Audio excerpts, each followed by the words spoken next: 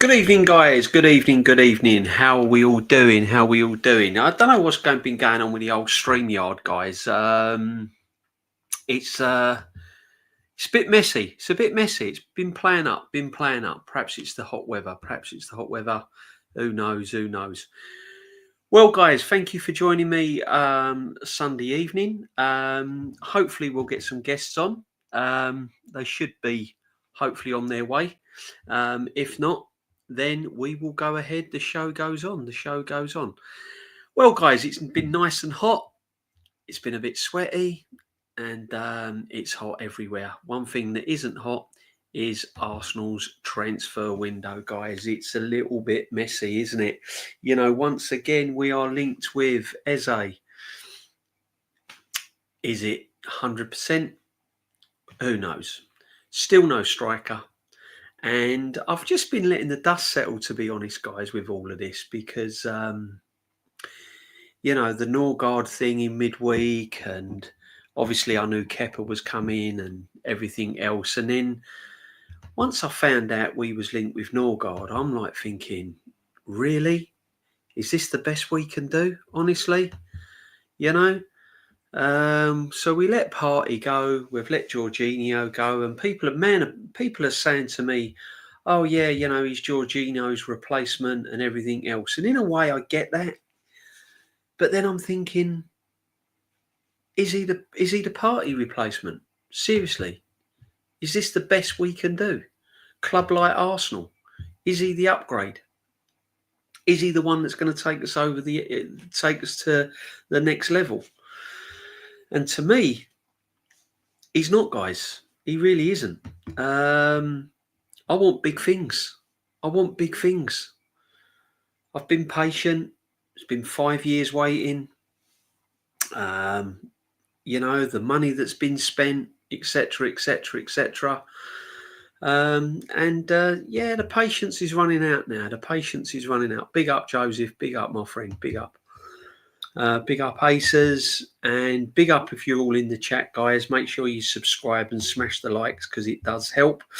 Yeah, I've not been around for a couple of days. I've been busy at work, and I've had stuff going on and visiting family and just sort of chilling out in the summer. And then, but I've been keeping up with it. And then when you're hearing like Norgard and stuff like that, and in a way I get it, but I'm not convinced, guys. I'm not convinced, because to me, we need a striker. We desperately need a striker. And what I was hoping for is that we get the striker in, we get it all up and running, and then we then build the team around them. We then get the Norgards. And if you give me Norgard and people like that, once we've got a Gorkarez in, or a Sesko, or a striker, I'm happy with squad players, you know. But at the moment, there's still no sign of strikers. You know, we've got the defender. You know, we're linked with the defender from Valencia, Mosquera, and it's just one thing after another.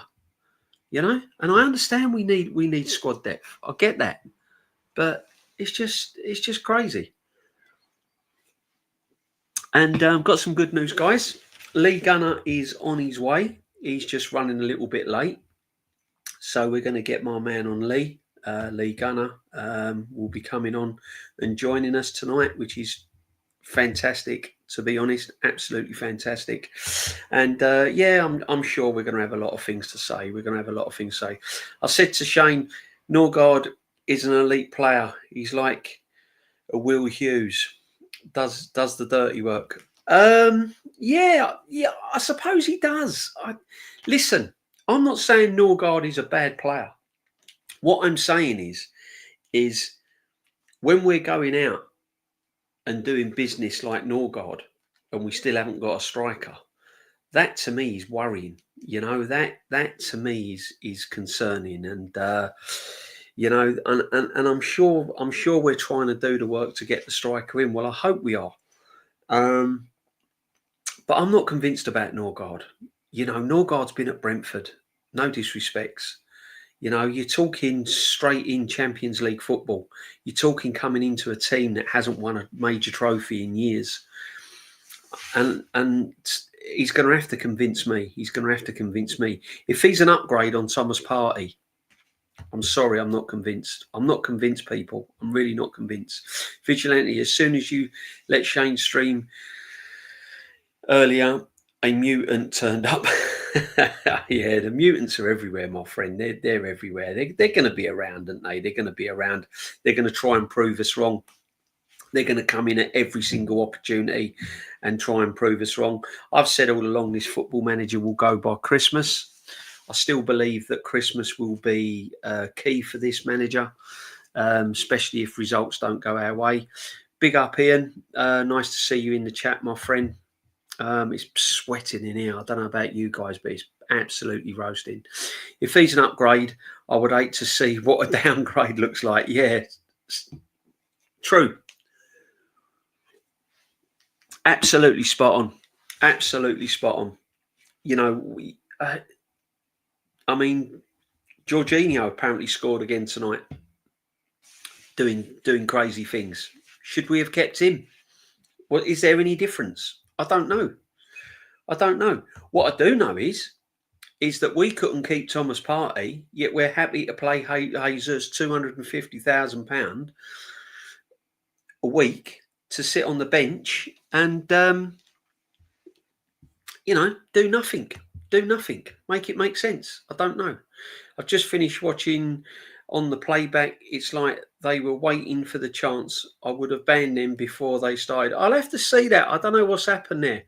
It must have been craziness, Vig. You know what I mean? But big up, Vigilante. Thank you very much, as always. 100, mate. Thank you very much, my friend. Chat, smash the likes. Yeah, you know what you got to do. Smash the likes, mate. Come in and sub, smash the likes. Yeah, it was crazy. StreamYard. I pressed go live and nothing happened. I played my clock, played my timer, played my intro. Everything was like all okay, and then StreamYard just died, and I had to press live about 3 times before something happened. And luckily enough, here we are, guys. Here we are. So, who will we get to play as the 9? I personally think, I'm looking at it like this, guys. I personally think that we are going to sign a midfielder, a left winger, a defender, and that's it. I'm going to stick my neck out here and say that I'm going to be very surprised if we sign a striker. I think he likes Havertz. I think if he gets to the attacking midfielder he wants, either Eze, if he gets the left winger, don't be surprised if we don't go into the season with Havertz up front. That would be madness to me. But listen, I'm just keeping the options open, to be honest. Waha. It was just the Top Gunner delusions, nothing ban-worthy unless I'm thinking of another. Okay, well, we'll have to keep an eye on it. We'll have to keep an eye on the mutants. Arsenal don't need any more players. Oh, they do. They need a manager. I've said that all along, guys. You know, this ain't a shock to any of you guys in the chat. That's the first starting point I would have done. Manager at the start of the season. Striker signing will be in August 25th. It will drag. Yeah, that is my worry though, Joseph. You know, I'm really worried about it. I wanted a striker in as early as June. Here we are, going into the 30th of June. I was told be patient. I was told don't worry, don't stress people. It's all happening. They know what they're doing. Yeah. And here we are, 30th of June, staring down the barrel of July, and still no striker. It's madness. It's madness. RB Leipzig only wants 60 million for Sesko. So the reports tell you, yeah? So the reports tell you. Guys, if you strike that QR code, that'll take you to my channel. So if you haven't subbed, you can strike that QR code. Yeah, I believe they've dropped their price. You know what's going to happen though, people, didn't you? RB Leipzig have dropped their price. What's going to happen? More clubs are going to come in for him. It's going to be a bidding war for people. That's what it's going to be. It's going to be a bidding war. We know how it works. Yeah. So The player's not happy. He obviously wants to move. They've dropped their price. They want to move him on. They know that if they drop their price, teams are going to come in. Man United will probably come in for him now. You know, all the Arab countries will come in for him, and it's just going to be a bidding war. You know how it works. And Sporting, the price for Gyökeres is going up. Yep, there you go. There you go. We knew Gyökeres was going to go up. Of course it was. 100%. That wasn't going to stay where it was, and we've missed the boat on that one, haven't we? You know, why didn't we go in all guns blazing? Why didn't we go in and all guns blazing and get Gyökeres? I haven't got a clue. Now the price is going up. We'll probably end up pulling out, and then we'll go back to Sesko, and then we'll be in a bidding war because the price has gone down. Then we'll try to go back to Gyökeres, and we can't get him because the price has gone up. This is how we roll. This is how we roll. This is Arsenal Football Club. Yeah, it's madness. But we can keep going for the Norgards and the Keppers. Get all them done deals. Get all them tied up. Can't get a striker. I'm sorry, guys. Listen. I'm not buying it. I'm not buying it. Yeah, I'd have been happy with Norgards and all of that. If we'd have had a space, Norgards all day long, I'd have been happy. So we have a guest coming in. We'd like you to welcome Nonsky, my fella. How you doing? Are you all right, mate? There he is. How's things? Are you hot enough? Wow, tell you, man. Weather, man. Yeah. Oh, nice, Nonsky. Lee's on his way, so got the old fan going, mate. Oh, you got the fan. You got the fan in, have you? And a bottle of water. Do you know what I mean? Oh, mate, it's been the way blistering. I need a bottle of gin. How you been, brother? You been busy? Mate. Yeah, not too bad. Yeah, been busy, mate. Busy day. You know, Sunday. It goes Sundays. Yeah. Thanks for joining. One second. No. I just got to turn this living room light on. It's on. It's one of them lights that's on timer. Yeah. And it goes off at a certain time, and I have to then call my friend Alexa. Alexa, turn on living room light. Little show off. There you go. You can see me now, Norms. It's all clever, isn't it? It's all clever. Let's get us a striker. Yeah. Before we go on, Lee will be joining us. And we've just been chatting about. I've just been chatting about the Norgard thing and everything else, and I found it frustrating, Norms. To me, he's not an upgrade. I'm not saying he's a bad player. I'm not saying he's an okay squad player. But if you've got quality there, then bring Norgard in. But for me, what I wanted a striker bought in early. Yeah. And then your Norgards and whoever else we're linked in. But we were just talking in the chat before you come in. We're the 30th of June tomorrow, Norms. We're going into July and there's still no striker. What we saying, bro? What we saying, mate? Mate, I'm just confused, man, with the whole matter, the whole situation. I mean, you know, Sesko apparently, you know, RB Leipzig have dropped the price, which I'm led to believe that's not the case. I think it was just that I was reading something about Build. They were suggesting that the price could be dropped to that 60 mil or whatever it was. Yeah, it's still from what I understand, it's still they're looking for about 80 million euros and that. And then you have Gyökeres, who's just upset with his team, and you know, he wants to get out as bad as it is. You know what I mean? And the fact that you know, he's saying now Man United, he's looking at Man United now. I think he just wants to get out of Sporting Lisbon. And we have the opportunity to sign him. This is the thing. We have the opportunity to sign him. And I don't know why we're messing about. You know what I mean? And you're looking at Chelsea, who now just signed Pedro. He's looking to take his medical and join him with them up in America, which is crazy. Do you know what I mean? And there we are, you know, full month. But apparently the 1st of July is when everything's supposed to kick off, DJB. So let's see what happens. But we'll wait and see. I wish we had actually gone in and got our top targets, yeah, then you can say, right, Norgard, Kepa, and all those things. Because at the moment, I've said it on a number of streams, the window for me is just underwhelming at the moment. And the players that we've brought in are just not good enough, because they're just players that can just do a job, and that's it. Nothing else. It doesn't, it's not, you don't look at that midfield and think, yo, that's going to challenge for a title. We're nowhere near challenging for a title. And obviously, Calvert, I've just seen in the chat by Razor 3211 that Calvert Lewin is on a free transfer. I wouldn't put it past Arsenal to go and get him. I'll tell you what, my friend.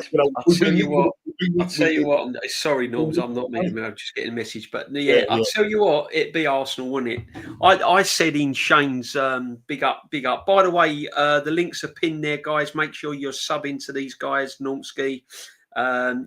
You know what to do, guys. If you haven't subbed, make sure you sub. It don't cost nothing. Just whack the sub, smash the likes. All helps us. Do you know what? Right, I made a comment on Shane Gooner's channel earlier. Big up Shane all the time.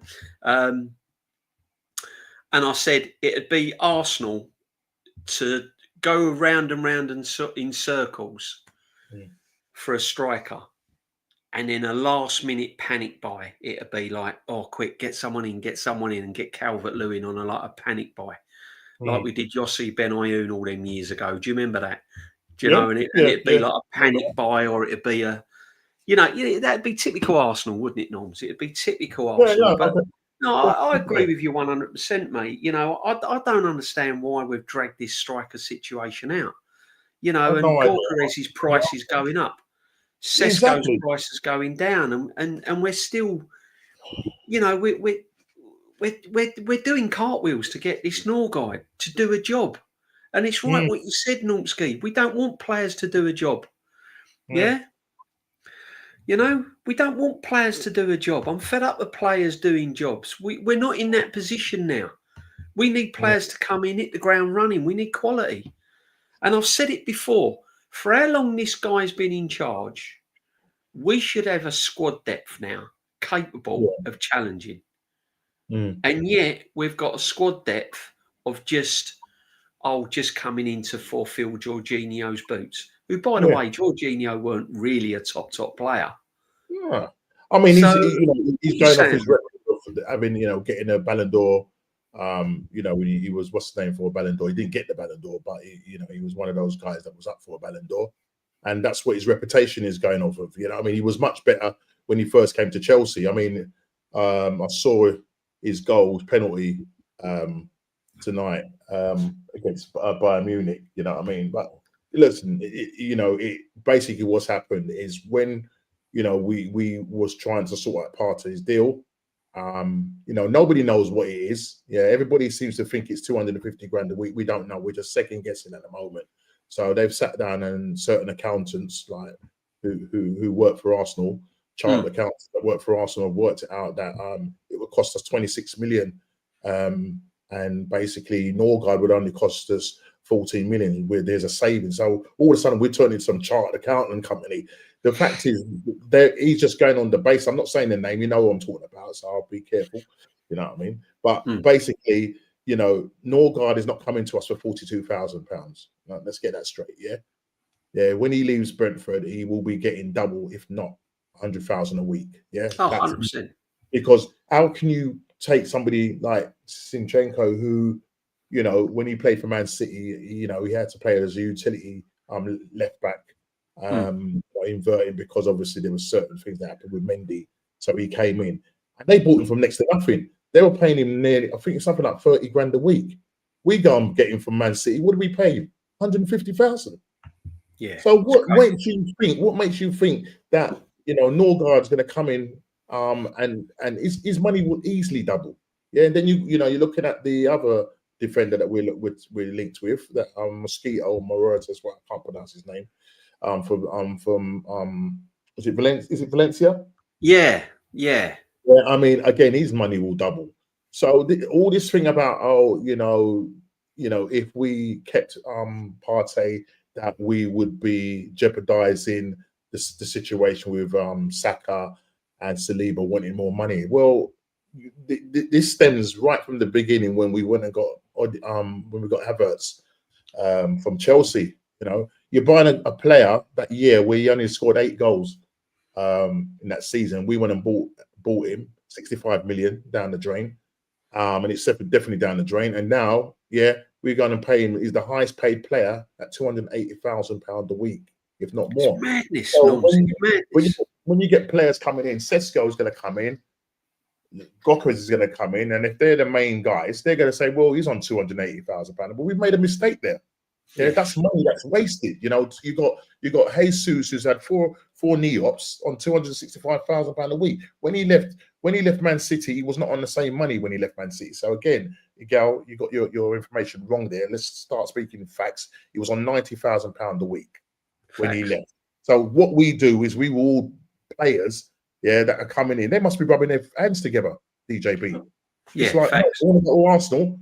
Oh, don't worry about it. My pay is going to get doubled easily. So we're in a mess. Our wage bill is an absolute mess, and we keep hearing the thing. Oh, they took us from a really bad place in terms of a lot of our players were on high wages, bad attitude, and all of that. Blah blah. Look where we are now.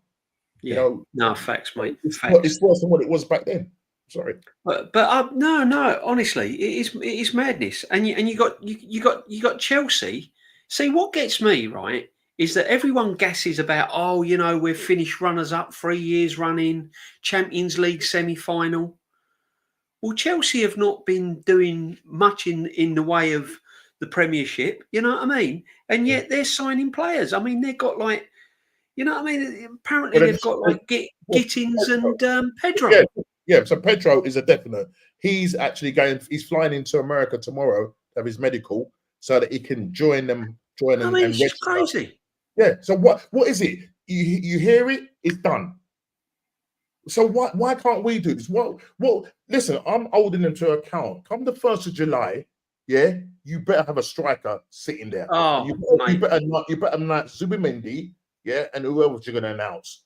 I'm tired of this merry-go-round. And this is what it is, the merry-go-round. And a lot of these fans just make a lot of excuses for this manager in this club.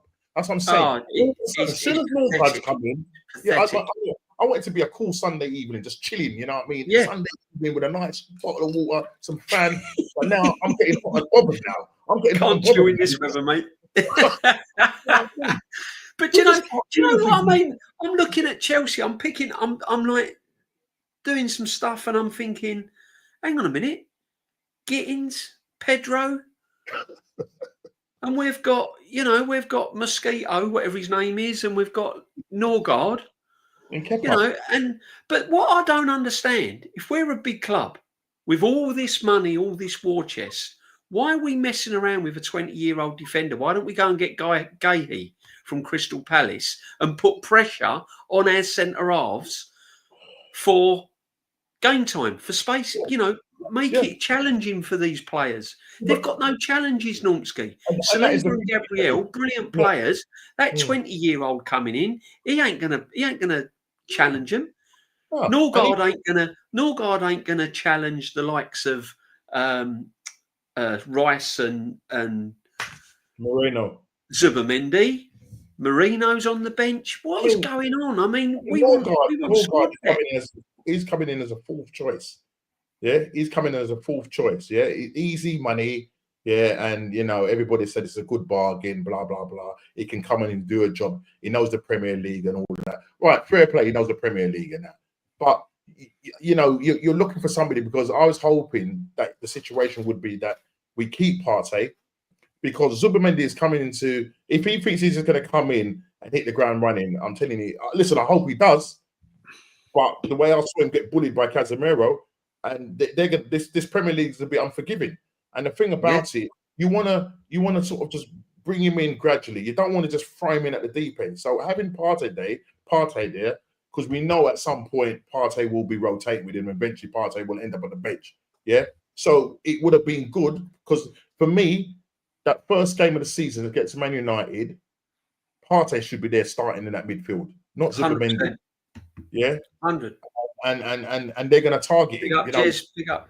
Yeah, no. Honestly, no, 100%, mate. 100%. I just and do you know what gets me though, Norms? What gets me is that as someone just said it in the chat there, we're buying backups.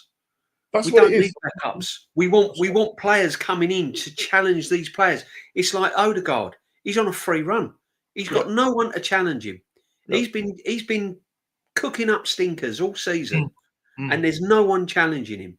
You know. And when I found out we were linked with Eze, I've been saying go and get Eze for two, 3 seasons now. I've been banging on about Eze 2 or 3 seasons. And people have been saying, yeah, bring Eze in, stick him on the left wing. No, put him in the 10. Drop the captain, put Eze in the 10. Yeah. Then go and get a left winger. You know, and I'm still hearing the name Rodrigo branded out. And I'm like fed up with it now. I'm like, oh, Rodrigo. That's all I'm hearing, Rodrigo. You know, and it's just it's just so annoying. Maybe the mad thing about it, like back in the day, you know, we were you know, if it wasn't Benzema, or it wasn't Higuain, or it wasn't Draxler, it would be one player that we'd be linked with, and that would just go on all summer. Yeah, we're getting this guy, and then you know, he's coming over on a plane, or we've seen his, you know, we're tracking his flight number or all that. Now we've got 3 players on the go. Rodrigo. Yeah, in terms of who we've been gassed up about, we've got Gokares and we've got Sesko, and we don't know if any of those 3 are going to come in. As a matter of fact, we might not get none of them in. What happens then? Well, yeah, that's right. Vigilante, you're right. He's the new Benzema. He's the new Benzema. Exactly. Exactly. Yeah, I mean, I don't understand why we're not acting like a big club, because all last season. And I was sick of it, to be honest, Norms. Oh, we've got this war chest. We've got money to spend. That's why we're not buying anyone in January, because we're waiting for the summer. We've got this to spend. We've got that to spend. Blah, blah, blah. And we're buying reserve team players. We're buying players that are not good enough to make an Arsenal team. It's Arsenal Football Club, Norm. This is what's annoying me. It's not like, do you know what I mean? We're not talking, no disrespect, Southampton or anything like that. It's Arsenal Football Club. Yeah. And we're linked with, you know, we're buying players like Norgard. Those sort of signings are like mid-table signings, yeah? Those are mid-table exactly. signings, yeah? And that's what I'm saying. You're looking up at Liverpool, who, you know, wins the league at a canter, yeah? Wins the league at a canter, and look what they're going to do. Man City said, right, you know what? That ain't going to happen again.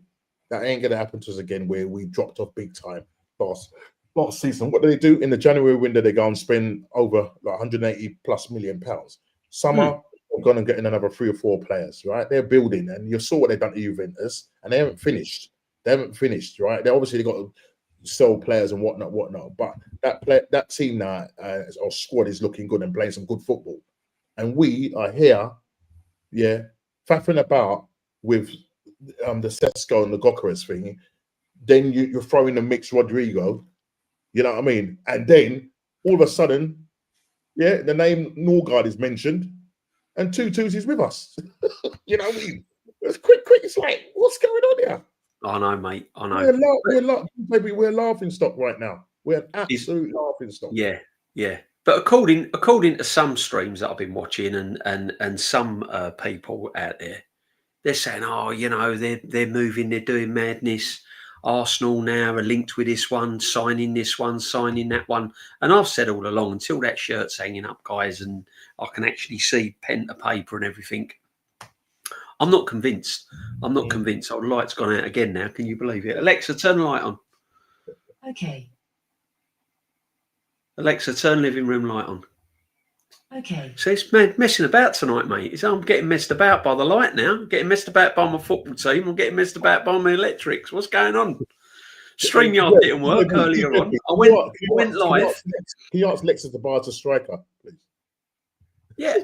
Listen, do you know what? It's going to get to the stage now, though, Norms, where I don't care who we buy as a striker. I just don't want to see Havertz in the 9. You know? I don't want to see Havertz in the 9. It's getting desperate for me now. You know, it's getting closer.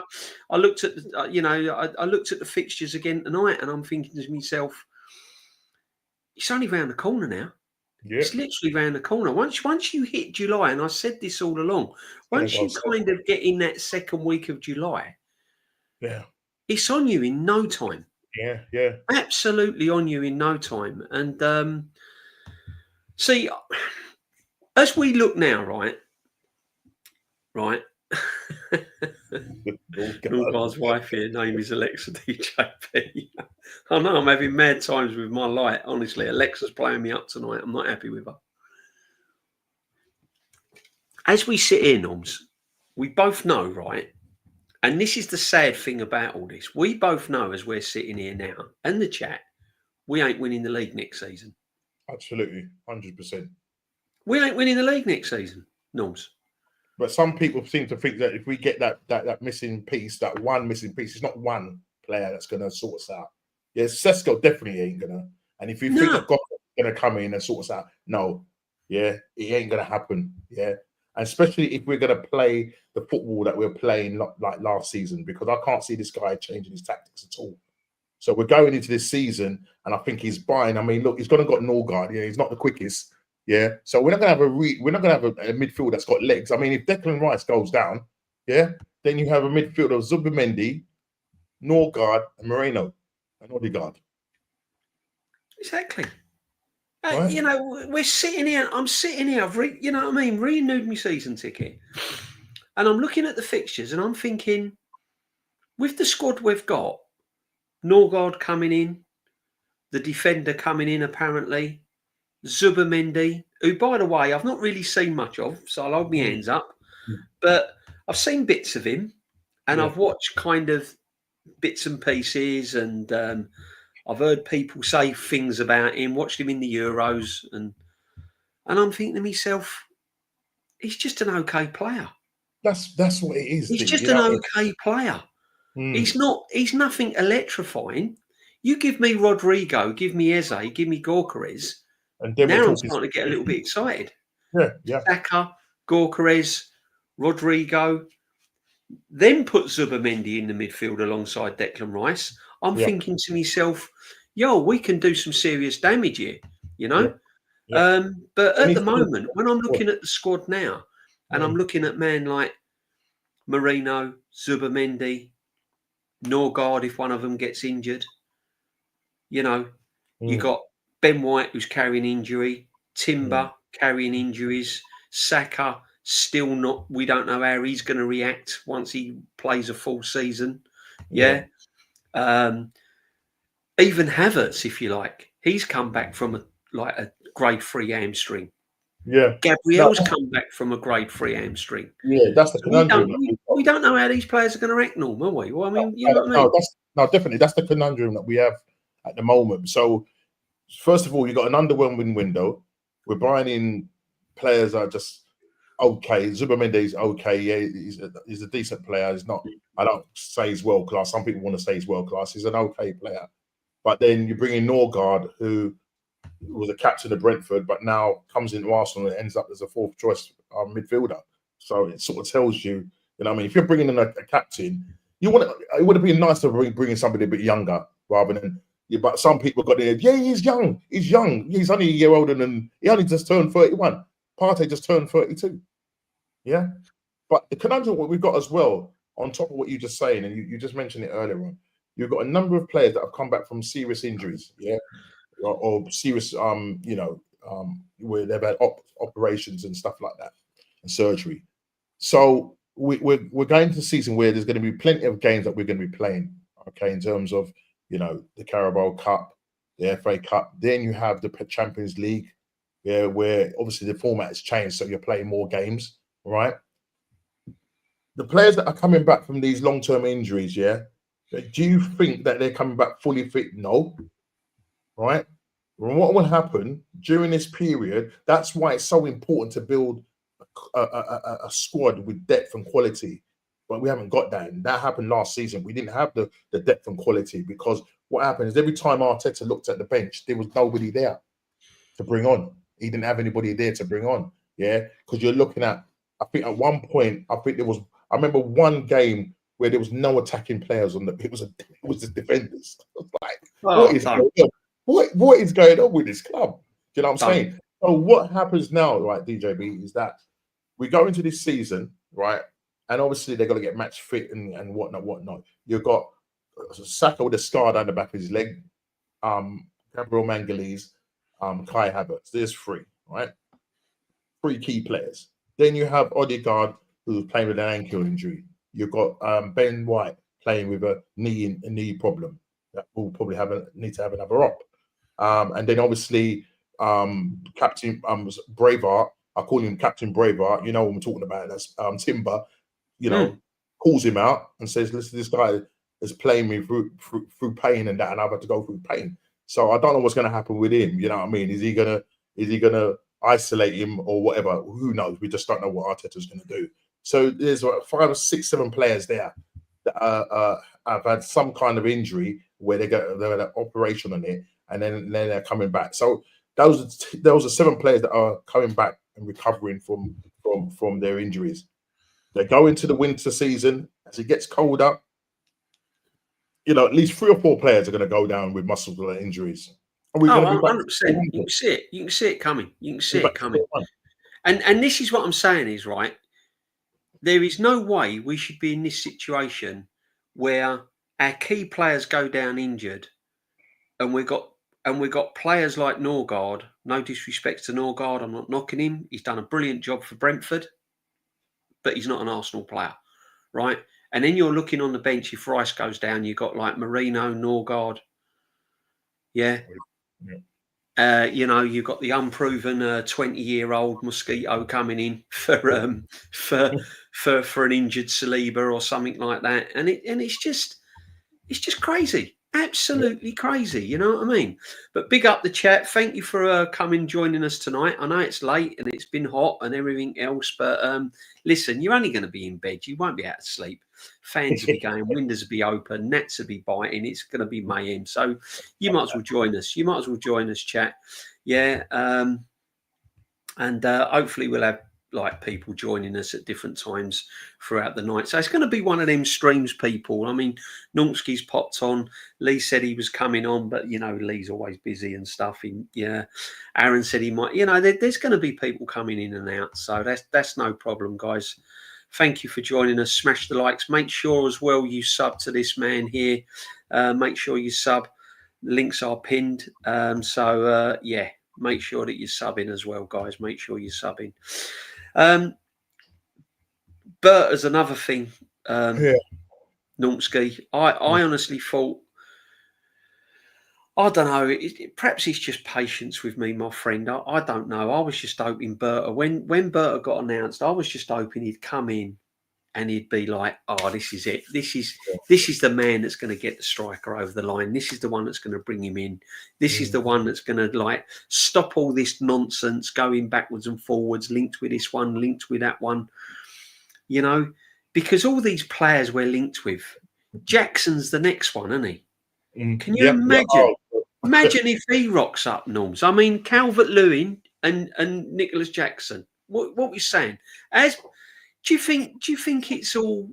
Do you think it's Berta trying to just find his way around, or do you think these are all sort of just? I was like you when I heard that we was linked with him. I mean, because obviously there was other directors out there, sporting directors that we were linked with, and I thought, you know, ex-players, Riziki, Mertesacker, do you know what I mean? And then, you know, some other directors that I thought, they're just going to come in and be yes men.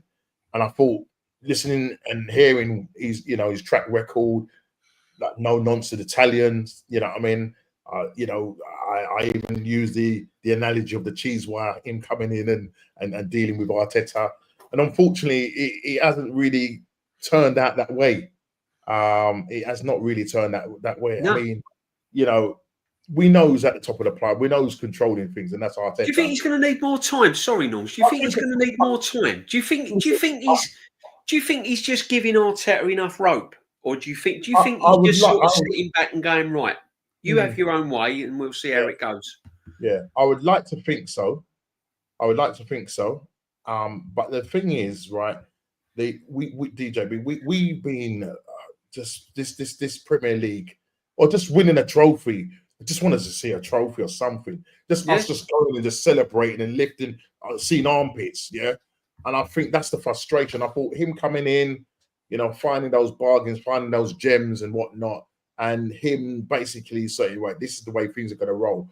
And it may be that is the case. It may be the case. Is, you know, we've heard from Matty Savanguna, big up to Matty, you know, like maybe let him have the players that he wants. Yeah. And if you give him all. Give him it all. Yeah. Yeah, he's having problems getting on Lee. Lee's having trouble. Lee's got a problem with StreamYard as well. Yeah, I had it earlier. I had to keep pressing go live. I pressed it about 4 times and then it didn't happen. And then I had all my intros set up and everything else, and like the countdown, intro, press live, nothing, press live, nothing, press live, nothing, press live, and suddenly I popped up, but the intro and everything had finished. And it threw me. I was like, whoa. Oh. No, Lee, don't worry, my friend. Don't worry. If you can get in, you get in. If you can't, you can't. It's just playing havoc. It's just playing havoc. Arteta, Norms, what are we going to do with him? Because I've had enough of him, bruv. I've completely had enough of him. And what worries me, right? What worries me is no matter what players come in, I just don't think tactically or in-game management, he's got what it takes. No, definitely. You know, he's done some good things. He has done some good things, I suppose, really, when you think about it. But the evidence shows that he's done more bad than good because he hasn't got us over the line, has he, mate? And we're looking at another season. And as I said it before, we're looking here now, and I can't even call us title contenders. No, we're not. We're not. And yet he's been in charge all this time. He's had all this money. Yeah. You know what? I just I absolutely hear you. I mean, absolutely hear you, because you'd think at this point we'd be pushing on. I was hoping that we was going to push on last season, and obviously that didn't happen because you saw what they did in the summer window. You know, buying California and Moreno, and obviously getting Raya, who, you know, we had on loan, and then we obviously paid for his fee, and then another goalkeeper, Setford. Just not enough. DJB, it just wasn't enough. And we knew after that, we needed a striker, but they didn't do it. He was given the money to go and buy a striker, and he didn't do it. But yet, you know, come the January, he was turning around and saying, well, to be honest, he goes, why do I'm not saying this is word for word, but essentially what he was saying is that we've got enough goals to be shared around the team. And that was before Saka got injured, and that was before Havertz got injured. Because I remember during that period of time where Havertz had only scored 9 goals in 21 games, he was missing. He was hitting barn doors and whatnot, and everybody was getting frustrated. Not only the bottom gooners, the top gooners were getting frustrated. Everybody was calling for a striker. And we was hoping that the January window was going to allow us to do that.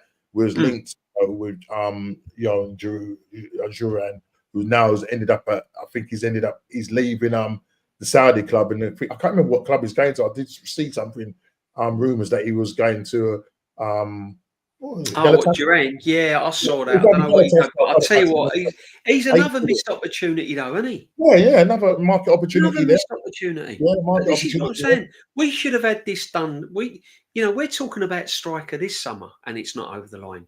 We should have done it last summer. Yeah. So everything you had this summer is a bonus because you've got your striker in place, you've got your sort of 20-goal a season man in place. Yeah. So everything we do now should be a bonus. And we're back to square one again. We're back to where we were years ago. Exactly. You know what I mean? Exactly.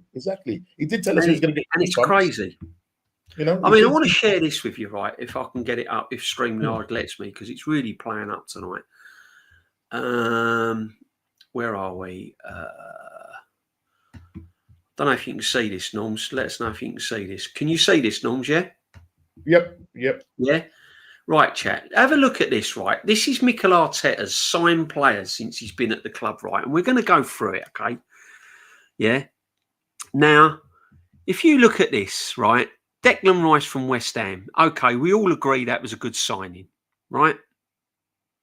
No problems there, Norms, eh? Yeah, no, it was good. It was good. Maybe, you know, I think his price tag is weighing on him, but listen, you know, it is what it is. Yeah, and then we're talking Kai Havertz, right? 75 million euros, all right? Yeah, we all know that one. Yeah, but look what it's got down there, Norms. This is what I want to point out. Things like this, right? Kai Havertz, centre forward. Kai Havertz, he weren't a centre forward. He was bought as a midfield player. Exactly. Am I correct? That's correct. Yeah, well, there you go. I mean, he's down as a centre forward. So really, we can't give that to Arteta. There's no way Arteta has signed him as a centre forward. He came in as a striker. And then the next thing you know, he came in as a midfield player. And then once again, by default, he was signed as a striker. Then Ben White, right back, he was signed as a centre half. That's right. He was signed as a centre half. Once again, by default, injuries, etc.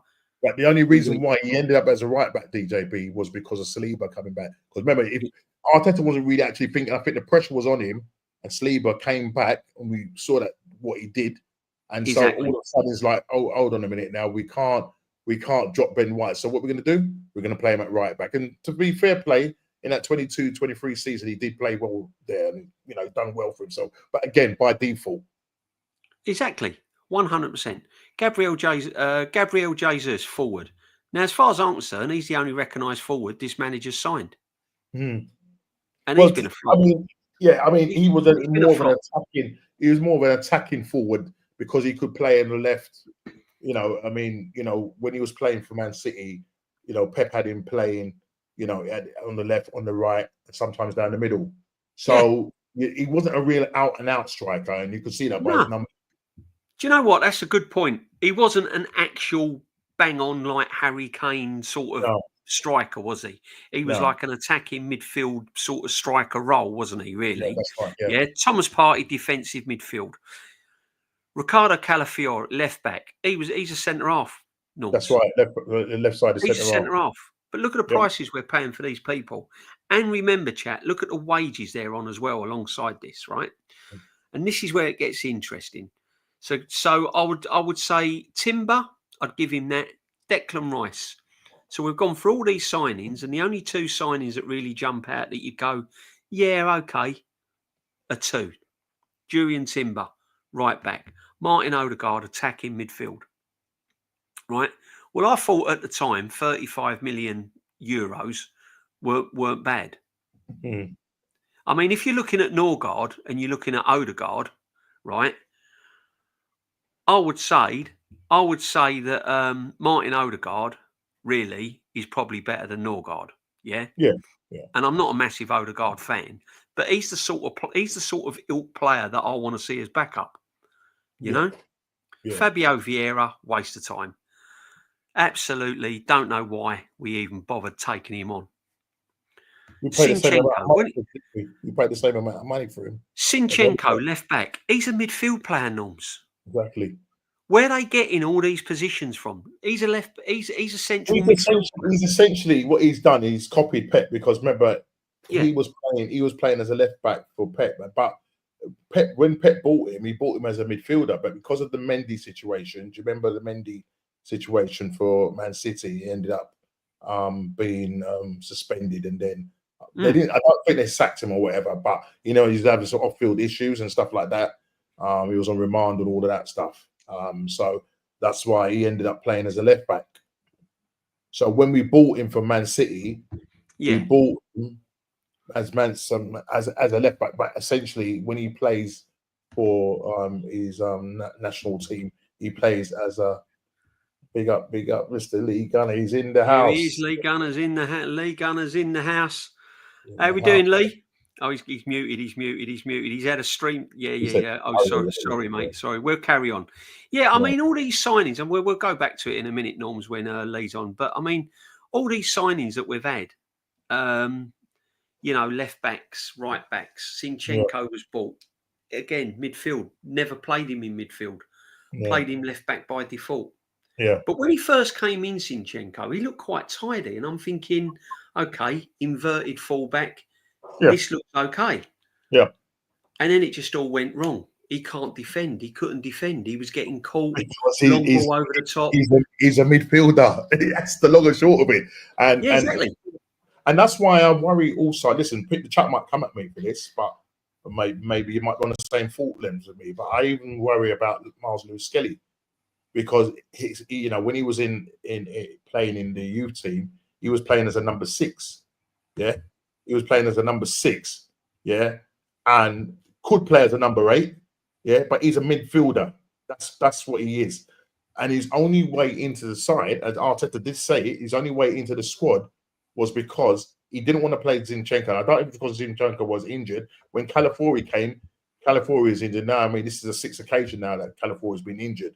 Okay, and he wouldn't play Kieran Tierney, right? Who's our natural left back now? Who's gone back to Celtic on a free. Who's our best left back and natural left back. So he's the only true left back that we had in that side was Kieran Tierney. Yeah. Because he started Timber at left back. When he bought Timber, he started Timber at left back, if you remember rightly. He started Timber at left back, and I think at the time, at the start of that season when he dropped Gabriel, he played Partey at right back, and I was thinking, what's this guy doing? What is Arteta doing here? You know what I mean? So yeah, Timber was bought in because Timber can play across the back 4. So he's a centre back, but you can see now again by default, and because Ben White got injured, he moved him over when he came back from his long-term injuries, ACL. He started him on the right. So he actually started at left back for us. But this guy don't know how to get the best out of players, though, does he? I mean, we've proven it. I mean, Skelly to me should be playing in midfield. Yeah. Skelly should be playing the midfield role. And that's why I think because if Skelly gets injured, or gets suspended for whatever reason, then you're looking at Calafiori. And I don't know what's happening. I don't know what's happening with the situation with Zinchenko, because obviously he was linked with AC Milan. But I think it's the wages that are the problem. You know what I mean? They're and on a number of occasions now, he was meant to be leaving the club, and the last 2 seasons he's been with us. You know what I mean? So that's crazy for him. Big up, man. Big up, Rashid. We've got them all in the building with it. They're all joining us, mate. They're all too hot to sleep. It's baking hot. It's absolutely roasting. We've got Rashid in the house. We've got the Kel Capitano Lee Gunner, who's been having nightmare with StreamYard. Lee, I had the same problem, mate. I kept pressing go live. It was buffering. Yeah, it kept buffering, and then all of a sudden, like our fan base, born buffering. Yeah. And then when you played your intro, it kicked you out and said reload. Yeah, and then all of a sudden I was live, and I'm like, crap. Same. But then I have no idea how to use fucking OBS. So I'm like, am I live? But then I kept setting it up on the main channel, not the fucking second channel. So I was keep deleting it, even though I was live on the. In the end, I fucked the buying game off. Well, that's cost me a lot of money today, but it's what it is. Crazy. Yeah, market opportunity tomorrow, innit? And there was plenty of market opportunities on the fucking beach today.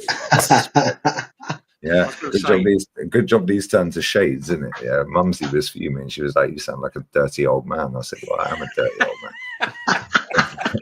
Mate, it's got to be roasted in Spain. It's like here. It's currently 24 degrees, partly cloudy, but my aircon now works. I stopped dripping. But it's still dripping. Yeah, but I'll be honest with you, that aircon was fucked up. Yeah, and do you know what's maddest thing here? I've been trying to open the fucking flap pulls. Yeah, since I've been here. Right, she's fixed it a couple of times. The bird who owns the gaff.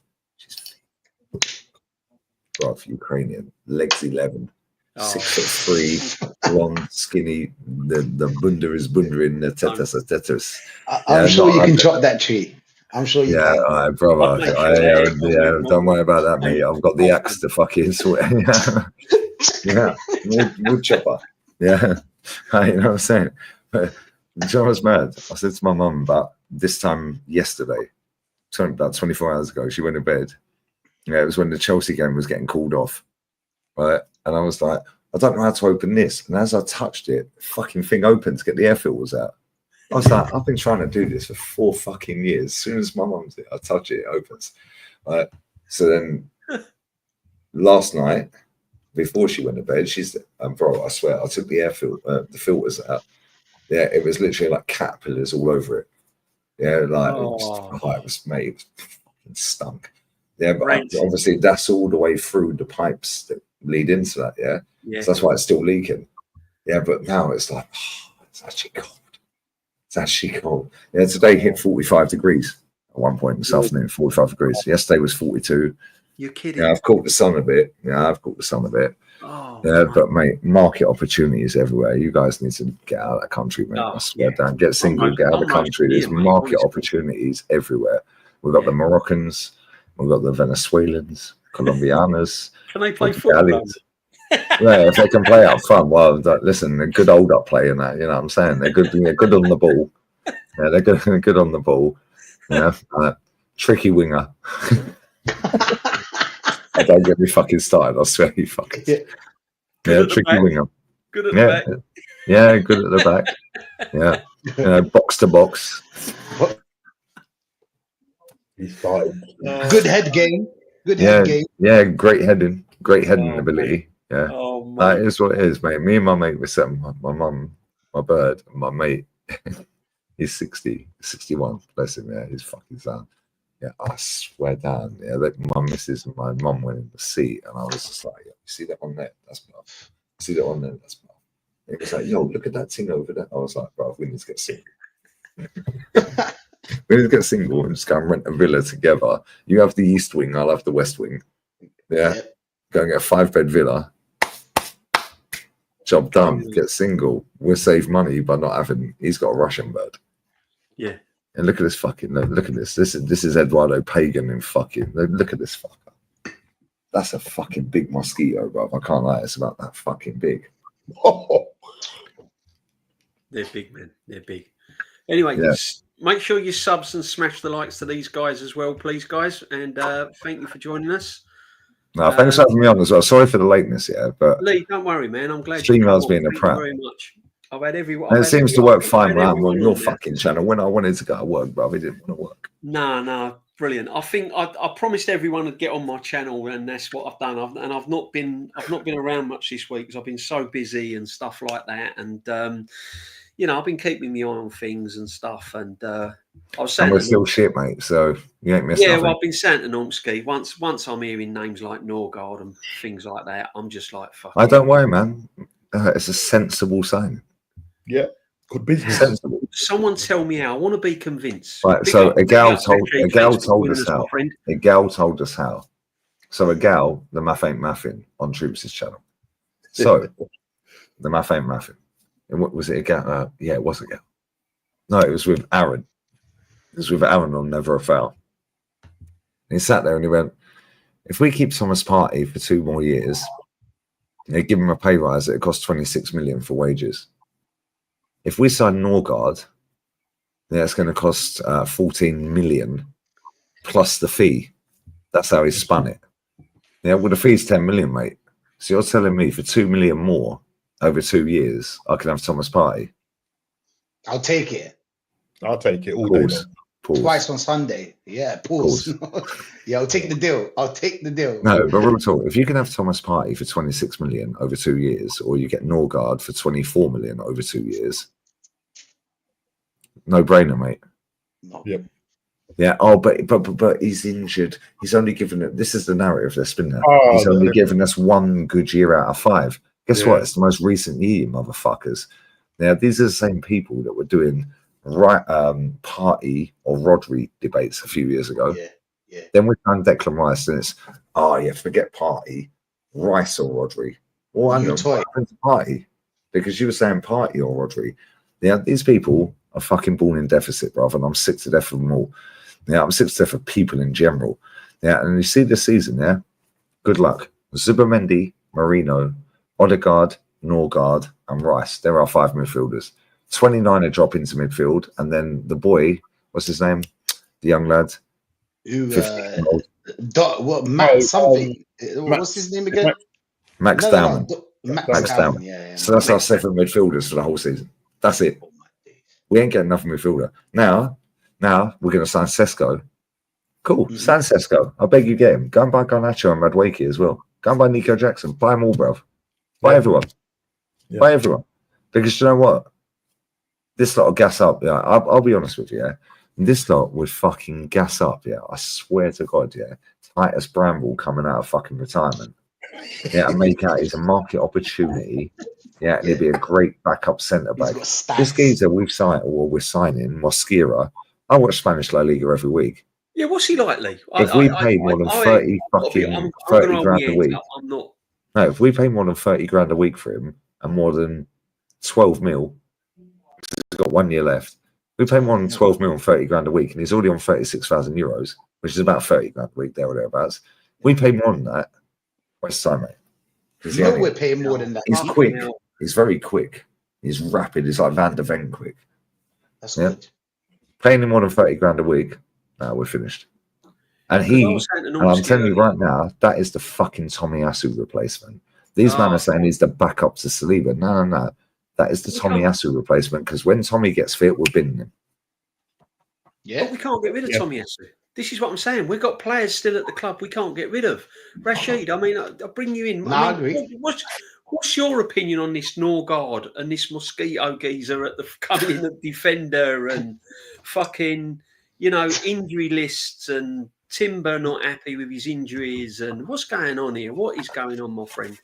All I know right now, what I can see, is that this midfield that we have right now, and I just asked it to a couple of fans just like 3 hours ago. I asked this question.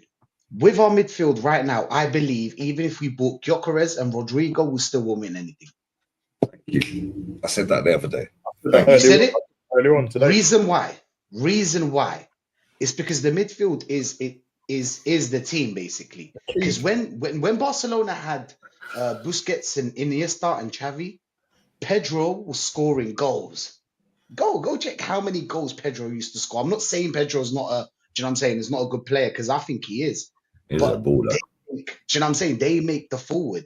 They make the forwards. But see, everything starts in that midfield. For example, at the end of the season, Arteta said we have a problem with creativity. Have you dealt with that? Do you think this midfield is creative enough? Is this creative enough to you? 5 years. 5 years, and do you know what they told us? What's our biggest problem last season, DJB? Our biggest problem was low blocks and mid blocks. Yeah. Do you think you'll open a low block and mid block with these players, with Norgard and Zubimendi and Rice and Odegaard? Not happening. Apparently, Norgard gives us height for the set pieces, though. He's a long throwing specialist. That's what it is. They showed a compilation of all his goals. They're all set pieces. Oh shit. Yeah. This is what we're going back to, and then we're going to get back to set pieces. FC, we're going to be singing that song again. These men have not watched Zubimendi. They ain't watched him. I sat on the stream with a gal the other day, and he sat there and he went, "Oh yeah, this Mosquera. Oh yeah, that'd be a great signing." I said, "How many Valencia games did you watch last season?" And he was like, I said, "How many?" He went, "Well, I ain't." I said, "So you'd never watched him. So why do you think it's a great signing?" "Well, I hope it'll be a great signing. And I think he could be good." "Well, based on what, bruv? You've never watched him." "I watch him week in, week out." He's not that good. Oh. He's a 10 million euro, 10 million pound, 30 grand a week. Put him in the backups. Job done. Problem is, we're going to sign this fucker for about 20 million, 18 million, 17 million, and put him on about 70 grand a week. Oh, now, we're going to keep him. Tomiyasu's going to fuck off. So now they'll go, "Oh, well, Tommy was injury prone. We've got a Tommy replacement." Yeah, we're fucked. Yeah, I'm telling you, 5 midfielders. Reno, Zubimendi, Odegaard, Norgard, Rice. 29 drops in, Dauman's coming in. Balls. Now they're going to gas up this Max Dauman. He's only 15. Oh, he's amazing. When he drops a biblical stinker and hooks and I post it out, you're beefing a kid. Well, he's wearing the shirt, mate. How about stop making out his Liam Brady? Yeah. How about that? How about just let him grow and develop? Yeah. Yeah, and he looks good. He does look good. I can't lie. He looks like a Spanish footballer. Yeah. Yeah, but the problem is he's playing against fucking like young adults. Yeah, like 18, 19-year-olds, yeah. Now put him up against Joel Linton, Bruno Guimaraes. Yeah, now put him up against Caicedo. He's getting walloped. Now do that and see what he does, and he'll sink or swim, which is cool. I'm cool with that. Hopefully he swims because he does look good. But that's going to be our midfield next season. 29 and Max Dauman are going to fill up that to make it a 7. Sesko's going to come in. We ain't getting Rodrigo. Whatever spastic started that, getting in jail. Yeah, stinker and hose. We are not signing Rodrigo, and if we that's do not sign, going away though, Lee, is it? That's Yeah. Rodrigo's making me sick because it ain't going away. It's like Because he's fucking on the neck bench. bedroom, you can't Yeah, get but rid of it. but this is the thing. Yeah, this is the thing. Yeah, these fucking idiots don't watch La Liga. Oh, he's been disrespected by Real Madrid. Well, Yeah. well, hold on. He started the first Club World Cup game and set up the fucking goal they scored against Al Hilal. Second game, benched. Third game, I didn't watch it, so I don't even know if Benched. he came on, but he was benched. Benched as well, yeah. Did he not play a minute in the third game? I didn't see Yeah. it. Yeah. I don't know. Right. But now they're going, oh, why does he want to stay there when he can be the king at Arsenal instead of being the prince at Real Madrid? Motherfucker played 52 times for Real Madrid last season and won 2 trophies. He has won 13 trophies at Real Madrid. He's 24. He's the same age as Starboy. There or thereabouts. Yeah. Why would you leave there to go there? The only way that deal will ever happen is if Saliba goes the other way. Yeah. If we exchange players, I reckon if anyone's going to buy him, it'd be Bayern Munich. Yeah, but that's the thing. If he was on sale, I don't think that Arsenal are going to be the only team that's going to go in for him. And when we go against big clubs, you know we ain't getting that player. The reason why we got Norgard so fast because nobody wants Norgard. Not even West Ham wants Norgard. No one But wants. he's a sensible All due respect to West signing, Ham. Rashid. He's a sensible signing. He's But to be 14 honest- months younger than the best midfielder we have that we're Yeah, leaving exactly. for free. Yes. But the thing is, to Why? be honest, no club was in for him. That's what I'm saying. No club was in. So it wasn't a case where anybody was chasing him, as far as I'm aware. Most of the players we buy, Numsky, yeah. For example, Havertz. I remember Havertz. Real Madrid wanted him for 20 mil. They didn't want him for 65. I remember Rice. They where City wanted him for 85 mil. They didn't want him for 115. They rate them properly. We overpay for a player that you don't really need to. You know how many Declan Rices I can find you? Okay, Declan Rice, I know you can't disrespect him because he did well because he really He tried. scored 2 free kicks. Yeah, but he's supposed to try. That's his job. Thank you. Yeah, it's his job. It's his job. My mum said it the other night. It was question time with Mumsy the other night. Yeah. Mm. So, what do you reckon, Declan Rice? Mate, he's massively overrated, isn't he? Yeah. What do you think of Ozil? She's like, who's Ozil? I showed her a bit. Don't know him. Don't know him. What do you think of Saka? She went Starboy. First thing she said, Starboy. She went, well, you know what he's going to do every week. He's going to drop the left shoulder and he's going to try and shoot. And then when it don't work, he limps off. He limps a lot, doesn't he? And then it's all gone south. And then he makes out he's got an injury and limps off. Her words. She don't watch football like us. Crazy. And I've not had these conversations. To be fair, she rates Nonny Madwakey, biblical stinker and fucking hoops. I can't get why. She goes, the black guy with the bandana that plays for Chelsea. When he plays with Cole Palmer. Whoopi Goldberg settings. Yeah, when he plays with Cole Palmer. Spacey, innit? Yeah, when he plays with Cole Palmer on that side, they link up really well. I was like, Mummy's shit. Yeah, I said, who's better, Messi or Maradona? She went, Maradona's massively overrated. Is it? Maradona's massively overrated. She said he's massively overrated, bro. That's mad. Bless up Lee's mum. Bless up Lee's she mum. fucking hates Cucurella, by the way. She said, fuck, like, she nearly got me cancelled, bro. Yeah, I said, what do you think of Cucurella? Cucurella's playing now. And she went, oh, yeah, that fucking hair. She goes, yeah, every time he gets touched, he goes down. Yeah, he goes, he just, but she meant to say he goes down like he's been shot, but she went, he needs to be shot. Oh shit. no. Oh, shit. I was like, yo, I muted it. I was like, yo, you're going to get me cancelled, you know? Yeah. Oh, I was like, what about, I said, what about this player? Rashford. Oh, he's all right. Yeah, I was asking loads of players. Grealish. Oh, I can't believe he sits on the bench at Man City. If he went anywhere else, and she said, Man City only bought Grealish, so nobody else could have him because he's a threat to Man City if he goes somewhere else. It's true. Yeah. Oh, man. Your mum knows it, man. Do you know the thing is about Grealish? Yeah, I think it's just because of the GA, people don't rate him. But when he's got more yellow cards than he's had fucking goals or assists. You know, though, he's got an attitude problem. Right, he loves the bad things, doesn't he? He likes the bad stuff. Yeah. I like Grealish, man. He's a tricky player. We need him. We need players like that. But do you know what it is though? Yeah, like I said to her, yeah, I said, what about the captain? She went, he's fucking useless. Oh yeah. And she goes, all he does is just fucking throw his arms up in the air. Yeah, skips around and just plays with his hair. Looks neat though. Yeah, but she don't watch my streams because I swear too much. So she don't watch my. So we're not texting her. What do you think of Odegaard? We ain't doing that. You don't swear Yeah. that much, do you, Lee? But then I said, "What do you think of Expressions?" "Oh, I love him. Oh, I love him. He's Oh, darling. he's amazing. He makes me laugh. He's funny." I was like, "Mum, you know the word pussy hole means see you next Tuesday." She's like, "Yeah, but he makes it sound funny." Yeah, but he's not aggressive, Lee. See, the That's thing what she is said. that That's what she said. Expressions Yeah, is not yeah, aggressive. yeah.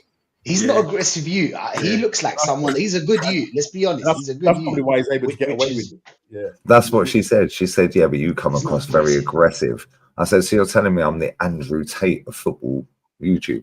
And she went, "Yeah, right message, wrong messenger." Facts. Facts. Especially Fucking the killed way, me. especially the way you say it. It pisses people off. But Yeah, I they don't know give a it's the fuck, truth. bro. I was in It's the kinda fucking like gaff that. on Friday, and a geezer come up to me, a guy called Alfie. Bless up Alfie, bro. Yeah, he come up to me. He was like, "Oh, it is you." No, I mean, he was mad nervous. I went, "Don't tell me you're a fucking top gooner." And I was sat with my pals, yeah. Right, there was 5 of us sat there, like 3 geezers, us 3 geezers and 2 birds, yeah. I was like, "Don't tell me you're a top gooner. Are you Arteta in or Arteta out?" And he went, "I'm Arteta. See how we go next season." I said, "You're a mutant." Oh no, he's one of On them. the Yeah. fence Sit community. on the Yeah, On the fence. and I fence. said to him, Tell him. I said, "You're a mutant." Yeah, Oh, but he was mad nervous. And I was like, "Bro, just relax. I'm a normal person. Why? Like, it's like he's seen 50 Cent or Eminem." Yeah. Like, no, do you know what, bro? I swear down, I'm not trying to even big myself up here. It's very embarrassing for yeah, me. yeah. Yeah, but for them, he's 25, the lad, yeah. Right, he was sound. I spoke to him for about 10, 15 minutes. Did you get a few And he was selfies? chill. No, but he messaged me on Instagram. And he was like, "I was going to ask for a picture, but I didn't want to really intrude and all that." I was like, thinking, bro, why do you want a picture? I'm on YouTube. Yeah, that's how I think. But at the same time, yeah, it's nice that people like what I do. Yeah. Yeah. And Rashid, you see it when you went out the other day with Northside and that in Shoreditch. Yeah. People go, "Oh, yeah, right. You're a new." It's nice, but at the same time, it's like we're not Eminem, bruv. We're not Dr. Dre. But for these people, it's the equivalent because they've only grown up with social media. Yeah. So for me, it's weird. It's like, why do you want a Yeah. selfie, bruv? This And is then we their were sat on the thing, though, fucking isn't it? beach. We were sat on the fucking beach today. Yeah. And some geezer walks past. Yeah. Dutch lad.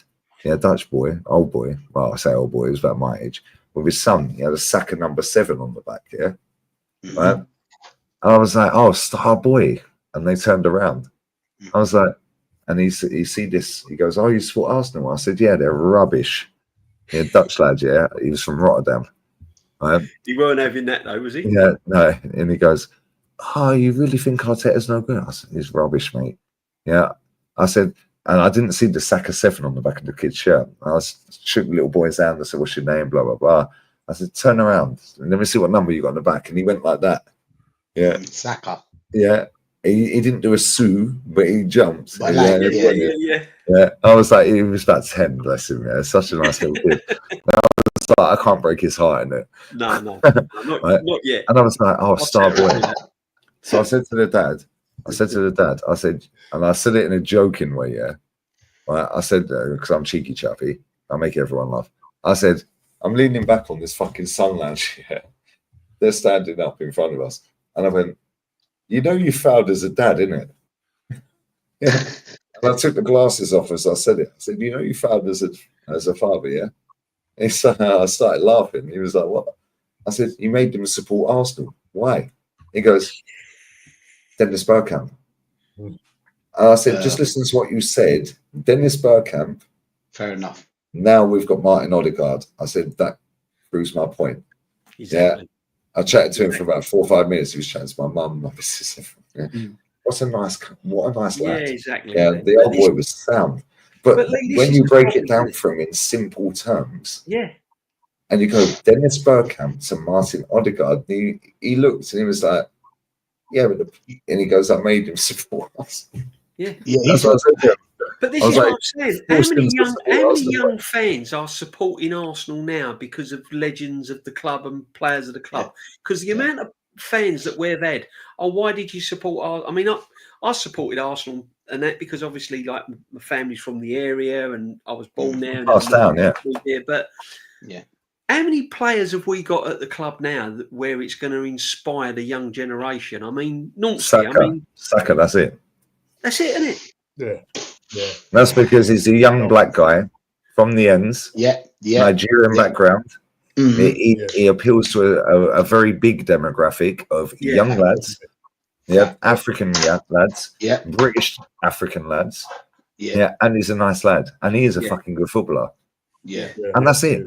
The rest of them are fucking like they ain't appealing to no one. Sorry, Norms. Sorry. No. You're right. My son is 20, and he says, Dad, you've done me an injustice. He goes, you've done me an injustice. Why did you make me support this team? What are It's you never putting too me late to through? get out, Norms. Tell him Hala Madrid in nada más. He's like, bro, I can't, like, no, I'll tell you what, I saved him from becoming a Tottenham supporter. I'll tell you that now. I'll tell you a story about this. yeah. My brother-in-law is a big Tottenham supporter. And when he was a kid, he used to go down there and play chess with him, right? And I remember I left him down there and I went down there and I come home. We went, Dad, he's only about, he probably was about 5, 6. He said, Dad, I want one of those white shirts. I said, what? I say, I say, listen, what do you mean white shirt? You know, the one like Uncle Lloyd. I said, you ain't not wearing no white shirt in this house, yeah? Get that right. Nothing. I had to school him from now. I mean, because I bought him a kit from when he was a baby. I bought him his Arsenal kit from when he was a baby. I said, you're not having it. My missus, obviously, my missus is Liverpool, yeah?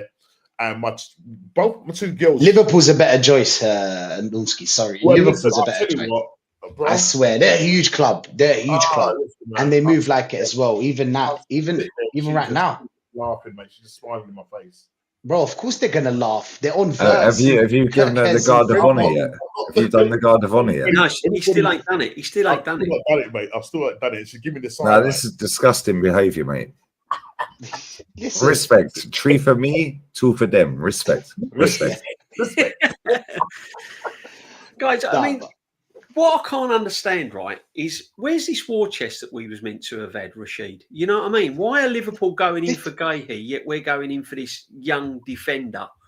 Why ain't we putting talent pressure ID, on our... DJB. What's that? Talent ID. That's what it is. That it is talent ID. Sorry to cut you off, but it's talent ID. Go on. That's all it is. You can have the money, but you can go for the wrong players. It's normal. You've seen it with Arteta. He probably bought like 32 players. About 5 of them are only good. And even 5 of them, they wouldn't get in like a proper Arsenal team, like where we should be. So like 5 of them are all right. I can think about it kind of thing. But the others are all shit. They're all average or below. Shouldn't play for a club like us. The thing is that they're bored. Their board knows how to make the right choices. Right manager. First thing you need to do as a board is employ the right manager. Because if the let's say Berta gets Arteta all the good players that we're talking about, Berta that can come to this club. With Arteta, first of all, they'll all regress. All of them will regress. So if you bought them for 50 mil, now they're 35 straight away. Facts. 35-30 with Arteta, always going to regress. Only the odd one out, which we won't count, but most of them are going to regress. So what's going to happen then? Even if he had the players, the problem is the manager. See, you can't tell me that these guys are not Arteta signings. Sesko, we've been talking to him for 2 years. Zubimendi, we've been talking to him for a year or 2, maybe. Do you know what I'm saying? These are Arteta signings. You can't tell me that these are Berta signings. So even now, Berta needs to come out, like we said on Lee's channel the other day, come out, give us a hint. You know what I'm saying? On the interview, just give us a hint. Do you know what I'm saying? Or this guy, so either Berta's trying to like give Arteta everything he wants and give him that year. Maybe they have an agreement, DJB. I don't know. Maybe they have an agreement. You know what? You buy anyone you want this year. Do whatever you want. If you don't win a major honor, you act. Well, the You'll be pressure's on him, sacked. isn't it? Because if he gets all what he wants, and he don't deliver, I said Christmas will be key for this football club. If we're sort of in and around the top, points miles off it, I think he'd be gone. Because we're sitting here now, and you can't realistically look at us as a title-winning team, can you? He hasn't built it. 5 years. No, you can't, DJB. The thing is that Liverpool can buy players we can't. Do you know what I'm saying? So a player like Wirtz would never come to Arsenal. Even if we pay 125, he'll never come to Arsenal because he'll go to a bigger team that actually goes and competes. He'll get the same money. Why would he come to Arsenal? The only thing we can pull players with is money. If we're not overpaying them, you know, all our salaries are overpaid. All our players are overpaid. All of them are overpaid. Oh, And massively. there's not even like a goal they need to reach. You know how like sometimes they sign a contract and then you need to score certain amount of goals or certain amount of assists or blah blah blah. These guys are straight away. They come straight away to the club. They're on massive wages for a long time. Do you know what I'm saying? Great. But that's I think it's just talent ID, DJB. No talent ID. These are the players that Arteta won. Yeah, You got him whatever he wants. yeah. I don't But mind. Lee, My talent Lee- ID is fucking talent ID, bruv. But sorry, Lee, we're going to get Eze, aren't we? That's a done deal, isn't it? Eze, shirts are printed. It's all over the line. What's going on Yeah, there? he got the same amount of GA as Martinelli last season. Woohoo! Do you know They what I all count GA. Oh, but he scored in the cup final. Yeah, cool. So did Aaron Ramsey, mate, twice. mean? Would you take him though? Would you be happy? I with actually that? rate Eze. I think Eze is a good player, but the problem is, yeah, under this manager, doesn't matter who we sign. Doesn't matter, bro. Thank you. Don't Yeah, matter. and like Rashid said earlier, even if we sign Jokeris and Rodrigo with what we've already signed, we ain't winning fuck all. No. Yeah, and gas the fan base up. We sign Rodrigo and then go fucking meltdown. Okay, cool. So the same Rodrigo that you didn't put in your starting 11, combined 11s for Arsenal Madrid games. You didn't put him in the starting 11s, combined 11s. Now you want Rodrigo.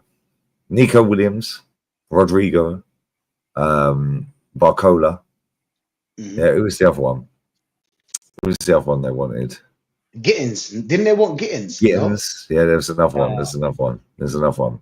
Madness. Nico Williams. Oh, Liao. Rafael Liao. Liao. Liao, Yeah. Williams. Yeah, Rodrigo, Gittins, and it's Eze. It's like, bruv, are you fucking saps? Yeah, this is the problem with this fan base. None of these fuckers watch La Liga. How many times have I sat on streams with you lot, yeah? Whether it's on my channel, your channels, yeah? Or the chat in the chat, on any channel. And gone, Alex Baena, market opportunity. But he's just signed for Atleti. Mate, when you showed me him, he was incredible. Thank you. He's just signed for Atleti for the same price as Fabio Vieira. Fucking madness, isn't it? Yeah. I then said, Johnny Cardoso. We're now signing Norgard. Johnny Cardoso has gone to Atleti, yeah, for 30 million euro. I told you about Raul Moro. Raul Moro can play left or right wing. He's just gone to Ajax for 12 million, including add-ons. That's a market opportunity because he's on about fucking 10 grand a week. So you give him 25 grand a week, you get him for 10, 12 million euros. That's about 10 million pounds. You put him in 25 grand a week. If it don't work, you can flog him. I've seen our fans sitting on the internet going, oh, how did Liverpool get 30 million for Kwanzaa? That means Martinelli's worth 80. Motherfucker's on 180, mate. Kwanzaa's on 30. That's how they got rid of him. Harvey Elliott's on about 40. They're going to get 40 mil. We're sitting there going, yeah, well, maybe, and I've actually got the clip on my phone. Yeah, maybe we can, in fact, fuck it, I'll play it. I don't know if you can hear it, yeah? I swear down, this is fucking hilarious, yeah? Igal, talking about Kivior. No. Yeah, on Tuesday's channel the other day. I haven't listened to it, man. 40 mil, apparently. I can't. It's all winding me up now, guys. I've got to be honest with you. It's all fucking winding me up. Yeah, I've got the clip. All these transfers, everything. It's just winding me up now. Yeah, I don't know if you can hear this. Sell Kivior for like 40 mil. 80 million. 40 mil, you sabs? Maybe. Thank God he said maybe. Who told him that you can get 40 mil for Kivior? That's what I'm asking for. If Kwanzaa's going for 40 mil, Kivior simply has to go for more than. Yeah, Kwanzaa's going for 40 mil, then Kwanzaa's going for 40 mil, and then Kivior's going for. He said that. Yeah, he said that. It was on the stream. Does he think that Kwanzaa? Does he think that Kivior's better than Kwanzaa? No, he believes in his head if Kwanzaa's 30 million, we can get at least 30 million for Kivior. Guess what? Okay. Guess what? Kivior's on 58 grand a week. He was on 2 grand a week when we signed the fucker. He had 19 times pay rise. Chauncey's on 30 grand a week. That's why they got rid of him for 30 mil with a buyback and a sell-on clause. Guess what? We're paying nearly double for Kivior. And you think somebody's buying that for 40 mil, 30 mil? You tapped, and he went, yeah, maybe. Lee, I think why- Italian clubs. Go on, I don't get it. Sorry. I don't get it. No, sorry, why is it that we pay our players so much money? Because we ain't got no pool, Norms. No pool. No pool. Do you know what it is? You see when you see the guy in the club, yeah, right, and you always see the same geezer in the club, yeah, and he's always got the fucking birds around him, yeah, but he never goes home with the bird, and he's got the table, he's got all the champagne, he's got got the bottles. He's got the grey goose, he's got everything, yeah. He's nice. He's wearing He's wearing nice fucking. He's wearing a suit. He's designer, fucking, he's designer to the fuck. But he goes home on his own. And he goes home and knocks one out to Pornhub when he gets home. But guess what? For Instagram, it looks amazing. Yeah. Oh, look at me. I'm in the club. Oh, yeah. Look, we got the girl. Them. Oh, all the fit chicks are around me. Yeah, they're there to drink your drink and fuck off home, bruv, with the next man. Yeah, they're probably your mates. That because didn't they pay know anything, Lee. They go out with the guy that didn't pay anything. Just has market an opportunity. Do you know what I'm saying? Arsenal, no Paul. Market opportunity. Yeah, and this is the problem. Every single player we have signed has had a raise in their wages. Calafiori, 10 times his wage, 12 grand to 120. Mikel Marino, 50 grand to 130. Yeah. I swear down, Calafiori is the worst. Sorry, not Calafiori. Kivior is the worst. He was on 2,158 euros a week. Man. That's about £2,000, just under. He's now on 58 grand, brother, and we signed him from a club called Spezia. Yeah, this club is Spezia's for fucking putting him on 19 times wages. Now, how'd you get rid of Kivior? How'd you get rid of Martinelli? He's on 180. How'd you get rid of Trossard? He's on 90. He was on 40 at Brighton, or 50. Ben White was on 50. He's now on 150. Jesus is another one. He was on 90. He's on 265. Oh, yeah, Lee, according to Igal on that show, I can't remember which show it was on. I think it was on the 12th Man, and he was sort of saying about the fact that, you know, if you give Partey that 200, where he's getting this insider information, I don't know. Right, so that's what started. Maybe from Christian when he met Berta. He had a friend that met Berta. Sorry, my bad, yeah. Giving it that, innit? Giving it that. Fist bumps. Right. Now, the thing is, he said, and I know you want factual information, when he said, like, you little liar, that's what I see, you little liar, you. Because the thing is, he said that giving Partey 250 would upset the apple cart because it then meant that Saliba would want X amount of money, Saka would want X amount of money. Then he said, well, you know, when we bought Gabriel Jesus, yeah, he was our highest paid player on 265,000. He says, and that's what he was there about getting at Man City. No, it weren't. It was on 90. I know he's on 90. But where's he getting this? Where's he just pulling figures out the air? Because that's what they do. They lie. And then the lie spreads quick. Yeah. The truth takes forever. Yeah. Declan Rice was on 60 grand a week at West Ham. He's on 240. Martin Odegaard was on 85 grand a week at Real Madrid. We signed him, paid the wage, signed him full time, put him on 115. So that's a fair enough increase. We're signing you 85 grand a week. Now you're on 115. You go, okay, cool. I can deal with 30 grand. Yeah, that's fine. Yeah. Then we bottle a title. Then we bottle another title, and it goes to 240. How the fuck did you get to that figure? How'd you go from 115 to 240? 3 years ago, the cunt was on fucking 85. How'd you go to 240? Yeah. Do you know how? Klopp. I don't wanna cut what you're, do you know what I'm saying? No, go on. But it was because of Klopp. You know how Klopp gassed him up, Lee? You remember Martinelli when he had a good year? Not Martinelli, I'm talking about Odegaard. Oh, sorry, my bad.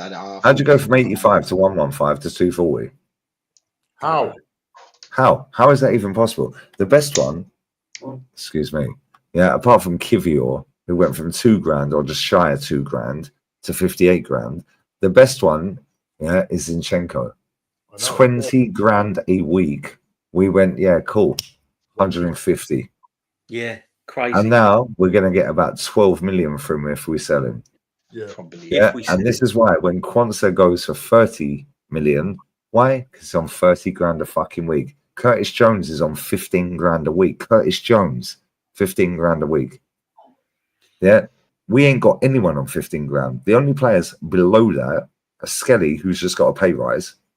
Nobody knows how much that is, by the way, but apparently he's one of the highest paid young players in the world. Cool. Well, if you know that, then tell us I the bet he's figure. on over 100k. Oh, 100%. If they know he's one of the highest paid players in world football, then tell us the figure then, because you obviously know it. Yep. Why? They're lying. He's not one of the highest paid young players in the world. It's part of the facade. There is probably on about 40 or 50, because if you look at Saka's growth in terms of wages, Saka never went from here to 100. No, it was gradual. It was literally. Yeah. Thank you. They're not going to put Skelly on that. Yeah, but do you know what's mad? He's a market opportunity. We could sell Skelly right now and get 40 mil for him like that. Facts. So sell Just him. like that. Facts. Yeah, Ethan, we could get 30 mil right now. That's 70 mil. Just Sell him then. Yeah. Sell him then. Because you ain't going to use them properly. So sell them. That 70 million is what Man City do.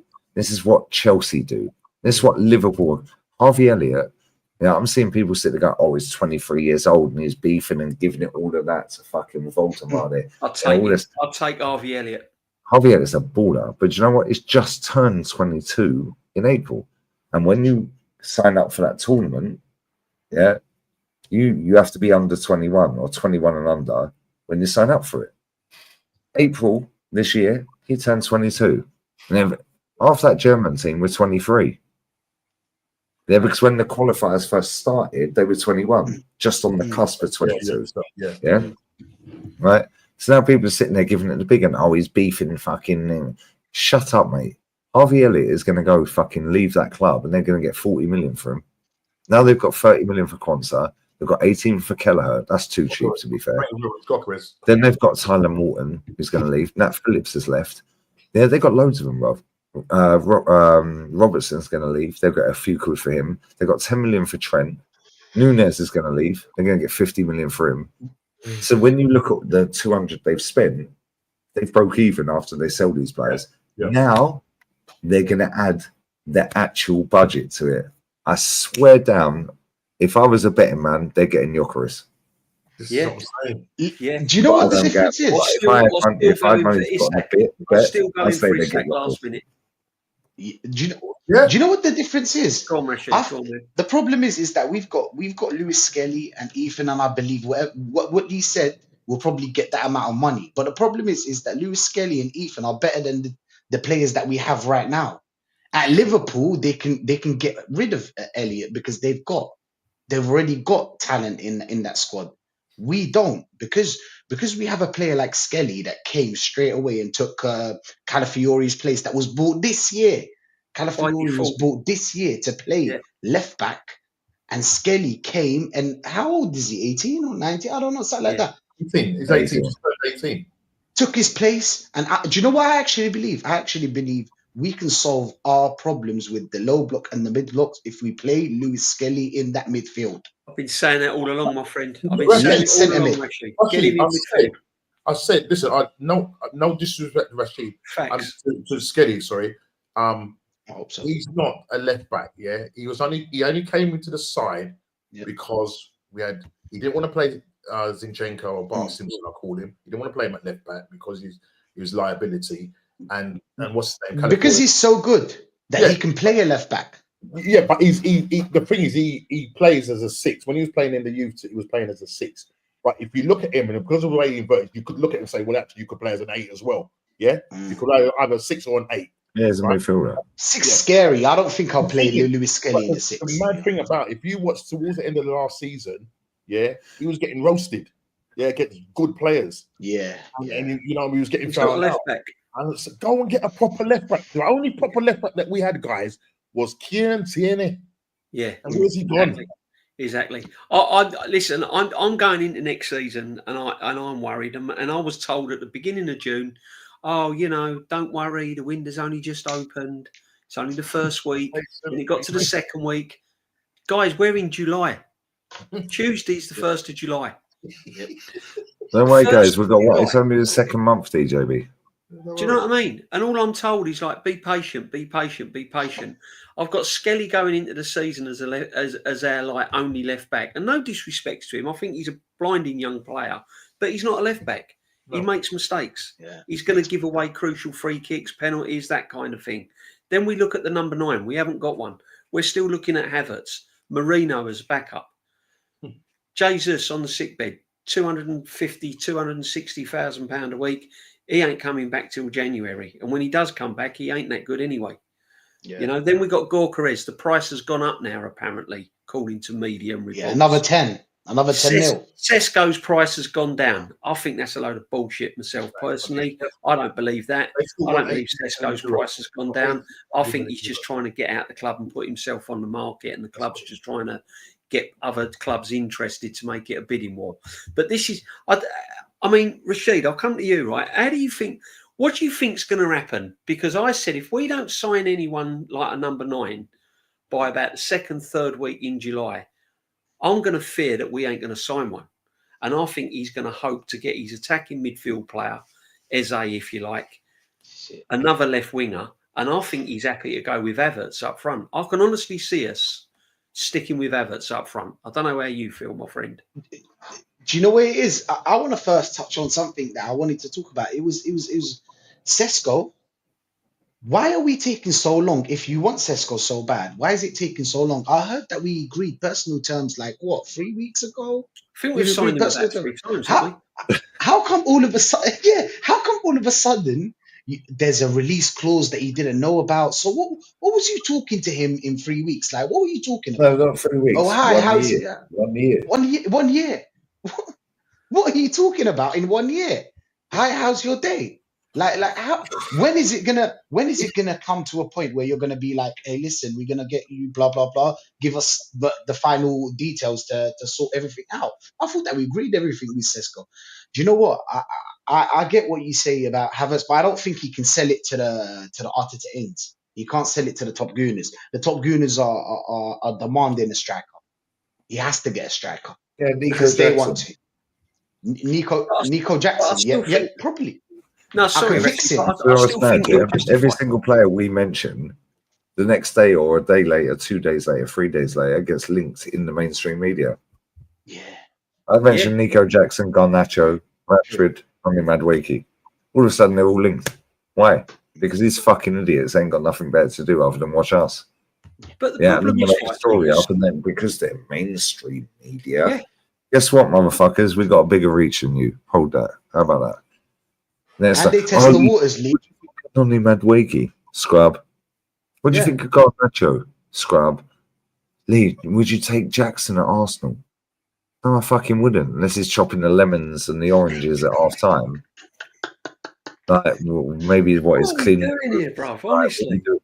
What is he doing? The YTS? Here's one, guys. Look, Calvert Lewin on a free. Oh, you should have fucking got. Who is a market opportunity? Fucking Alvaro Morata. Yeah, he was offered, Lee. He was offered to Arsenal in January. He was offered to us, and we said no. Yeah, and now he's going to FC Romano Como. said this, of course. Now he's going to play for Cesc. He's going Como. He's going to Como. It's done. Oh, Como. He's gonna ball. He's gonna ball there, you know. He's gonna ball there. Guess what? He'll probably win a trophy there, like he has at every other club other than that lady. He's won a trophy at every single football club he's played for, apart from that lady. Yeah, John Gerrard, I believe so. I believe, guys. So. Honestly, it is. I think I'm going for a piss. serious. I'll be back. Why is it then? Why is it? No other club does this, does it? You don't hear Liverpool linked to Jackson and Liverpool linked to. Why is it always Arsenal? Because it's our fan base. It's our what is going on? No other club operates like Arsenal Football Club, does it? It's our DJ. It's our deluded fan base, and they play on us. Literally, it's literally they give us the bait and we grab at it. Yeah, but we're open to that. And we see past all of that rubbish. You understand? Because Jackson, what's the other guy? Madueke. Yeah, guys. And literally when these names are brought up, people are just laughing at us. We're a laughing stock. Yeah, when Liverpool say they're getting Florian Wirtz, that's serious business. Yeah, They've got their money back off of him already, haven't they? Oh, Pedro's just gone to Chelsea. Yeah, 60 million. But like that. I mean, I heard him linked, and then next week I know he's flying out tomorrow. Yeah, so that he can go and play in the Club World Cup. How is that? How is that possible? That's madness. Here we go. Here we're just going juggling. Do you know what? Do you know what, Norms? Yeah, they always test us as well. See, this is what they do. What do you think of Calvert-Lewin on a free? What do you think of Jackson? Maybe we could fix him. Do you know what I'm saying? Because we always want a story. See, these fans, because they're so wet, this is what they usually think of. Yeah, Jackson will come to Arsenal, start scoring goals. Oh, and then it takes off. His career takes off from Arsenal. The thing is that they always want a story behind that, because we can sell that story to the fans. Then, oh, see, Arteta did something. Arteta changed this player. Arteta will change no one. We've brought in players that were actually average, and now they're below average. Everybody's regressing under Arteta. There's no way in it. There's no way that he could fix Nicholas Jackson. It's just impossible for him. It's impossible for him. He didn't fix Havertz. Havertz is kind of better than Nicholas Jackson. Jesus is better than Nicholas Jackson. I'll be real. You know what I mean? Yeah, no, we're just too much sentimental. Too much sentiments going on, mate. I mean, Norski, right, Lee, and that we was looking at. I hope you can see this, right, because I was playing up, right. We was looking at this. Can you see this, guys? Yeah. Yep. Look at these signings. Look at these signings under this manager, right? Look at this.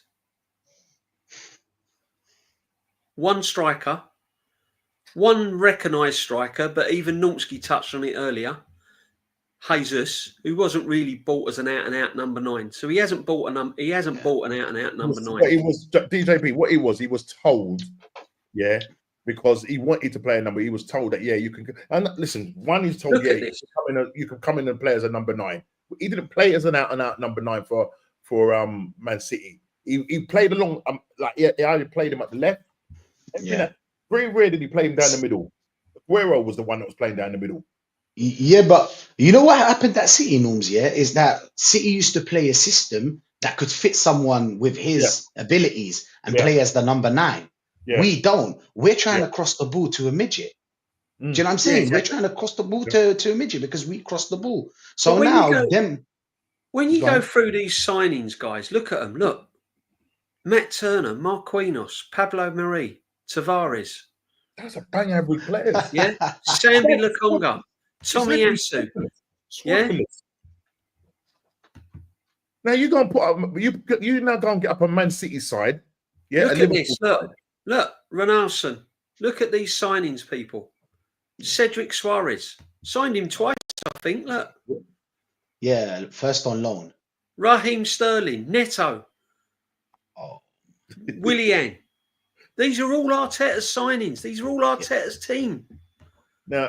Hear the joke now, guys. All right, I was listening to Sol Campbell. It's just madness. I was listening to Sol Campbell. It's a colour thing, right?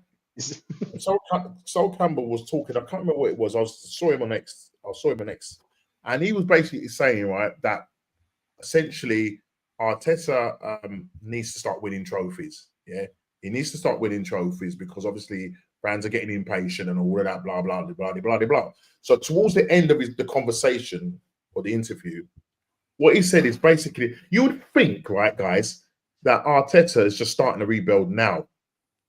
He's bought 30 plus players. Yeah, 34 apparently. 34 players. DJB, all those players that you just listed there are Arteta's players. Yeah, right. Apart from maybe 1 or 2 where he inherited. Right now, towards the end of the conversation, Sol Campbell basically said, "Look, now that he's getting the money." Yeah, now that he's getting the money, this give him a chance now to build a side that he wants and get the players that he wants. Hold on a minute, what do you mean? What do you mean? So we're on to, as well, according to certain people, it's a retool. Yeah, so right. No. It's been a rebuild for years. It's been a rebuild. It's been a rebuild, and it's literally he's gone in there, built the house, and he looks at everyone, mate. And he's had to knock it all back down again. And this is what's happening. We're knocking it back. It hasn't happened because there's a team. I'll tell you what, if say you've got in say an Inzaghi on Enrique with the current 11, 13, 14 players that we got, because our players are good players, but the squad is not where it is.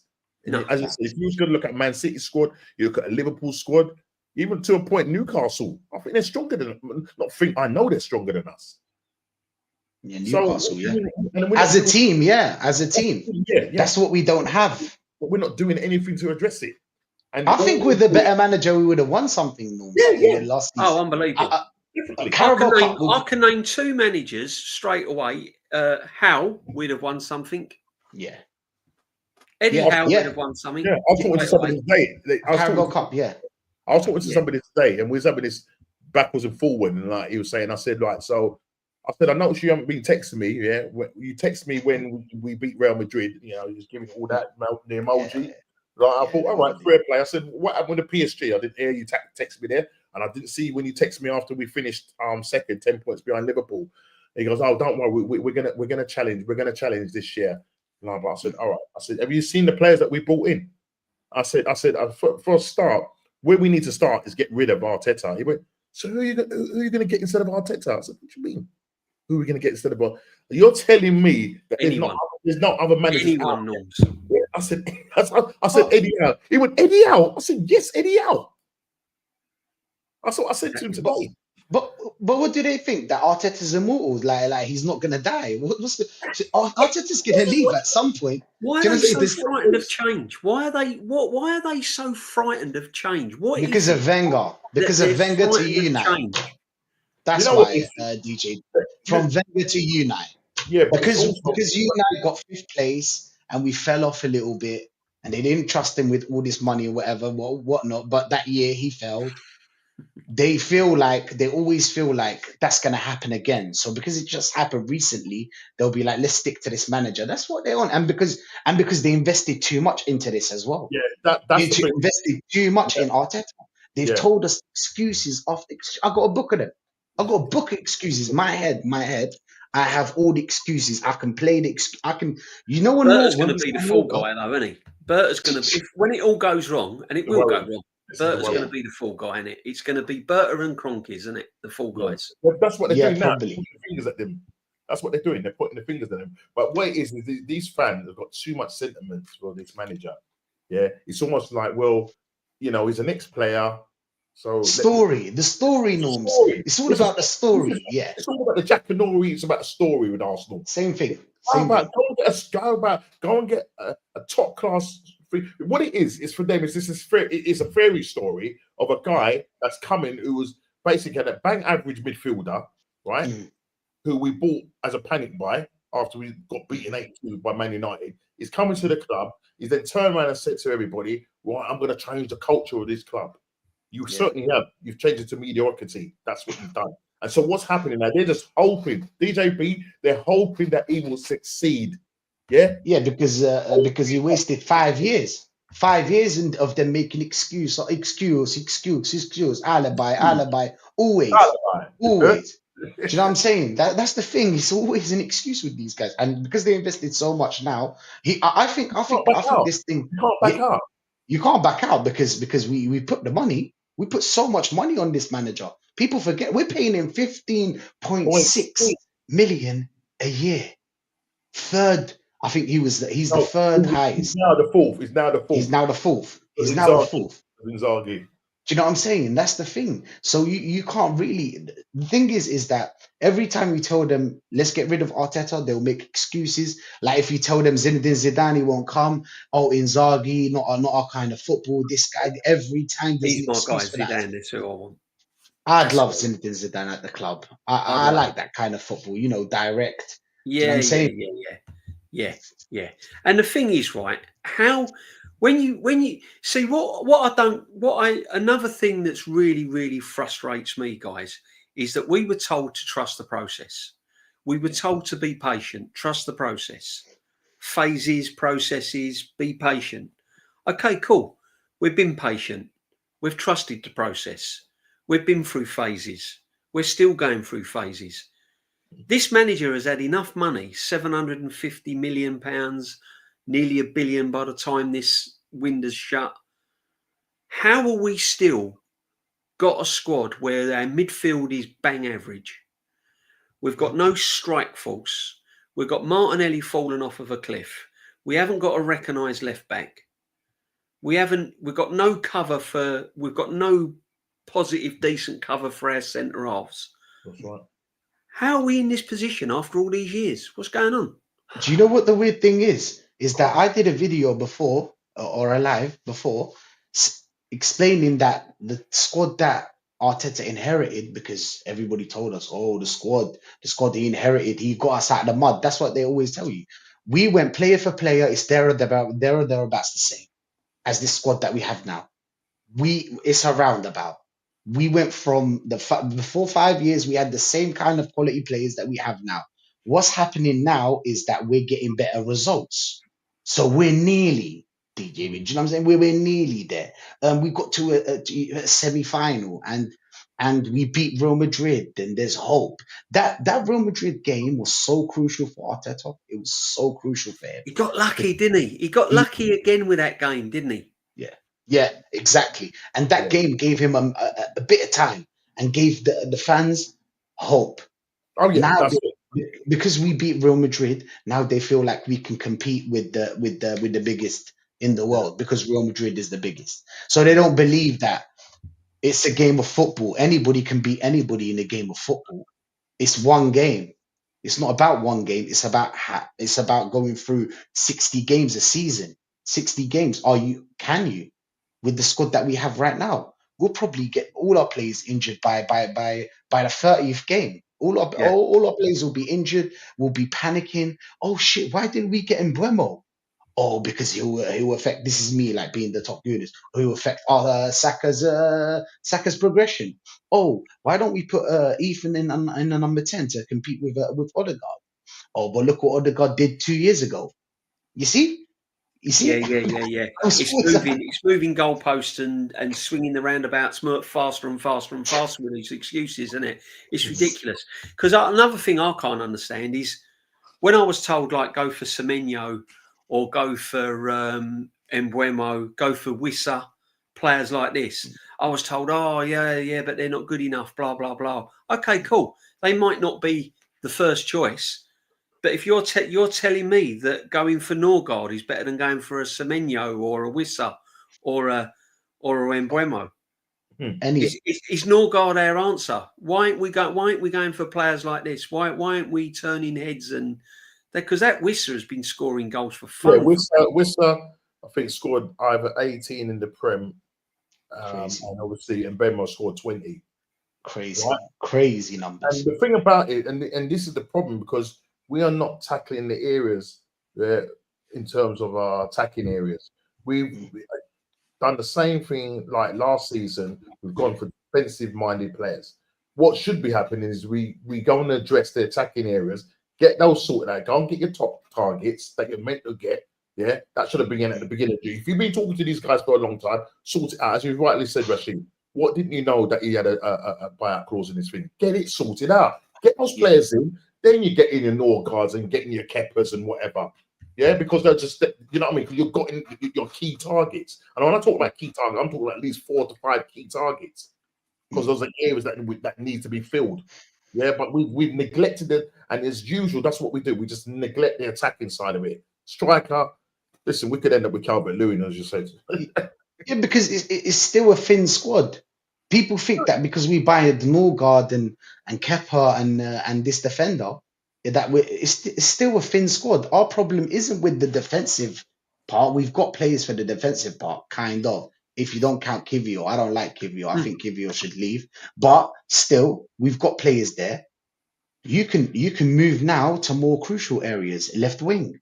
You've seen that Martinelli has regressed 2 years. Trossard, just keep him as a rotation player, perfect. You've got Saka and you've got no one to play after. Are you going to tell me that it's going to be Saka and then Nelson? The gap is too huge. The gap is too huge. That's why we wanted someone like a Wiss or Mbeumo there to compete. The whole idea of football is competing. You need But to they don't like compete that. for your first club. They Do don't you know? like that. They don't like the idea They of don't. competing for your They favorite. don't like that. They just And want then to we'll, come in and be a backup and not cause any, don't ruffle the feathers. And I don't get it. If you're a team that wants to challenge, make sure that you're looking over your shoulder thinking, I need to be at my best. Yeah. And we went through periods of times where we had bang average backup players. Yeah. Yeah. And so they could just play how they wanted. It didn't matter. You could have a bad game. You knew you weren't going to get subbed. and it's like for like as well. Bear in Yeah. mind, it's like for like. Like, for example, Havertz and Gabriel Jesus, it's like for like. There's no point in changing them. Nothing's going to really change in the game. They're both false nines. It's not like you have one player that's a false nine. What should happen at Arsenal is that, for example, we move Martinelli into the striker position and make him the second option or the third option. Do you know what I'm saying? And then you get a player like a Gyökeres, killer, and then you have Havertz. If you want to play that false nine bullshit, he can be there, play that 10 minutes, 15, 20, whatever. If you see those games that we usually struggle with, the problem is that we always have like for like changes. There's nothing really changing there. No. You're just putting Ben White for Timber. Or do Same you setup. know what I'm saying? Same setup. We, Clubs there's nothing. have No. got used to the way we play now. We're easy to play against now. This is another thing.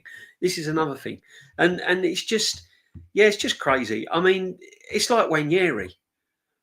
He's going to end up on loan. I can't see him under this manager getting a run in the team.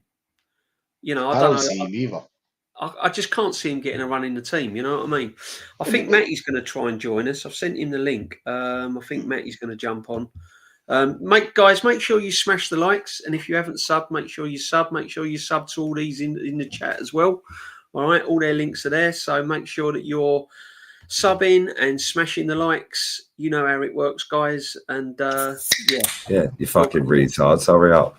Yeah, come on, guys. We've got over what 300 and yeah, 300 mutants in the building. Come on, we're the rat army, bro.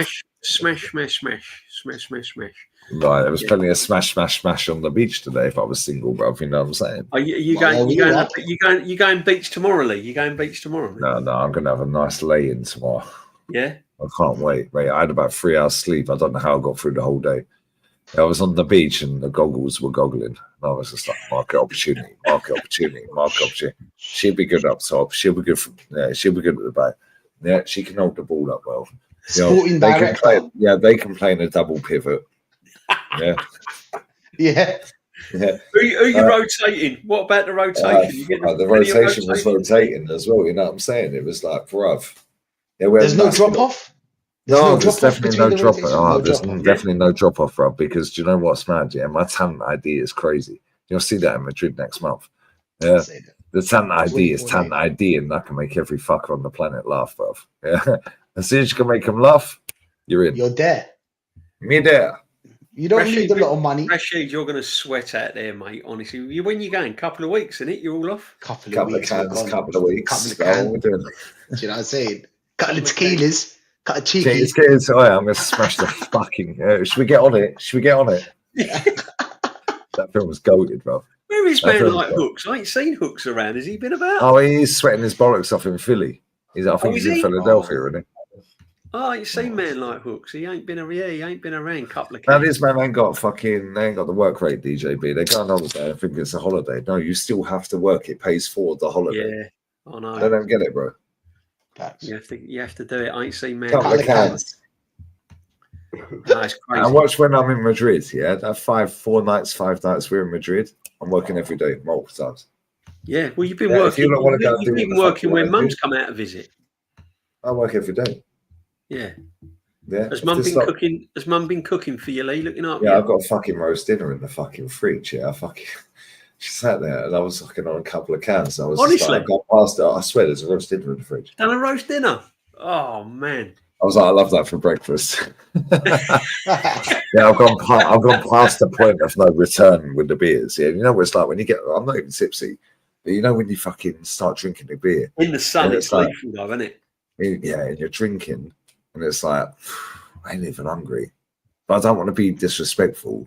I was like, Mum, you made it with love and care. I'll eat it for breakfast, worst ways. She's in bed.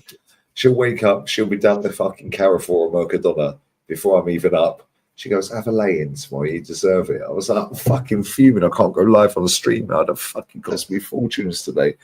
Then she's like, don't worry about it. I'm like, I have fucking worried about it. It's like, oh, you stress over nothing. Yeah, and I'm like, yeah, cool. In 10 years' time, when I'm fucking skin, yeah, I'll look back at this and say, do you remember when you told? No days off. Yeah, she's gone to bed, bless her. Love her species. Love her spits. I'm so blessed I've got both. Bless him, bless him. Blessed. No, I'm so tired. No, I'm so lucky. Honestly, only 2 kids in my class, me and one other, had both our parents, and that was back then. So yeah, it's mad, but yeah, it's nice. But fucking hell, bro. Yeah, she'll be marching up and down the hill before I'm even out of bed. Yeah, she fucking got a train from fucking Malaga to Fengarola, then got the bus from Fengarola to Calahonda. Yeah, marched up the fucking hill. It's like this. Old school. Yeah, with the suitcase, wheeling it up the hill. I said, where you been? I said, it's been about 3.5, 4 hours. She went, only cost me €5.10. I said, you could have got a fucking taxi for 65. She goes, I saved €60. Really? Yeah, that's how he is. She said to me when we got back yesterday, she goes, not tonight, the night before, the day before, yeah. She said, how much was lunch then? I said, 101. Because she went to get there. I said, you ain't paying for fuck all, you're my mum. You ain't paying for nothing, yeah? I said, you ain't paying. She tried to pay for the sun lounges. I was like, piss off. I said, they can't, mate. She's like, you can't keep paying for everything. You need to learn how to manage your money. I was like, Mum, I'll just make it back. Yeah, and that's how Mumsy was, right?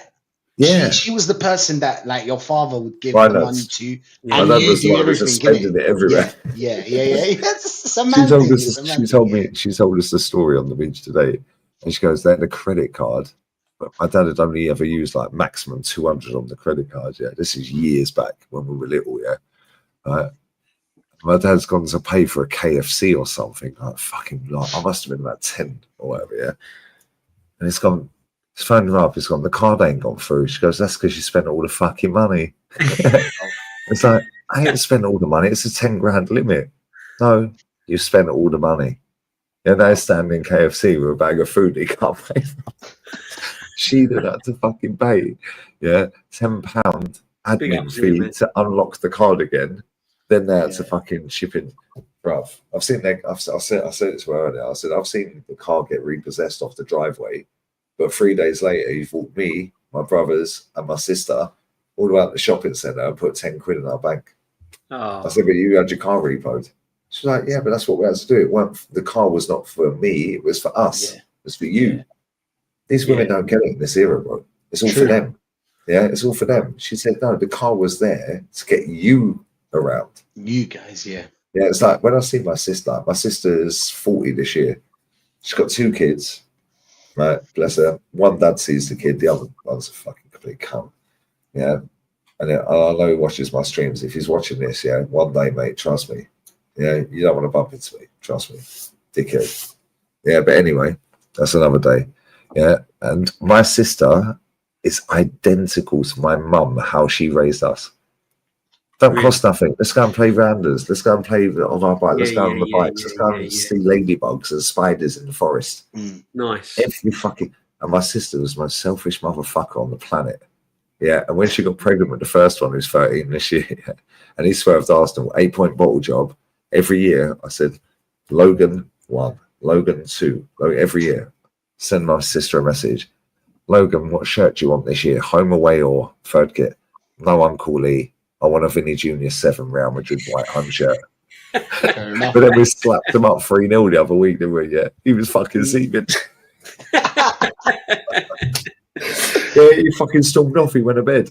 He had a fucking little hissy fit. He fucked off and went to bed. Why don't you get locked up? Yeah, but do you know what's mad? Yeah, the way my sister brings them kids up. Yeah, and he's so good, the boy. He's like 7 years above the girl. Like she's 6 this year and he's 13 this year. Yeah, they're like besties, bro, and that's because she's raised them like that. That's how my mum raised us. We're all 18 months apart. There's 4 and 6 years. But the way my sister is, she was so selfish. Yeah, and when she said she got pregnant, we all looked at her and was like, "Pregnant? You? It's like, no chance. Yeah, whatever. We all thought it was a joke because she was just the most selfish bitch on the planet. Bro, I swear she's the best mum in the world. Best mum in the world. Best friend as well. She's my bestie, bro. That's nice. Matty's joined us. How you doing, brother? Good, brothers. How y'all doing, man? Yeah, all good. All good. We're just what we've been discussing, Matty. Well, you know, didn't you? The manager, lack of signings, Norgard, rookie defenders. Still no number 9. We're going into July on Tuesday. Season tickets all paid for, astronomical prices. Shirts have been out. What's going on, man? What is going on with this football club? Before I even start with that, I just want to tell each and every one of you all that's on this panel, thank you for the last 3 days because y'all have helped me on this road. I've been driving for the last 3 days for work. I had 5 hours. I had 10 total hours on Friday. I had 4 the other day, and I had 3 today. So I've listened to everybody over the last weekend. Over the past weekend, you know, Lee in the empty chair early today. I was on my way to the store. StreamYard problem. Yeah, StreamYard got him early. You know, so and then I was listening to you all coming down the road today, man. So I just want to let y'all know, man, I thoroughly have enjoyed the content this weekend. Each and every one of you have been putting in the shift. Let's get on to Arsenal. Because I'm going to let's talk about fucking something else, mate. Let's just chill, man. No, let's not get angry, man. Go on, Matty. Let it all out, man. Let it all out. There's nothing to let all out. I'm telling you now. The only thing let it all out. The only thing these are the things.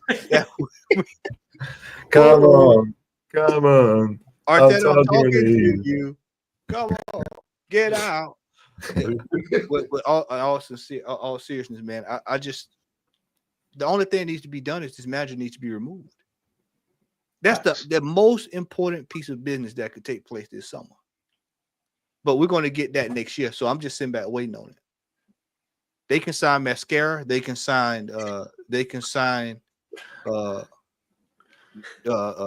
Nordic guard. They can sign, the door guard. They can sign whoever they want to sign. Nothing is changing at this football club until this manager is removed from the premises. This is why I've told everybody, I've been consistent with this for the last few weeks. We're not doing anything this year. And I'm fine with that. I will take a year in the hole for this manager to be removed. Pause. Yeah. Wow. I would for this manager to be rolled out the door. If he wants to sign Sesko, cool. I'm great with it. He wants to sign all these players we here in Link. Sign them. Because at the end of the day, he has nowhere to run this year. He has nowhere to run. Have y'all ever seen somebody dumb as a box of rocks? This brother think he is untouchable. And he's going to find out because he's put himself in the corner. Listen, how stupid did you have to be to know that the best available striker was available as soon as the season ended? And then you sat around for 2-3 months and ain't done nothing. And then you go to Sesko. Then you go away from him. Then you go back to Joker. Then you go talk to Matt Wakey. Then you come back around over to him. Then you go back. He's an idiot. This proves to show you that this manager is a complete buffoon. To know that the best available striker is available. And you refuse. Your arrogance. Oh, I'm not. I can Sesko. And then Sesko said, "I want more money. I want a release clause." Well, I wasn't expecting that. And then now all of a sudden you go back to Sesko, go back to Jokeris. Well, Sporting says, "Well, we want more money." Number 10. Yeah, now you look like a fool. When all you had to do was just go ahead and get all this done in January. You know what? Sporting, here's the money. We're taking him. Thank you very much. That problem solved. Now you got the problem of Thomas Partey has departed the football club. And I'm going to deal with this on my channel either tomorrow or Tuesday. You got this narrative coming out. You've got the circus. You've got the traveling circus, as I'm going to start referring to them as the traveling circus. They've come out And now they want to say, "Oh, did you see what party and Bertha? They fell out. They fell out because the agent is not getting a wage increase." Did you see the amount of money? You got people saying he would have been the second highest paid player. No, he's the third. He would have been the third highest because we've got two already on top of it. We got Kai Havertz and Jesus are the most expensive players at this football club currently. But they'll say anything to fit their narrative because they're not all happy because we've got Zuba is in the door and you've got Nordegaard is coming in the door. Not one person. Don't worry, I got receipts. Not one person Talk to this him. past season because I've been going through fan cams. I have been going through fan cams. Not one person after the Brentford game, this past Brentford game, was calling for Nordegaard to come to this football club. Not one. Not one. Not one. You've got people coming out here talking about all this breakdown about how good he is, and here he does this and wrapping the ball like Christmas presents. You've got all this cute stuff they're saying. They're trying to find anything to say. You've got people saying that he's going to do this, but then you ask them, "Have you watched him play?" "Nah, I hadn't seen anything." Then you got them reading this brother here coming from La Liga. "Oh, he can do a job. He can do a job." Well, how much of Valencia have you watched this year? Trust me, I can guarantee you the average Arsenal fan base as a whole has probably watched it maybe 0.22%. And in that 2% was the brother right there at the very top right-hand corner of the screen. He was the main percentage that was out of the fan base that watched all of Arsenal this year. And then you got these brothers coming out this weekend talking like, "Oh, well, he's gonna come out, he's gonna do this, he's gonna do that, he's gonna do this." And then you got them talking about we bringing in this player, we bringing in that player, bringing in this player. All of this is July 1st. The only thing happening on July 1st is over here in the States, everybody's going to buy fireworks for the 4th. That's the only thing that's happening on July 1st. That's the only thing going on. Everybody getting their fireworks ready for this weekend, for the 4th of July. That's the only fireworks you're going to see going off going on around here. It's fireworks on this weekend. No, we got the Subamendi though, haven't we, Matty? Win the dog, Subamendi, July the 1st. It's JB is a crock of shit. And people, I've been telling folks that this manager, this transfer, the way you look at, because see, I didn't know. I was sitting down eating dinner because I was eating before I got back on the road, and I heard y'all talk about the brother going to Chelsea, João Pedro. And I said, now look at this. Chelsea. Now look at this. Look at how everybody else handles their business, and then you see this Arteta is back to what we've seen for the last 4 or 5 years, dithering. Just completely dithering over and over. What I tell you last week? I said they think they slick. They're going to announce everybody at one time to send this fan base in the overdrive. You think they're crazy? You think the fan base, you think Gallon and all of them been crazy this week? You wait until they put them all out there, for everybody to see, like a boy band. They're going to like New Kids on the Block. They're going to have them out there. Laid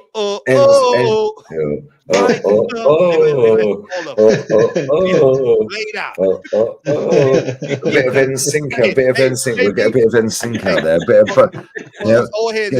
color me bad in that. Color me bad. For us old heads in the group, Duran.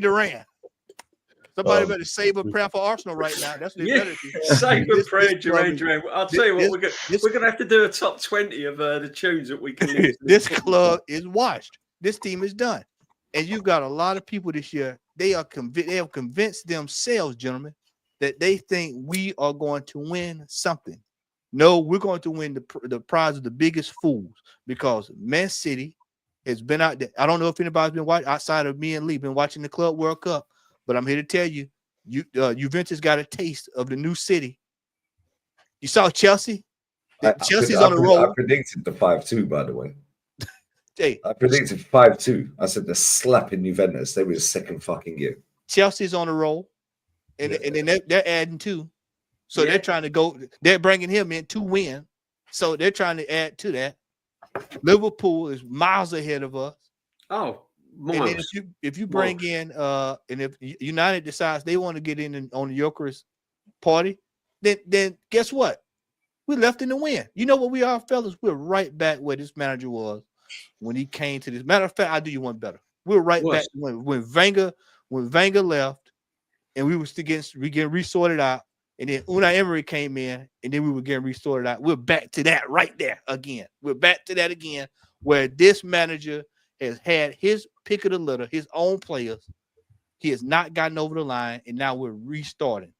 I heard this weekend, Lee, I think it was y'all was on with Dan. Was it Troops the other day? I was listening to y'all Friday. Yeah. And I want to say, I think you guys started naming out the players, and it was about 6-7 players. And guess what? That's a rebuild.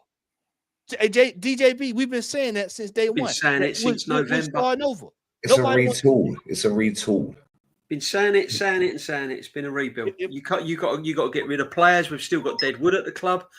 You know, we've still got the Fabio Vieiras. We've still got. He's coming back apparently. I mean, you know, we forgot about Fabio. Yeah. Just like a new signing. Just like a new signing. Yeah.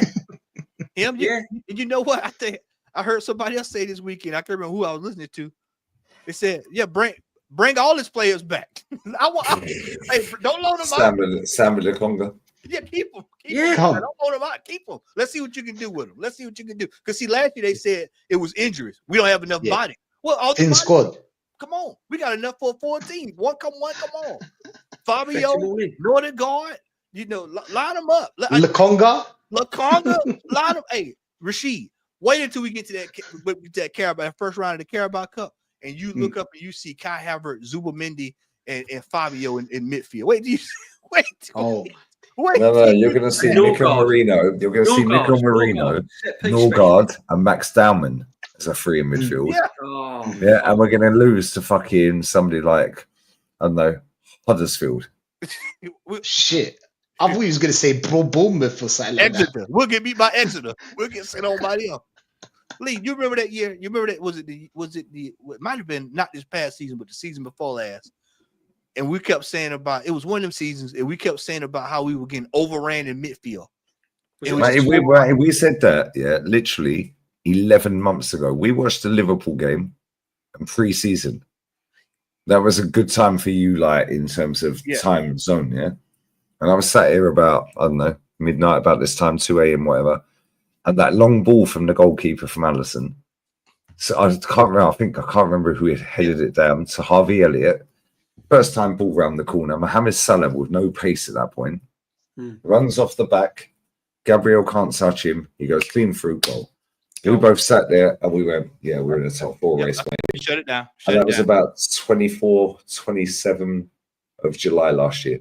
We was like, yo, we're in a top 4 race. Mate, between us, it was just us two without the rest of the panel and without the chat. Bro, with just us two, we predicted 80% of what was going to happen before it happened. Yeah. And these men still sit here and go, you're negative. Yeah. Cool. Well, you suck off Norgard. Make out party's rubbish because he's had one good season in 5. But when it was Granit Xhaka, everyone was being told you're not staying for the party for Granit Xhaka. Yeah. Yeah, but when it's party, fuck it. Yeah, we've got Granit Xhaka. Yeah. Take me at the back. Gabby in the attack. Yeah, he knows exactly what we need. You know what he needs? Yeah, it needs sectioning, bruv. Yeah, and do you know what? I said this to my mother earlier, sorry to divert, yeah. I said, you know, he was the first person in fucking football in England that got COVID. It's the manager. Yeah, it was him. And do you know what's mad? Ross Kemp, who played Grant Mitchell in EastEnders, for all you English Jews, yeah, he lied through his teeth because my niece, yeah, had a little shadow on her lung, yeah, and that was the first month of lockdown, yeah, April. Grant Mitchell was telling the whole fucking world that the MK Bowl was a morgue, yeah, because they couldn't, they were overrun. My sister takes my niece to the MK hospital. There's nobody there, mate. 5 days later, they couldn't figure it out because that hospital was shit anyway. They blues and twos her all the way down to Sir John Radcliffe in Oxford. Good hospital. She bowls in there. Nobody's there, mate. He was telling us. So they're paying. Yeah, James Corden, another fucking scumbag. So I was saying to my mum about this. I was like, they fucking paid a fucking lot of celebrities to finesse people. Yeah. And I said to her, and it fucking, the light bulb, guys. I sat on the beach, guys. I was looking at market opportunities. The bundas were bundering, guys. That's what it's doing. market opportunities everywhere, but I wanted to get single. But anyway, that's another day. Right. And I said to my mum, I said, how's he the most protected football manager in world football ever? I said, and he was the first person to get COVID in football. I said, maybe that's a bit sus.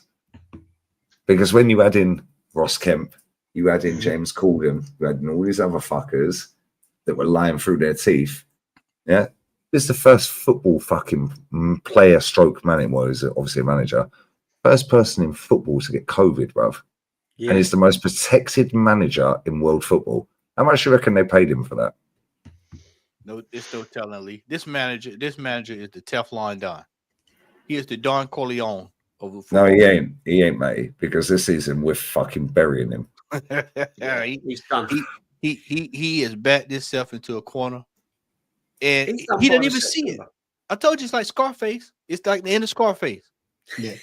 You know, Share love with my little When he friend. was all, you when he remember- was geared up. Yeah, you remember he was how organized he was He was beforehand. kidding. And you saw at the end. We can even bring it to modern days. He's just like a American Gangster with Denzel. Denzel was doing good until Right, that's a fucking bad boy film. That's Yeah, a great that film. was it. he was doing good until he put on that meat coat and went to the boxing match. And that's Yep. when it all went downhill. And it's the same thing with the manager. When he Flash signed Kai motherfucker. Havertz- when he signed Kai Havertz, he put on the meat coat, and then now you talking about Sesko. Now you wallowing in it. Because that's who's coming to the football club, whether people Yeah, don't he's want to so. believe it or not. Sesko's gonna be the man. Yep. And so now he has nowhere to run. Nowhere to run at all. He's done. This manager's done. He is done. He is done, yeah. And do you know what I think? Yeah, that quote you just said about fucking the coat. Yeah. Yeah. You get to a certain level and then you think you're above anything. He's got to that level. Yep. He's got to that level. He's on 15 million a year. He's untouchable.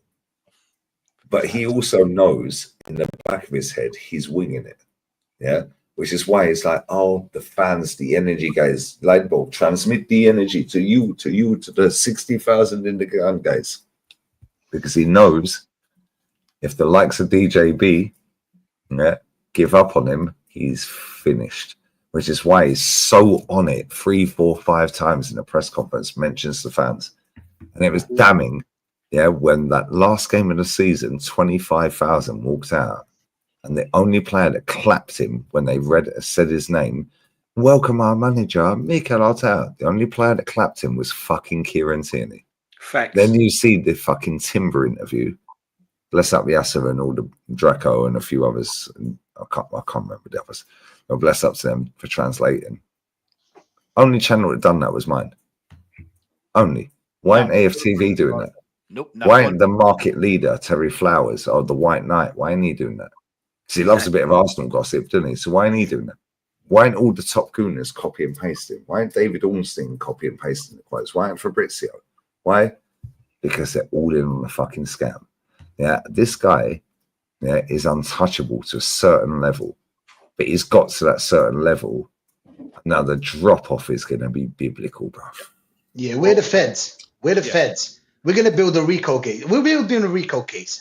We've been building for how long? 5 years we're building a RICO case. You're The going SWAT down. team has rocked up, bruv. Yeah, You're Norms is the going down. fucking End of Norms is September, fucking end of having it, bruv. September, I fear the season will be over. With our fixture It's list, over already. It's over already, DJ. Yeah. Yeah, look at Man it City's is. fucking Finished. squad. Look at their squad. And that's without Jack Grealish and Kovacic in it. Yeah. Oh, Go and have a look at their last game and look at their Yeah. squad. Yeah.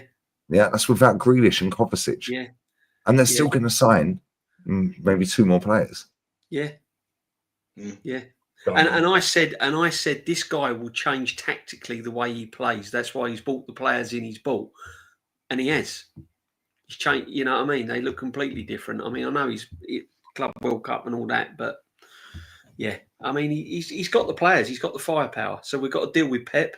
Then you've got to deal with Liverpool. They're signing like madness.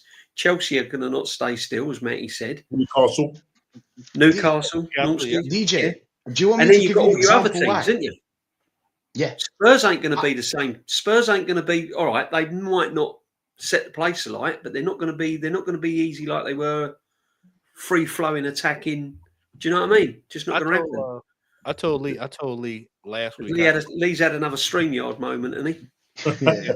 I want to say it was last week or either the week before. Spurs. Well, rephrase it like this. I told him, I said the top 6 that we played last year, we've enjoyed the luxury of being able to do fairly well against the top 6 the last couple of years. Yeah. That's changing. I can tell you right now, we're going to drop at least 6 points, 69 points in the top. Mate, I've forecast 6th. I've forecast 6th on right now. Sorry to interrupt you, my friend. Yes. I have forecast us top 6 at best at the moment. Yeah, we're scraping by this year. We're going to be scraping by. People, and I don't think people understand the severity of the situation, and it's all down to, in part, these wages. I keep telling y'all, I call them the wages of sin. These wages have caught us up. And so when you look at the situation we in, you got to try to almost give players away to try to get them out of the club. Somebody said, well, what are we going to do with Jesus when he comes back? Sell him. That's what we're Rip his contract up. We did it with Batman. Get what you can get. Some of these players be at that stage, get what you can get, move on. If you can't get what you can get rid. Just tear it up, start over. And that's why I said until this manager's gone, because then we can have a true clear out and actually get some decent quality in this team. A lot of this is a rehash team that we've watched for the last 3 or 4 years that's never gotten over the hump. So this is why I saw somebody earlier in the chat say we were being negative. This is why I say what I say. If you watch the same thing for 5 years and the same thing has happened for 5 years, what do you think is going to change on the 6th year? Nothing. Nothing's changing. It's the same. Yeah, but then guess what, Matty? If he wins something this season, right? And this is where these fuckers are slick. Oh, yeah. He needs to win. Yeah, he needs to win a Premier League or a Champions League. Okay, cool. So if he loses a Champions League final, finishes second by 1 point, yeah, quarterfinal of the FA Cup, semi-final with the League Cup, would you keep him? No. Cool. But if he wins the FA Cup and Champions League final, you'd keep him. Yeah. They've always got to get out of jail, bruv. Yep. But you just said Champions League or League. Doesn't matter about the FA Cup. FA Cup is beneath us. I thought FA Cup was beneath us. Unless they get out of jail. And that's how I stitched them up the other day on that fucking stream the other day, yeah, with like African Guna. Yeah. He said Champions League or League, only a major will suffice. And I was like, cool. And do you know what the maddest thing about the whole fucking thing? And listen, he's a nice lad, yeah. I don't know him. I've been on streams with him. He jumps on the channel. I said to him, he's like, I get up at 3 in the morning to post out the information first. I said, you keep saying first, bruv. Do you verify your information? I said, where was your first for your in Timber News? I didn't see it. But you see everything, bruv. No, I never see that. Yeah, and now you've posted it, Lee. I don't need to post it. They've got to get out. Then I said to him, yeah, what's your end goal out of that? Because I think he's Egyptian. Yeah. I may be wrong, yeah. Right. And he was like, I want to be a journalist. That's all you fucking need to know, bruv. They're never going to slack the club off because they want to get into the mainstream. They want to be first. Yeah, Eduardo Pagan, another one. It says in his bio, future journalist. No, yeah, bruv, I saw that today. You're a future fucking Epstein Island fucking member, bruv. Like, don't worry, I got something coming. Going to be in the list. Journalism. I got something. He's on the list. And this is the thing, yeah. These people will never say what they believe because they want to get a gig at the club. They want to get, even if it's just oh my God, Arsenal documented my story, my journey as an Arsenal fan on their website.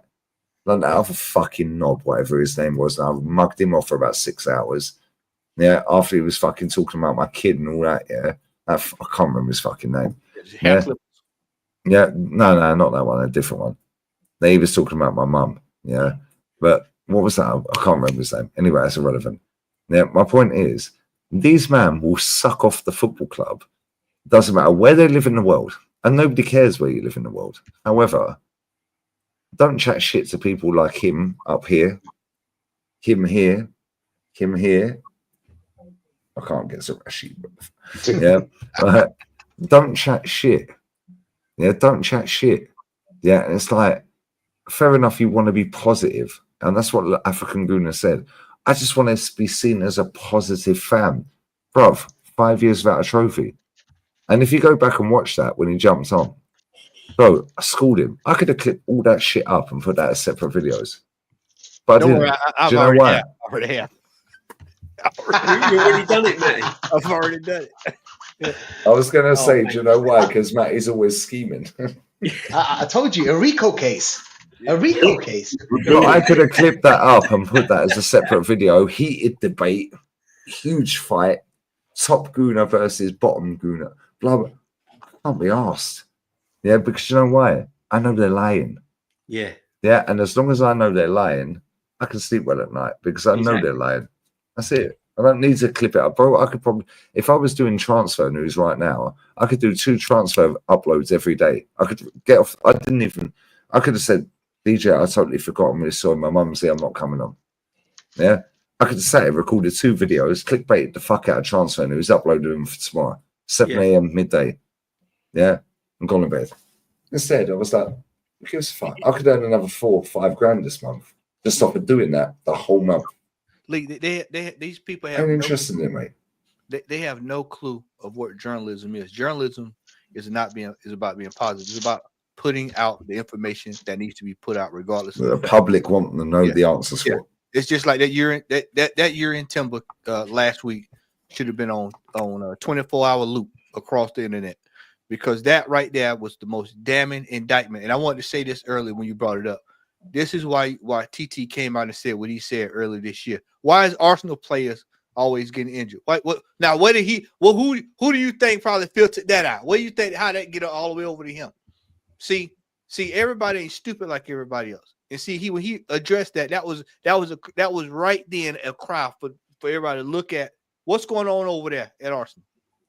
Now we got a brother coming to the team, regardless of the fella panning out or not, that's coming from the Liga with 0 injuries coming to this football. None at all. 0, nothing. So Mascara's had no injuries ever. Mascara has not had anything. No injuries. You caught it. You're fucking hilarious, mate. 0. Mosquito, me and Nortsky call him. 0. Mosquito masquerade. What? Moscato. 0. Absolutely none. So if he comes to get a hamstring injury, come on. See, people have protected, like Lee said, this man has been protected. But that Timber interview was one of the most telling interviews that I've heard. That was Lee. That was probably some of the best. That was the best investigative journalism that I've seen in a while. Guess what? What would they do for a job, Matt? Hey, they do anything. They want to be positive. Yeah, they're fucking no. But what the people that interviewed him? What is their job? They're rappers, isn't it? They're rappers. Rappers. Thank you. How's a rapper coming out and getting better news than the folks that got access to the club? And see, Lee African Goon, because I watched that. I told you I've been watching a lot of stuff last week, listening and watching. Mate, he's always scheming. He's Ricky Rose. Stay scheming. Hey, don't worry. He said, quote, he said, don't you think this is information that people should know? Absolutely. Oh, well, we didn't know about this because they didn't want you to know about this. There's no way you're going to tell me somebody from the club went on to a national televised or international televised show with a world with this. He's from my understanding, he's a well-known rapper. He goes on, nearly 1 million subscribers. Yeah, me subscribe. He goes on. Y'all don't know what they're going to talk about. And then he gets on there and drops that information. And nobody anywhere. Not a single fucking person. But these motherfuckers know when there's a flight. They track the flights. They know when there's raindrops in a certain fucking thing. They know the number plates. Yeah, Isaac. Well, that weren't actually Isaac. That was somebody that had an Isaac number plate. It weren't Isaac. It was somebody else. Yeah, they know exactly their inside leg measurements. Yeah, they know the girth. Yeah, they know how big their big toe is. Yeah, they know exactly how many golf clubs they have. They know exactly what time their wife wakes up. They say players play well in tight spaces and all that stuff. Tight spaces. Yeah, Kivio's wife, they love. Well, I love it too. Who's got gangly legs? Who's got gangly legs? Yeah, Mosquera. Mosquera's got he's tall with gangly legs. Yeah, and he's really touchy-feely in the box. All right, mate, why don't you say you're gay? Right, do you know what I'm saying? Like, that's the thing. They know everything instantly. As soon as they're breaking news, instantly, even if it ain't breaking news, They knew Martin Odegaard got married. I never knew he got married. I thought he was married. So his kids are bastards. Yeah. Pretty simple, isn't it? His kids are They're bastards. watching them all the time, aren't they? They're watching them all the time. So how comes not a single fucking person posted out about that fucking interview? And then I'm like, cool. I see the quotes, so I did a stream. Then Ethan, who's in the chat, Ethan Tretham, bless up to you, my G. He was like, Lee, I've emailed you the actual video. Then I was like, yo, I need a Dutch speaker on. Yeah, I said, yo, jump on. He's Dutch. He was reminiscing. Big up to him. He grew up in Holland. Yeah. Then Draco in the chat. Yeah. And JDR Veld. Fucking sorry, brother. I'll butcher his name. Yeah. JD Worrell. JDR Veld. Yeah. I can't remember. There was a few. Yeah. Bro, they all translated it fucking perfect. Now, that was 3-4 days after that interview's been out. Then the African Goon jumps on the channel. Fair play to him. I said, yo, I quote tweeted this tweet. I said, I'll stand for my number. Jump on. Yeah, he jumped on. Yeah, he texted me, be respectful. I want your chat to be respectful. I was like, bro, I don't know what channels you go on, but my chat are respectful if I say them to be respectful, because that's how we roll. Mm. Yeah. And he was like, any bullshit, and I'm not going to come. Cool. Bro, we had our 2 in our throw. Yeah, and he was like, oh, yeah, but now you've covered it. It don't matter. No, brother, you said you're the first. You want to be the first. You get up at 3 a.m. to be the first to get it out. You're tracking this. You're tracking that. You're doing this. You're doing that. You're tracking Sesko's barber. Yeah, to go all the way to fucking Mykonos from London. You're the first. Cool. Were you the first to get the fucking news out about him then? Oh, you weren't. I never knew about it. You're telling me that you have all these fucking notifications, these apps, all this bullshit. Not one top gooner knew that interview existed. They're full of shit, bro. Yep. Hey, DJB, can you? So I'll just give y'all a sample of what's coming down the pipe. Just a sample, just a taste. Mate, Yeah. I love you, Midget of what's coming. Look at this clown right here. He says, I think out of all the signings that are coming, Nordegaard will surprise the most. Watch this. Go back to last year. Raheem Sterling will score at least 15 goals this season. Mate, type in his at, yeah? Right, type in his at and type in Messi. Type in Eduardo Hagen, space Messi, Sterling. Or Sterling, space Messi. Yeah. And he put a tweet out, maybe he's deleted it, saying, yeah, at this point, signing Sterling feels like we've signed Leo Messi. What that are guy these is the people on? biggest Seriously? weirdo on the internet, mate. He's the biggest weirdo on the internet, that guy. But the problem is these people are damaging our football club, aren't they? Because our fan base are just tapping into these people all the time. So long term, it's being damaged, isn't it? Yeah. Nomsky, I mean, you see on X, yeah, but now it's seeping now into YouTube. You know what I mean? I thought YouTube was the same place, yeah, but now they're saying some ridiculous things on YouTube now. You know what I'm trying to say? And you got the likes of you know, there you go, JB. The top gooners protecting this guy. Told you, mate. Let me go ahead. Told you, mate. And David Ornstein posted out. Yeah. David Ornstein posted out. Sterling would feel like signing Messi. Yeah, David Ornstein posted out and said, we're not signing any more players. And now at this stage, see your acceptance. Oh, anything's better than nothing. This guy is a retard, bruv. And go to his bio, mate. Click on his bio. Yeah. Future journalist. Bruv, you're a weirdo. This is the same guy. I've got a video on my phone of him sitting there looking all zesty, talking about, oh, I spoke to a friend of Upper Meccano. Now, I've got that video. Do you remember the Upper Meccano video, mate? Yeah. I've got the whole clip. The whole video. Yeah, type in Eduardo, type his at in and type in Upper Meccano. Yeah, I swear, mate, and then play the clip. I swear, this guy is a weird guy, bruv. Yeah, but this is what they do because they all want to be journalists. They don't, and I get it. Listen, he lives in Chile. Yeah, African Gooner lives in Egypt, I think. They want to feel part of the club. I understand that. But you can feel part of the club without being a prat. Yeah. Look at the Big Six here. The Big Six posted their vlog out, and you've got all the South Africans getting Saeed to fucking FaceTime me when I'm in a restaurant on my mate's birthday, the day after mine. Yeah, and they're like, yeah, I'll get out of Terra League. Bro, I'm in the fucking bar on Friday. Jesus I'm in the Christ. bar on Friday. I just saw it. Lord have mercy, my And Lord. the guy come up to me and he was like, yo, you're Ligana, blah, blah. Bro, the reality on the internet is not reality. Not the same. My It's Lord. not the same. No. My Lord. Upper Macondo under Arteta. Yep. Matt, I've got the clip if you want it. I'll find it. I've got the video. Okay. Yeah. Now go to media. Yeah, it's probably up on the media. There's a video of him sat there looking all zesty, bruv, waffling absolute bollocks. Yeah, about fucking Upper Meccano's friend or somebody that knows him via somebody that knows Got the him. man's haircut. I mean, Jesus. Man's looking like Don Luja. Oh yeah, Kieran Sidney, proper player, bruv. There's a video. Yeah, Yes, he deleted it. Yeah, he deleted it. Yeah. I've got the video because that's how I roll, Matt. I've got the fucking video. Yeah, I've got the video because I quote tweeted him a couple of weeks back with the video saying, yeah, is this you? I've got the video. Yeah, that's the thing. I don't care where you live in the world. Nobody cares. We're all Arsenal fans.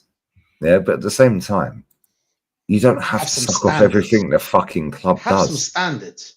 You don't have to suck every. Why is every player we fucking linked to? I've got it. Here we go. DJ, share the screen. See it. Yeah.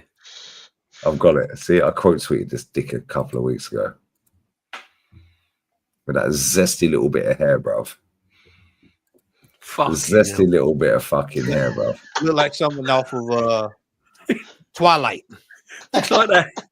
No, it looks like that. What was that Scottish comedy program back then when he used to have that little bit of hair? Rabsy Nesbitt. Rabsy Nesbitt. Yeah. Rabsy Nesbitt. Yeah. Hey, Mary Doll. Mary Doll. My parents just made me watch that guy. Yeah, Mary Doll. Mary Doll. Who is this guy? Serious. This guy's from Chile, future journalist, guys. I was told by someone close to Coventry that Victor Gyökeres speaks frequently about Manchester United. That was 20th of May. Was it the same fellow who told you this? Watch this. I quoted it with this.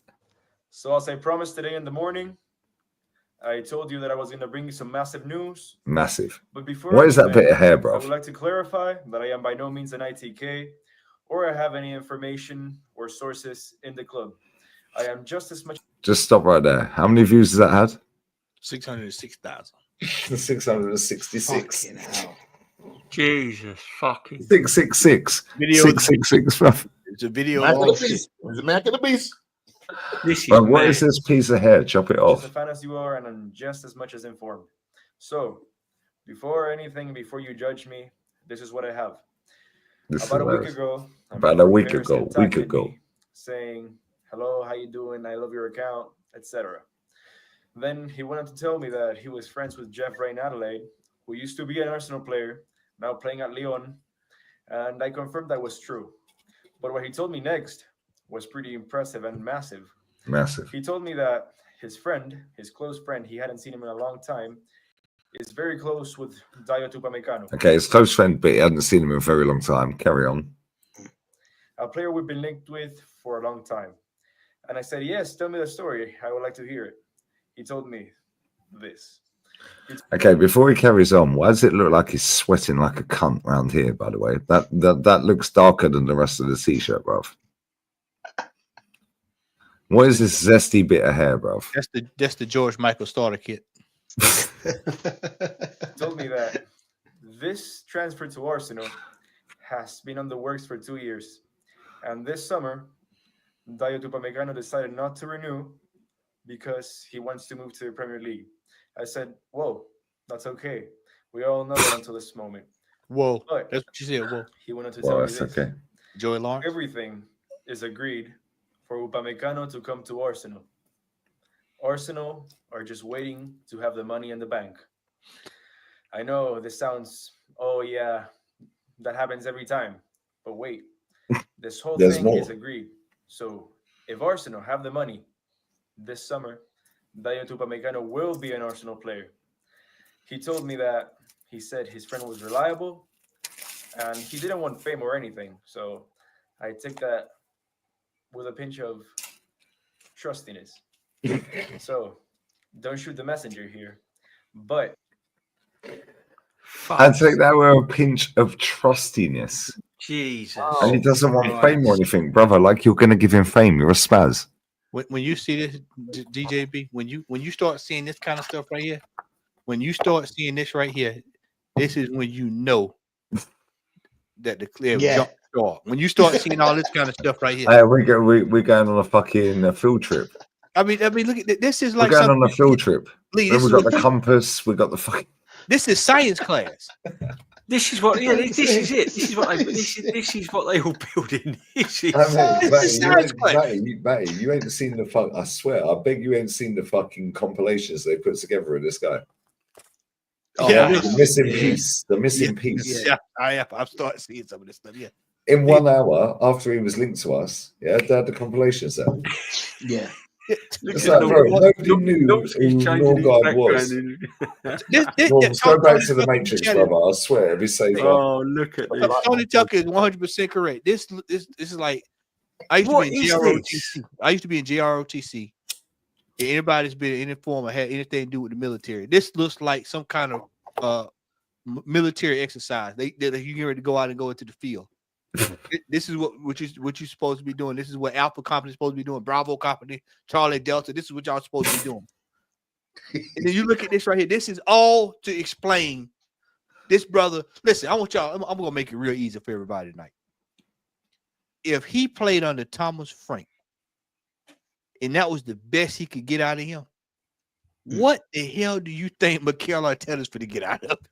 And why the fuck didn't Thomas Frank want to sign him for Tottenham? That was stats under Thomas Frank. Imagine it under this guy. So why didn't Thomas Frank want to sign him for Tottenham? Exactly. Why didn't Bournemouth want to sign Kepa for 5 mil after he had a great season? You see them red lines and grey lines and all that shit. And do you know what that is? That's Arsenal fans' fucking jizz factor. It starts off slow, then it goes super high, then it drops. Yeah. And then it's flatline. Hey, you gave me an idea, Lee. You gave me an idea. I love you, mate. We're having some fun with this tonight. Yeah, I'm having fun. That's Arsenal's season right there in a nutshell with the red line, the grey line, flat line. Yeah. That's it. It's bullshit, bro. I mean, that's fucking terrible, isn't it? When you start seeing all this stuff, 90s played 31 point, all this deep playmaker template compared to defensive midfield. Bullshit. Mate, they did this with Mikel Marino. Yeah, he had the most ball recoveries pools in the top 5 leagues. Yeah, cool. He shits, bro. I watch him every week. What is final third entries? The only final third entry I know, bro, is if you know, you know. Yeah, and look at that. That looks like you know what that looks like? The circus has come to town. Yeah, it is. Oh, yeah, exactly. Yeah, the tent's up. The tent, the farrier's there. Looking at the top of the tent. Yeah, the farrier's there, bro. The fair's come to town. What is GPA passing? GPA carries stroke dribbles. What does that even mean? GPA is what you have in college. That's what you grade point average in college. PADJ ball recoveries. Yeah. PADJ interceptions. That one's back to front. Defensive duels efficiency. How about fuck off? How about that? You know what? How about not sign him? How about just not fucking sign him, eh? How about why did Thomas Frank not sign him for Spurs? I was just going to say, if he was he was Thomas Frank's captain at one point. I mean, why ain't he signing? Because I know what Thomas Frank has thought. Well, I'm at Spurs now, slightly bigger club than Brentford, and I'll say slightly, right? Why do I want him at my club now? I don't want him. He ain't good enough. I want to win. There you go, JB. Check this. I got a whole bunch of this stupidity. No, mate is a G. This dickhead, Rory talks bollocks. Look at this stupidity. This guy sat on TikTok slagging me off once here in a Herefordshire, calling me a fake fan. Lee, he says 11 million euros and a presumably far lower wages than Party. Watch this now. For a younger player, only 1 year younger, with a better injury record. Have y'all seen this man's injury record? Has anybody seen this brother's injury record? Yep. Fly it up a bit, mate. Can you get? I can make that. How do you make that bigger? What's his injury record? Lee, I'll pull show it, you. pull I'll it, show pull you. it. Bro. Is it worse than Partey? If I didn't Or is tell it just you, bad? if I didn't tell you it was his injury record, you'd have thought he was in Vietnam. Mate, you're fucking hilarious, man. Hey, y'all from over there, UK? What Paul Hardcastle cut 19? 19. Say, Yeah. I mean, wait till y'all see. Wait till Lee pull it up. Wait till Lee pull it up. This is why I said they'll try to convince the least of these. Oh man, we bringing in the best of the best. We just had the best of the best. Yeah. We And had not the only best of the that, best. not only that, when I broke it down to rants, I was like, because Flowers thought he was slick. Flowers thought he was slick when he did the Isak, extra 180 to 300. Oh, that's 78 million over 5 years. Cool. Now take off the 120 he's getting paid for the next 5 years. Now take that off. It's only 37.44 million. Yeah, but you've told us literally a minute earlier that they're getting 100 million just being Champions League. That's without the Premier League. That's without the cups. That's all bullshit. So they can afford Isak on 300 grand a week. Yeah. Now watch this. Let's stop this bullshit. So head injury, unknown injury, 19 days. How's it unknown, bruv? How's it unknown? this is fucking mad, isn't it? Back injury. Yeah, it's probably because he was carrying the rainbow flag around. But why ain't the powers to be at our club looking at all this? What are we doing here? Foot injury. Look at the different injuries. Head, unknown. So forget unknown. Head, back, foot, ankle. That's probably the same injury, to be fair. Lee, put your right foot in and you shake it all about. In, out. Yeah. Oh, another unknown injury, guys.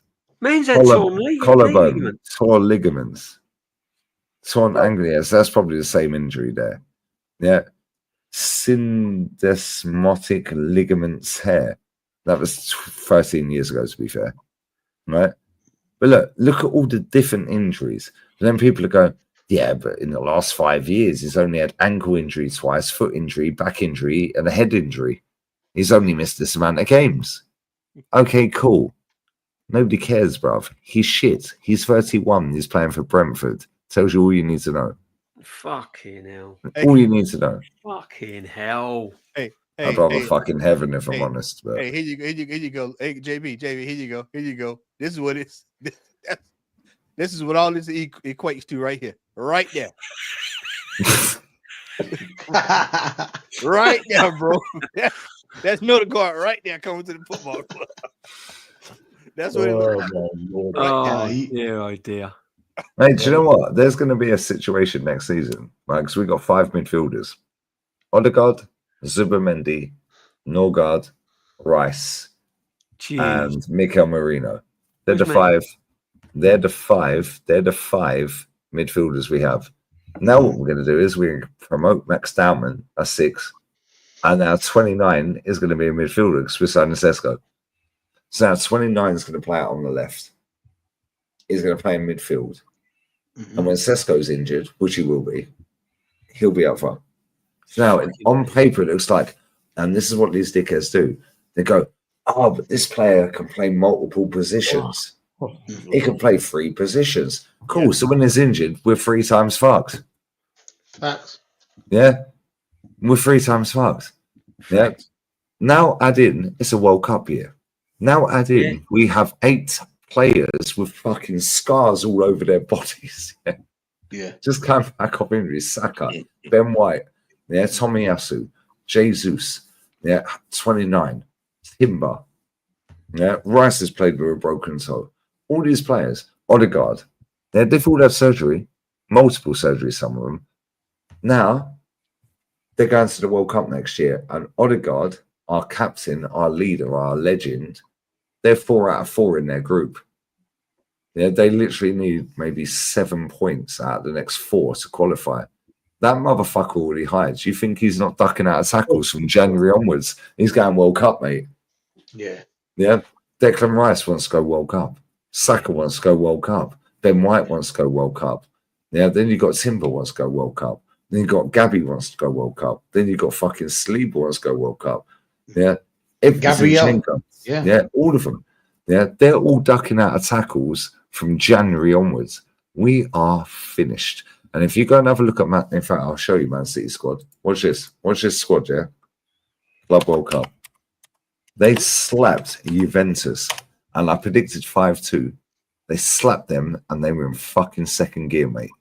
I'm not even taking a piss. They were in second fucking gear. Watch the squad. Watch this squad. This is peak. Go ahead, let Lee put his up, and I'll come back behind him on this. This is peak. Yeah, this is fucking crazy. 24 shots. You've had 2 shots on target. They scored them both. Look at this team. Watch this team. Ready? Edison, Nunes, Diaz, Akanji, Aït-Nouri, Reinders, Rodri, Bernardo, Savio, Screamer, Doku. He was great, by the way. I don't rate him. Marmouche. Now look at their bench.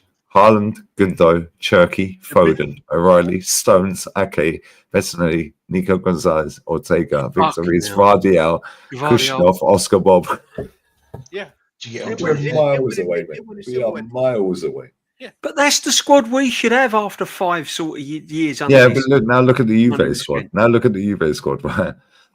I don't rate that goalkeeper, but he was sick. Kalulu, Savona, Kelly, Costa, Locatelli, McKennie, Kostic, Gonzalez, Koopman, Vlahovic. Yeah, Gatti, Yildiz, Adzik, Turam, Cambiasso, Bremer, Conceição didn't even get a game, and he's their best player. Milik, yeah, Muwani didn't get a game. Yeah, Rugani, Douglas Luiz, Dafara, yeah, Rui.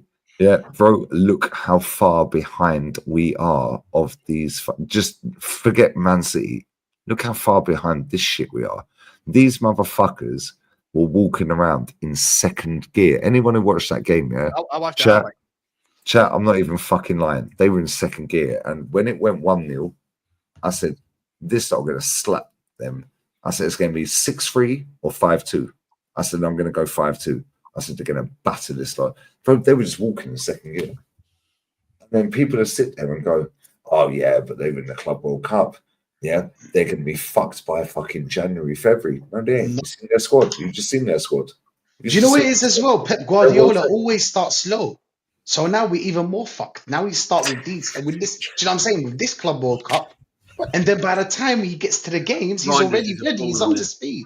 Do you know what I'm saying? He's up to speed. Guardiola's gonna kill everyone next season because of, do you know what? Because of Liverpool pissing him off. Because of Liverpool pissing him off. They wouldn't leave. You know when he got upset and he did this and he was like, how many Premier Leagues he won? He was rattled. He was rattled then. Yeah. And then he went full on gear, got Shirky, baller, 30-40 million. Reinders. Never. Reinders. Aït-Nouri. You see how my boy was balling? You see how my boy was balling? Our boy. Oh, sorry. Our boy. Yeah, I'm Managerial, bro. Come on, that's what we're doing. You got the shirt now. You see how Doku played so well? Because it's Aït-Nouri. Savio slapped a banger. You see, and that team, by the way, had no Echeverry in it because he's injured, no Grealish, and no Kovacic. That's one. Guys, and look at the striker. Marmouche for Haaland. Look at this. That's all I need to say. And Haaland came off the bench, and scored in about 5 minutes. This is mad. No, this is crazy. Seriously, is Berta looking at this? What? I told you. No, Berta ain't looking at shit norms, yeah? He's just let. And look at the players. Sorry to cut him, mate, yeah? Because I'm going to go for a piss and I'll let you go, yeah? Yeah, go ahead. Look at the players they've signed at Atleti since they got knocked out of that Club World Cup. Johnny Cardoso. Matey, you're American. Yeah, wait. Yeah, they've signed Alex Baena. Yeah. Alex fucking Baena. Fuck off. They've signed the fucking left back. The left back, what's his name? Revevelli or whatever his name is, from Atlanta. Yeah. He's a baller. Bro, they've signed fucking top player. Bro, how'd you sign Alex Baena for the same fucking price as Fabio Vieira? Yeah. And we're not in for him. Guys, is there any way we could actually go and play in the Conference League? Is there? No, you have to be shit to do that, Norms. We have to keep the side down and play second. We'll be doing it after next season. We'll be, That's in coming. we'll be in it. Bro. Look at this transfer history of this clown right here. 2010, 2011. He's over at Lyngby Youth. Then he goes from there to Hamburg. Hamburg says, okay, we'll keep you for a little bit. And then he goes to Brøndby. Then he goes to Fiorentina. Fiorentina say, nah, we're selling. Then he goes to Brentford. Now all of a sudden he's at Arsenal. If you sorry, just one thing. If you didn't make it in Fiorentina, it's worrying. That's why I had he's the gonna long say? pause. That's why I had the long pause. He goes to Fiorentina. Now you would have think if he was really good, Fiorentina, Roma, Lazio, Napoli, Juventus, AC Milan, Inter. You know, the big boys would have said, "Hey man, we want to hold on," because you know how many players leave the Italian league. They tend to hold on to most of the players over there. Yeah, so then he comes over. Yeah, so then he comes over and does what? I told y'all this manager he is so stupid. He don't even know he's hanging himself. He's so full of himself. This box of bricks. He has absolutely no sense whatsoever. Look at this. Look at the stats here. Look at these stats. Look at this. DM. The DM. Mate. And they're gonna tell you he's better than Thomas Partey. Oh man. I got the number right here somewhere because I've been doing research. Like I said, I've been trying to put this show together. Let me see if I can find that right quick. Find that number. I want y'all to hear this number. I want y'all to hear this number when I read it out and make your hair stand up on your head. It made mine stand up on my head. I had an afro after I read it. No, crazy. Where Guys, while Matty's doing that, chat, make sure Here we you're go. smashing the likes. Make sure you're subbing to all of these guys, please. And thank you for joining us. Yeah, brilliant. Nice to have you on board, guys. Enlightenment session today, boy. It says Arsenal win roughly 40% of their games without Partey in the team. Fuck's sake. Yeah. 40%. Y'all say it again. Arsenal win roughly 40% of their league games without Partey in the team, compared to 56 to 66% of them when he's in the team. What about when he's right back? Is there any? It's about 9 games. You know, I had to go look. I had to go hunt for that. I had to go find that. You know, that'll give me something to do tonight. That'll probably be what, 9 games? In 22-23, 3 wins and 2 losses. In 23-24, was it I think it was 16 wins, 3 draws, and 5 losses. Our if he ain't playing, we probably gonna lose the game. Yeah. And Rashid, I would probably have to guess. If I had to guess, our record was we probably drew or either lost every time we played right back. Yeah. We might have won 1 or 2 games, maybe 1 or 2 games, and that probably was like towards the end. But you know, you kind of wanted the end of the season there because you played right back in that last game. But that just goes to show you, and then they'll tell you that this brother Nodegaard is coming in and he's going to be the savior. Then we got to think about this, y'all. We've got a player coming into Zuba Mendes coming into the team, has not played in the Premier League at all. You know, I watched him 1 or 2 times. He's no good. We already have trouble with we were already having trouble with the goalkeeper towards the end of the year, getting the ball, distributing the ball out the back. Yeah. This is a player that if he's facing the goal, just think about David Luiz all over again. Y'all remember them days? Just think about that. I know he in the bathroom. He probably laughing now I said that, but just think about that. That is David Luiz and the calamities that we had before Saliba and Magalhaes were in midfield. I mean, in defense. Think about those calamities all over again. Think about those calamities all over again. But mate, you got to see the big picture, mate. You know what I mean? It's good business at the end of the day, and we can save money and get that backup. Yeah, That Cisco. backup.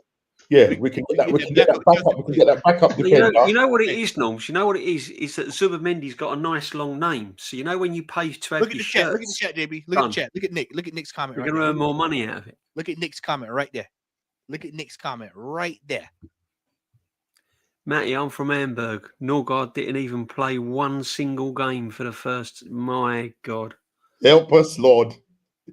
All about my settings. What I can't understand, though, guys, and smash the likes, guys. There's 338 in there. Thank you very much. Smash the likes. Make sure you're subbing to everyone. It does help. Thank you very much. What I can't understand is if we're doing all this groundwork about Norgards and all these players, why ain't the club recognising it? Who's making the decision to go and You get know this who's making them, JB? You know what I'm saying, man? Yeah. Nobody ain't gonna say nothing against him. It's talent ID. You know when a rich son inherits money from his father. Yeah. If you miss it, there's some people. There's half of the people would misspend the money, and the other half would actually go out there and do business. It's not just because we was misspend the money and probably go bankrupt because of the amount of money he spent badly. It's bad choices. It's bad choice after bad choice after bad choice. The thing is that it's good to bring Zubimendi. What's good is to keep Partey and bring in Zubimendi. So then we've got That's what we've been competition. saying. That is We've what got we've been competition. saying, people. That's what we're saying. The thing is, it makes sense because the thing is, Of course it does. you don't want to chuck Zubimendi in the deep end. We're going away to Man United, yeah, right? They're going to be buzzing after they get their three attacking players up front, right? Right. Zubimendi is coming in. You bring in Partey. Let Partey start the game, and you phase in Zubimendi. But what's going to happen? Zubimendi in at the deep end, and our mate is going to get a baptism of fire. And then we're going to wonder why. Why do we keep Zubimendi? Then you're going to bring on Norgard or Moreno. No, actually, it's Moreno, isn't it? Hey, big teams keep their players. Big teams keep their players. Moreno's our number 9 next season, Normski, the way it's going, my friend. Well, you know madness. You know what the Absolute problem madness. is here, gentlemen. The problem here is when you really deep this entire situation. You know, I have no problem with Zubimendi coming in personally. You know, I just don't think he's what everybody wants him. You know, all the fan base is making him out to be. Let me tell you what the main issue I have with all of this is that these are players that should have been coming into the squad 2-3 years ago when we needed extra players, when we needed extra depth. See, it's what I've been saying. Addition by subtraction. We always get players, but we lose players. So then when the player leaves, then everybody, oh yeah, we bring it in better. No, we should have healthy competition in the team. That's what we said earlier. That's what we said earlier, you mate. don't have exactly what we said earlier. Who is the competitor to Saka? Who is the competitor No one. to Odegaard? Who is the competitor to Jesus? Who is the competitor to Saliba? I was up this morning before I hit the road. I was looking at this brother, and we ended up connecting on Instagram. This brother had all of the old training sessions and stuff from Arsenal in the 90s and early 2000s, and he was showing like old training, and he had this one particular video. And I hadn't had a chance to clip it yet, but I'm gonna clip it. And it was about Ian Wright was saying about success. And he was talking about how success is the ultimate aim. And he said, oh yeah, you can have a rough patch. He said, but when you have the success, that removes the rough patch. See, we're having rough patch after rough patch after rough patch. And you got the fan base trying to explain it to everybody as if this is progress. And then you see players leaving like Partey. You see players that literally have held the team in the road. As we saw in the South, you have held keep it in the road. And then he's leaving. And now we're relying on unknown. And then we're bringing in another unknown. This fella from Valencia.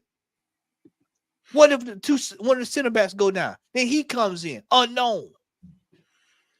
You know, Kivior and Mosquito will play. And so you don't have any. You're not when we needed bodies in the team, when we needed signings, when we this past summer, when we needed players in the team, nowhere to be seen. 2 years ago, 3 years ago, we was challenging 2 points, whatever it was, and then we were calling for bodies. Me and Lee sitting up, waiting up, looking at transfer window. Wait, is anybody coming in? Oh, Kivio comes in. You know, we bring him in. You know, you bring in Jorginho. Where were these bodies at? Where were the bodies at then? Now all of a sudden players leaving. And I got news for everybody. I have breaking news for everybody. When we don't win anything this year, you're going to have more players leave. This time it's going to be a whole bunch of first team. Yeah, walk out. Oh, right on cue. Right on cue. Because he still ain't signed that deal. And see, everybody was, that's going solid. No top gooners are talking about that, by the way. Not one top gooner has brought up the fact that we are sitting here. We're going into July 1st, where everything's supposed to go down, when it's supposed to be the ticker tape day. That deal has not been signed. And I'm here to tell you right now, that deal will not be signed. It will not be signed. It will not be signed. It's gonna be some serious business when he says, I'm out of here. And then watch this. When soccer says, look, I've got to make a decision on my career. Yeah. I'm getting to that age where I've got to try. It's we're gonna have to. I love Arsenal. We've all seen it play out. All of us on the panel have all lived it. See, this fan base, a lot of this younger fan base. He don't want another Harry Kane situation, does he? Well, see, JB, that's what I'm saying. These young fan base have not seen the RB, hadn't had to live through the RVPs leaving. The Cesc Fabregas is leaving. Yep, Henri's. Nasri. Right, the Abu Diabis. Vieira. When you see Rosicky. Rosicky. Monreal. You see all these players. Cliches. You had never had to see it. So they haven't seen anything, bro. They ain't seen bullshit. No. Yeah, all they've seen is Wenger had a good team. Thierry Henry, Patrick Vieira, Arsene Wenger. It's the only reason 90% of these people around the world support club. Let's just be real with it. Let's just call a spade, bruv. Let's not take the piss. Yeah. Now, fast forward. Then I was sitting there going, yo, don't matter. Well, the only reason you supported the club is we played great football and we were winning. Now you're happy not to win. And you want to chat to people that have seen winning. Shut up. Facts. We're not going to do anything. And then when you look up at the end of it, you're going to see soccer league. You're going to see. That day will be biblical, mate. Yeah. Say that. What did you just say? You're going to see that day. Saka's going to leave. Saka's going to leave. He's going to leave this football. And guess where he'll end up? I swear down he ends up at Liverpool. Yeah. Salary replacement. Or Newcastle. Yeah. But the fan base would lose it. If they're going to have leaves, good. They will lose it. We all say it at the same time. Good. They need to lose. Yeah. They need to see what it feel like with pain. See, sometimes you have the experience. They'll have an excuse. The reason why he's leaving, it'll be Arteta knows that wasn't backed. He wasn't backed by the board. He wasn't backed. Yeah. Arteta's had the best years out of him. Yeah, and now he's going to Newcastle, and they're in phase fucking 5 with Eddie Howe, who's on for a quadruple. Hey, fellas, I got another one that's going to leave. Ethan Wanera is going to leave too. Oh, he'd be out on loan. We should sell him, and we should sell Skelly. And I said this on the stream earlier. Yeah. Right. How much is Skelly getting paid? I think it was on here actually, maybe. It was, Skelly. Yeah, Skelly. Oh, he's amongst the highest young players in the world for wages. Cool. Well, if you know that, how much is he getting paid then? Can anyone tell me? Yeah. Because I haven't seen no reports saying the wages. So that's another load of bullshit. He's probably on about 30 grand a week. Now he's gone from 4 grand to 30 grand. Yeah. Yeah. But he's amongst the highest young players in the world for wages. It sounds good. And it's, Mikel Arteta secured one of the top talents in Europe. Bro, sell him for 35, 40, 50, 60 mil. Then go and sell Ethan for the same. Yeah, there's 2 clubs out there that buy both of them for 50 mil. Yeah. Now we've got 100 mil. Now go and buy Sesko and fucking Jokeris. This is what I said. Why ain't we going for both of them? That was the Can answer. you imagine, guys? That was the answer right there for me personally. I told Lee at the end of the season, I said, well, hell, why don't we just Been buy both saying it all along. Go for both of them, then For give both of me. them. Remember, Do you know what they'll tell you? Sign Do you know Norgard. what they'll tell you? They'll tell you who's going to accept to be the second fiddle because they who don't cares? believe in competition. 4-4-2. We This playing is the 4-4-2. You on one It's- side, you on another one. Let's go. Let's go. Let's No, go. it boils down to the fan base. It probably work. Fan base. Probably They work. won't have it. They won't have it. But if we want to act like a serious club, look at the ballers back in our day. Yeah. Mm. Look at you know when you brought up that list, Lee, right? Yeah. And you showed what was on the bench for Man City. Now, just imagine looking at our squad, our 2004 squad, and before that. Yeah, we listen. They're coming down they're coming down the tunnel, right? And the other team is looking at them thinking, "Oh, well, it's another long day. It's another long day on the pitch." No, we went from buying players that were finalists in the Ballon d'Or. You hear me? We were looking at players that were Bergkamp. Bergkamp was never at the top 5, was he? Nope. Nope. That's what we were buying. Yeah. We were buying. So the only transfer that should have took longer Curious. than it did was when we were going for Sol Campbell. That's when you take your time when you're trying to get something like that over the line. And we all know the story behind that now. Yeah. That's when you have to be a delicate situation. Because he's coming from Spurs, he's coming over, back then it was completely like, well, that's you gotta keep that under wraps. So okay, I can work with you. This right here, the release clauses. Put the fucking money down and walk away. When Harry Kane was at Spurs, I said, Lee, why don't we put in a bid for Harry Kane? So I said that.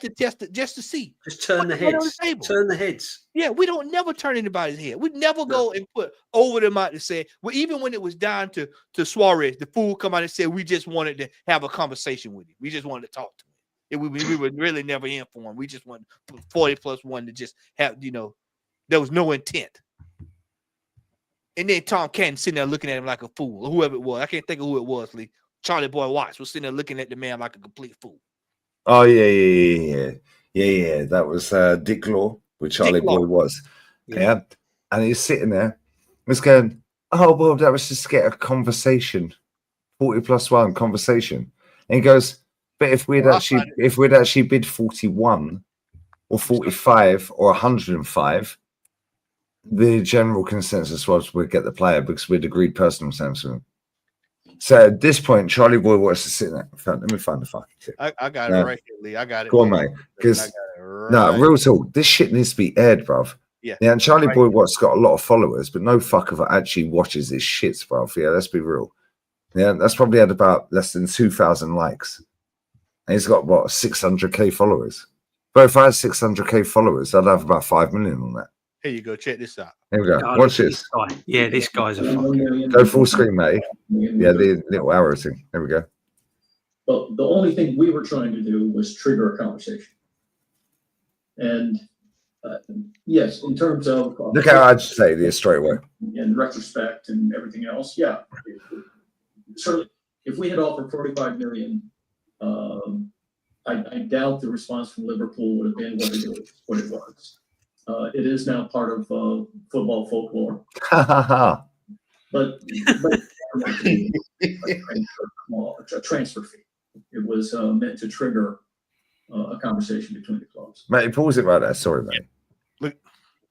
Look how, and this guy's a dickhead. He slags me off in the Tottenham pub every week, and I don't give a fuck, because I don't like him and I don't know him. I'm sure if I had a conversation with him, he'd come around to my way of thinking because he's a fraud. Yeah, and most of these frauds, when they actually meet me, come around to my way of thinking. Yeah, because guess what? They chat shit. This is the guy that wrote Arteta's Revolution book. Oh, well, anyway, Mikel, this is the same guy, by the way, that after the Dundalk game, when Balogun scored after 38 seconds off the bench. Yeah, no, I'm not answering that question because your friends were laughing. Your friends were laughing in the bagger. Do you have another question, Charles? Yeah, fuck off. How about answer my question, cunt? How about that? Sorry, DJ. Yeah, how about that? Yeah, how about that? Yeah, these man chat shit. This guy on the right looks like a little grandpa, nice little cute little teddy bear. Yeah, sitting there going, "Oh, it's gone down in folklore You absolute twat. We want to spark conversation. How about put 45 M's on the table and say, hold that. Yeah. Now listen to what he says. Yeah. I think, again, that's a bit of a sliding doors moment. I mean, that summer, I presume if had Suarez arrived, had that actually gone through, Mesut probably wouldn't, do you think? Or was it? Look, he's even thinking about it. Look. Yeah, he would have been the signing for the side, especially in terms of the cost. Yeah. See, and that start right there. So we could bring that forward, and in that, did y'all catch that? See, that's why I listened. I caught something. Yeah, I'm on your page. You go. You land them in the response. Watch this. I want y'all to catch this right quick. See, if you're not listening, to go right past it. Let me see if I can play this right quick. Yeah. Listen. But we had already settled on the player. Go back, mate. Go back.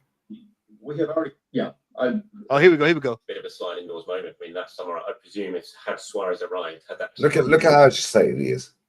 Probably wouldn't. Do you think? Watch it now. Watch this. Leave. Catch this part right here now. Catch this. Probably wouldn't. Hold on. Catch this. Suarez arrived, had that actually gone. All right, here we go. Again, that's Ozil or Suarez. I presume if had Suarez arrived, had that actually gone through, Mesut probably wouldn't. Do you think? Or now look at his face. Pause it right there, mate. Watch this. That guy was thinking about it. Yeah. Now he's thinking. Yeah, and he knows we have the fucking money. He's a scumbag. And do you know what the maddest thing is? I never knew this guy existed. I thought he was a fictional character. Dick Law. It's like Dick Law.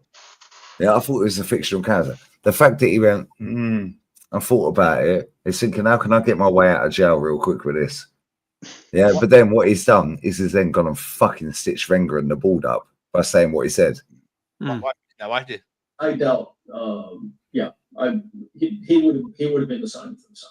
Now, have you noticed something? Notice the pattern with this football club? One big signing. One big signing. That's it. One, yeah. And that shuts everybody up. Declan Rice, Alexis Sanchez, Mesut Ozil. Always one. We never get three. We never get the home run. We never get the home run. Never. And that one big signing brainwashes the whole fan base. We hadn't had a major double signing since the 90s. Do you know what? Before you play that, mate, sorry. Real Madrid, lost the title. Yeah, Barcelona did a treble, right? Did a treble. What was Real Madrid? Yeah, fair enough. They didn't win a lot after they signed him. What did they do? They went and brought Kaká. Yeah, broke the world record fee at that point. Then 2 weeks later, they brought Ronaldo and smashed the world record fee again. Twice in one window. Benzema and Xavi Alonso. Yeah, that's a fucking transfer window. Fair enough, they didn't win fuck all after that, really. But at least you tried. Quite banged, you tried, but they fucking banged after. Yeah, they tried. They said, "Yo, what did Man City do? Yeah, what did Man City do? Yeah, when Man United won the league in 2012, they said, "Yo, fuck you, we're having that." Yeah, exactly. Yeah. What did Chelsea do when we went invincible in 04? They went, yo, Jose Mourinho, treble winner. We're bringing him in. Yeah, Drogba, Duff, Joe Cole, all the man, them, Carvalho, everyone, Hey, Lee, what do? We go, but don't worry, we'll just sign one.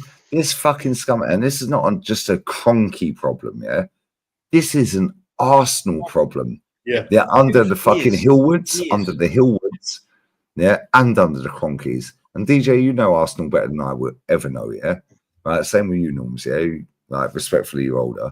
Right, even under fucking Hillwoods, when we fucking bought Malky McDonald, we even fucked around with that. £333,333.33.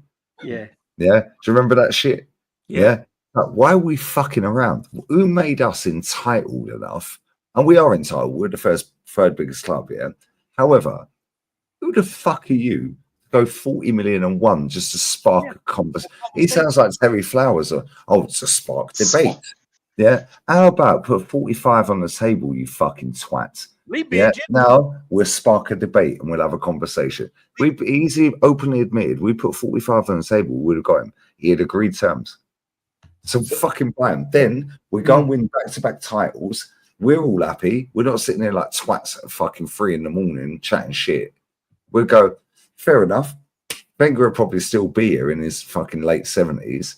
Yeah, and we'll be going, yo, look what he's done for the club. He's fucking elevated us to fucking star status here. Yeah, he's got a statue, calm, blah, blah, blah. Instead, this fucking knob is going, well, it went down in folklore. How about fuck off, you prat? You were getting 1.5 million a year. And I know factually, Arshavin's fucking agent, John Smith, yeah, he was the original super agent. Maradona, I've said this before on streams, Maradona's agent when he moved to Napoli. Yeah, and he turns up and they went, you can leave now, John. He was like, no, I want to get my... No, and it was like fucking crazy. It took 5 hours to get out of the airport. No, you can leave now, John. And they all put their straps on the table. Yeah, and he was like, I got the first flight out of there. Yeah, this guy, do you remember what Arshavin was on the phone at the airport at Heathrow? And it was snowing. Yep. Yeah. That guy, John Smith, was Arshavin's agent. Yeah. Yeah. I've met the guy. I'll come to that in a second, pause. Right. He paid the 1.5 million extra that we didn't fucking pay to get Arshavin when he was fucking standing at an airport freezing his nuts off. Ivan Gazidis phones him up and goes, I've just seen breaking news on Sky Sports. We've signed Arshavin. This is our CEO. He goes, how much does it cost me, John? He went, 1.5 million. He goes, oh, wow. Wire the money over now, John.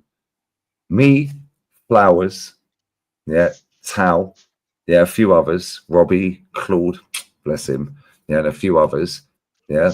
Dave was there. I didn't know Dave was there at the time. I didn't know what Dave looked like, but end of the stream, Dave was there as well. But UFF, right? And this John Smith was the original fucking super agent. And you can go back and check it on YouTube. It's still there. Yeah. And I sat there and he ordered pizza for everyone. Yeah. Like we was doing loads of streams that night. It was a deadline night, blah, blah, blah.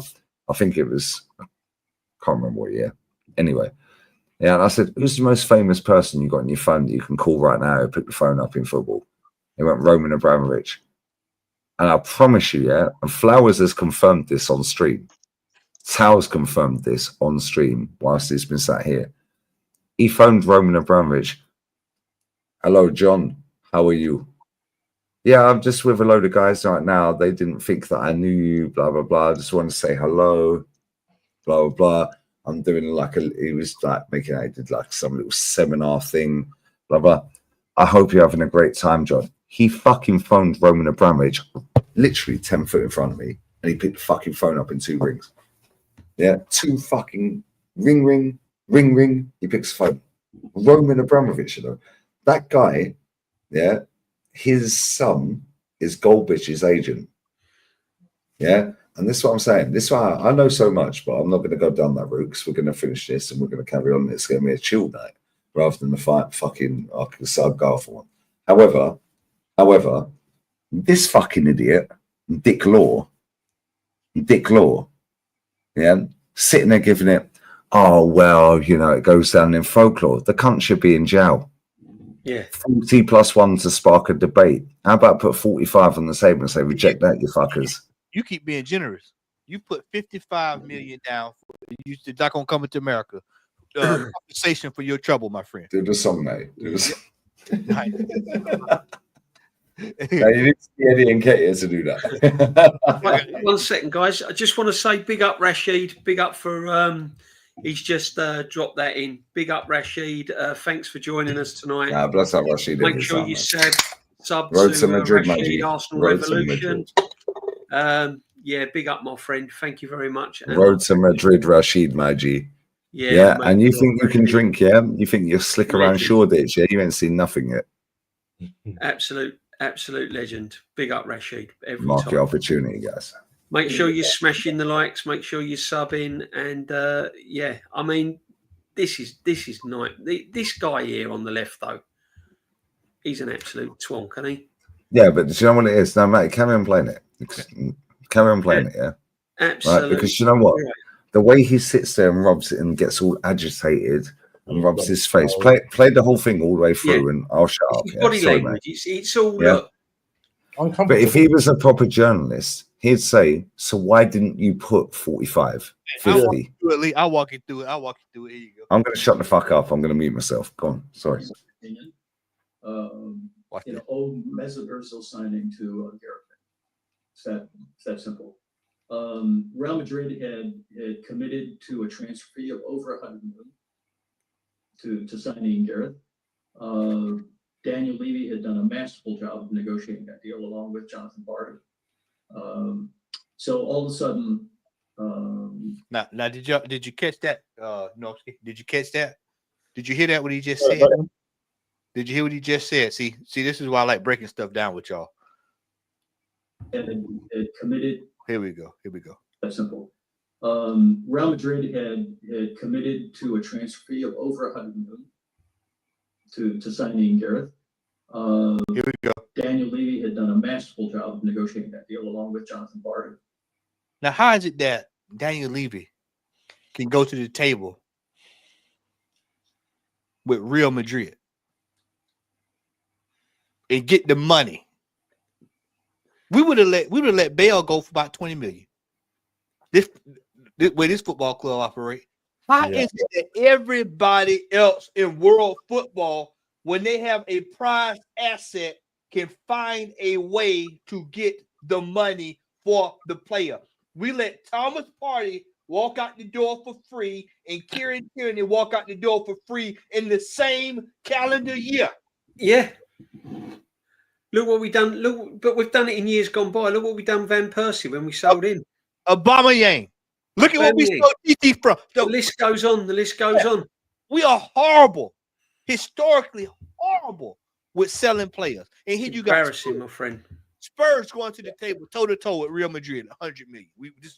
We want it. Put it in the coffers. So all of a sudden, Real Madrid had a Galactico signing. Arguably, Gareth was one of the best players in Europe at the time, which was part of their philosophy. This is what they wanted to do. They wanted to sign. Whoa, Lee, did you catch that, Lee? Lee, I know you're on mute, but did you catch that there, right there? He said, this is what they wanted to do. They wanted to sign big, and it, which was part of their philosophy. This is philosophy. Did y'all catch that? Real Madrid. Mate, I'm coming off a mute, yeah. Real and this is why I sit and break shit down with Matty, and we sit backstage till like the sun comes up, yeah. Right, Matty, I swear down there, most of this shit goes straight over the people's heads because all they're doing is hearing, oh well, you know, it went down in folklore, and Dick Law, pause, yeah, has said it went down in folklore, and you know, if we had bid 45 million, we could have got him. Yeah, the comments on this tweet are hilarious, by the way. Quotes and comments, all that, yeah. Right. However, this is where the guy on the left, Charlie Boy Watts, should be doing his job. Yeah. And he ain't doing his job. He's sitting there going like this. What he should have said is, why didn't you bid 45, 50 million? Why did you think you could get a conversation by being slick? Why didn't you just bid that money? Because you have to put the bid in that spark a conversation anyway. Hey, watch this. You know what he should say? How you would have really muttered him? If he would have just let him finish, then he would have said, so you're telling me, this is what he should have said. You're telling me we wouldn't have gotten Mesut Ozil if it weren't for Spurs. Yeah. And just watch him just start. And you know what the mad thing is, mate? Yeah. It was Di Maria or Mesut Ozil that were leaving. Ancelotti had to pick. Papa Perez went to Ancelotti and said, one of these fuckers needs to leave. If Spurs leave. Right, because we want Gareth Bale, but we need to fund it by getting rid of Di Maria or Gareth Bale. Ancelotti goes, cool, I'll see who's better in training. 4 training sessions later, Mesut Ozil comes to Arsenal. We were the only fucking club in for him. Nobody else wanted him. Nobody else wanted him. And Wenger did the smile and smirk. And that is why that fucker never fucking delivered for us, because it was beneath him to go from Real Madrid to Arsenal, which I get, by the way, because it is beneath him. He's played for Real Madrid, and he was the top player at Real Madrid under Jose and other managers there. He's now come to Arsenal. Lee, yeah, that's beneath him. Just deep this. Spurs had to conduct business for us to conduct business. They did it before. They've done it multiple times, Matty. They signed Luka Modric from that club. But this is what's happening now, though, Matty. Look at Liverpool. Look at Liverpool. You know, we never take it upon ourselves. Never. We never lead. We never take the lead in signings ever. Never a position lead. Never take a position lead.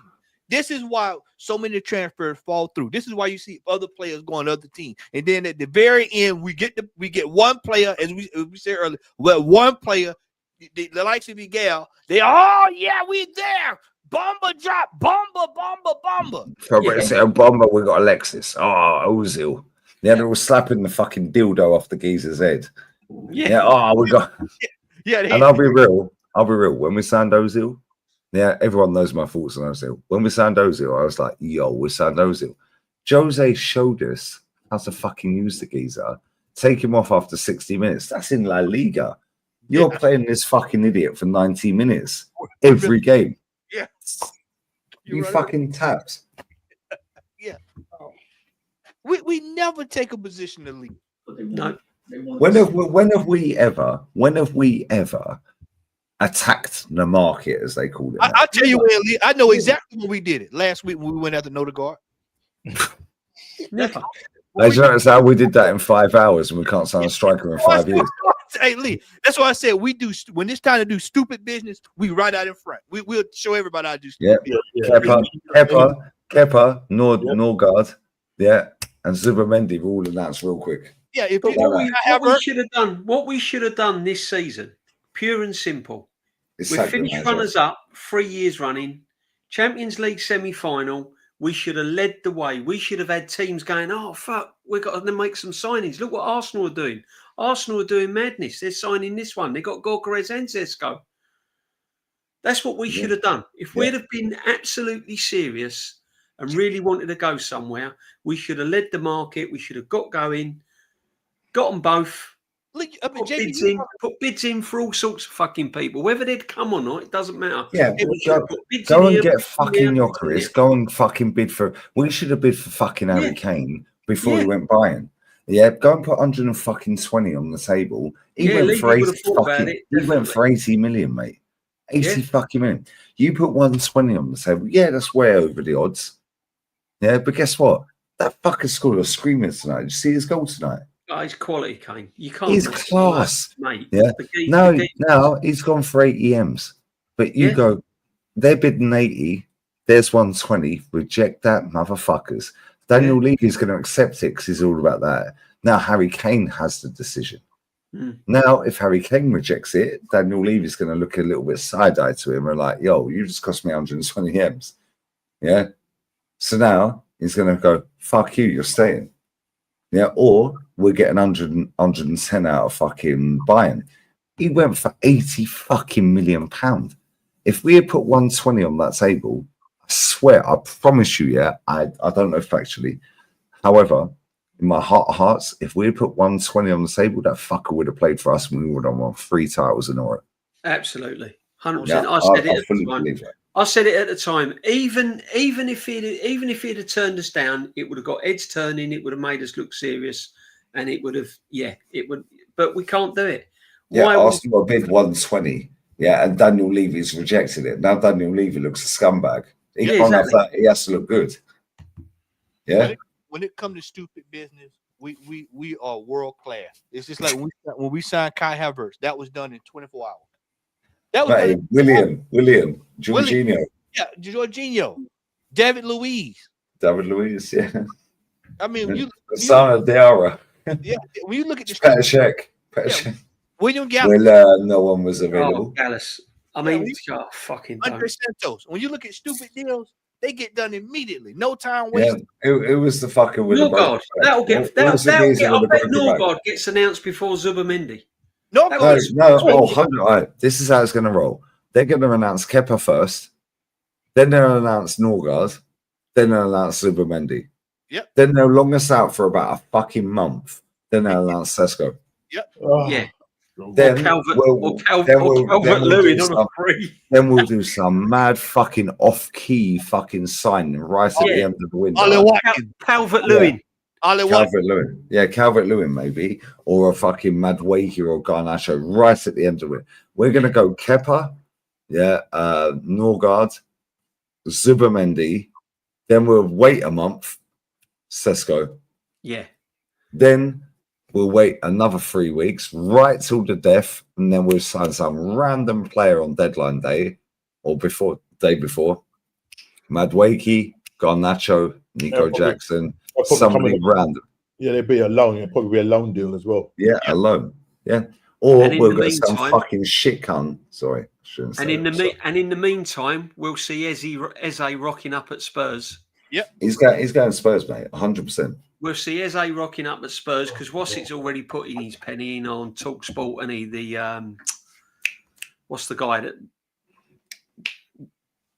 broadcasts on a Sunday? Simon Jordan. No, not Simon. No. The ex-Palace boss, Newcastle boss. Newcastle boss.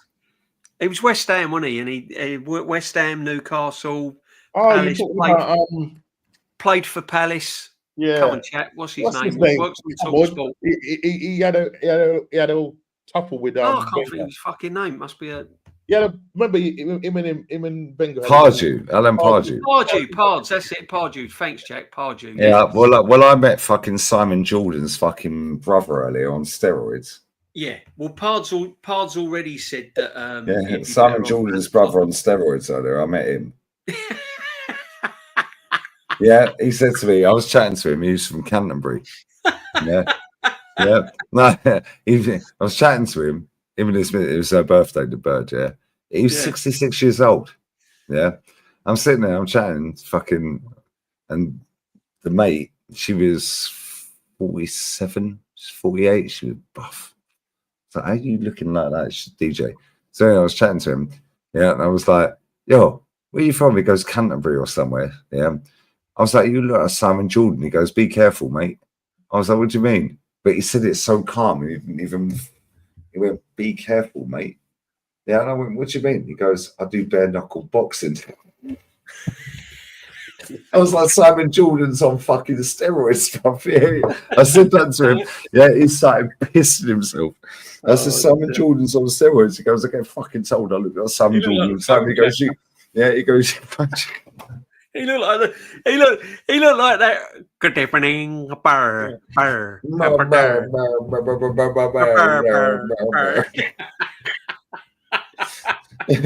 Yeah, I swear he was the same guy though. Yeah, he goes, "Be careful, mate. I'll do bare knuckle." Yeah, and I fucking shook his hand. I was like, "I'll fucking squeeze your hand, you pussy."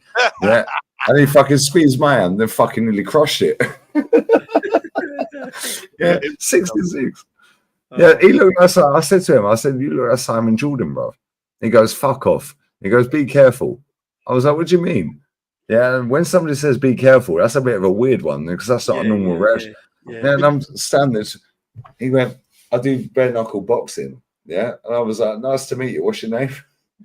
Yeah, and I thought, "Fuck him, I'm gonna squeeze his hand." As I was like, "Can, but I'm skinny, bro," and he fucking crushed it. You fucking pussy.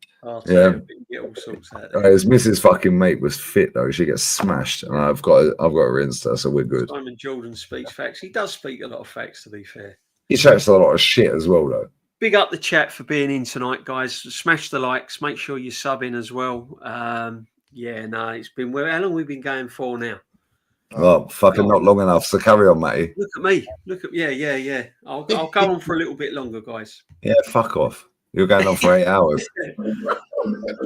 One sec. I just got to go. Slash. 1 second. Yeah, mate. Well, this is folklore for us, guys. It's folklore, and it's still carrying on as folklore because we look at Charlie Watts. He's bored, bruv. Yeah. A transfer fee. It was meant to trigger a conversation between the clubs. Yeah. I think again, the signing was moment. I mean, that summer, I presume, if had Suarez had actually gone through, Mesut probably wouldn't. Do you think, or was it? Yeah, I just say it is. Yeah, I doubt. He would have been the signing for the summer, especially in terms of the cost. Look at him. He's anxious, bruv. Look at him. We had already settled on the player set. So that part of the equation was off the table. Suarez said he wanted to come. We had already negotiated what his salary was going to be. Now, if you've done all that work, and you put 40 million and one. yeah. So, but you know, this is where he contradicts himself, mate. Yeah, right here. Because he says 40 million and one was to spark a conversation, but the player had already agreed to sign for us and we'd agreed personal terms, right? So on that basis, back then, that was tapping up then. Yeah.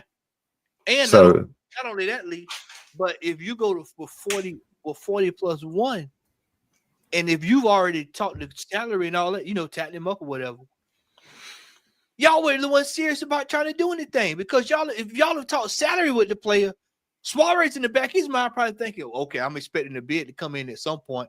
And then he showed with 40 plus one. You not only have you now you've embarrassed, now you've put him in a bad place, the player. No wonder he's out here biting everyone. Yeah, well, yeah, we would have to deal with that the same year, because that's the year the same year he bit the old one.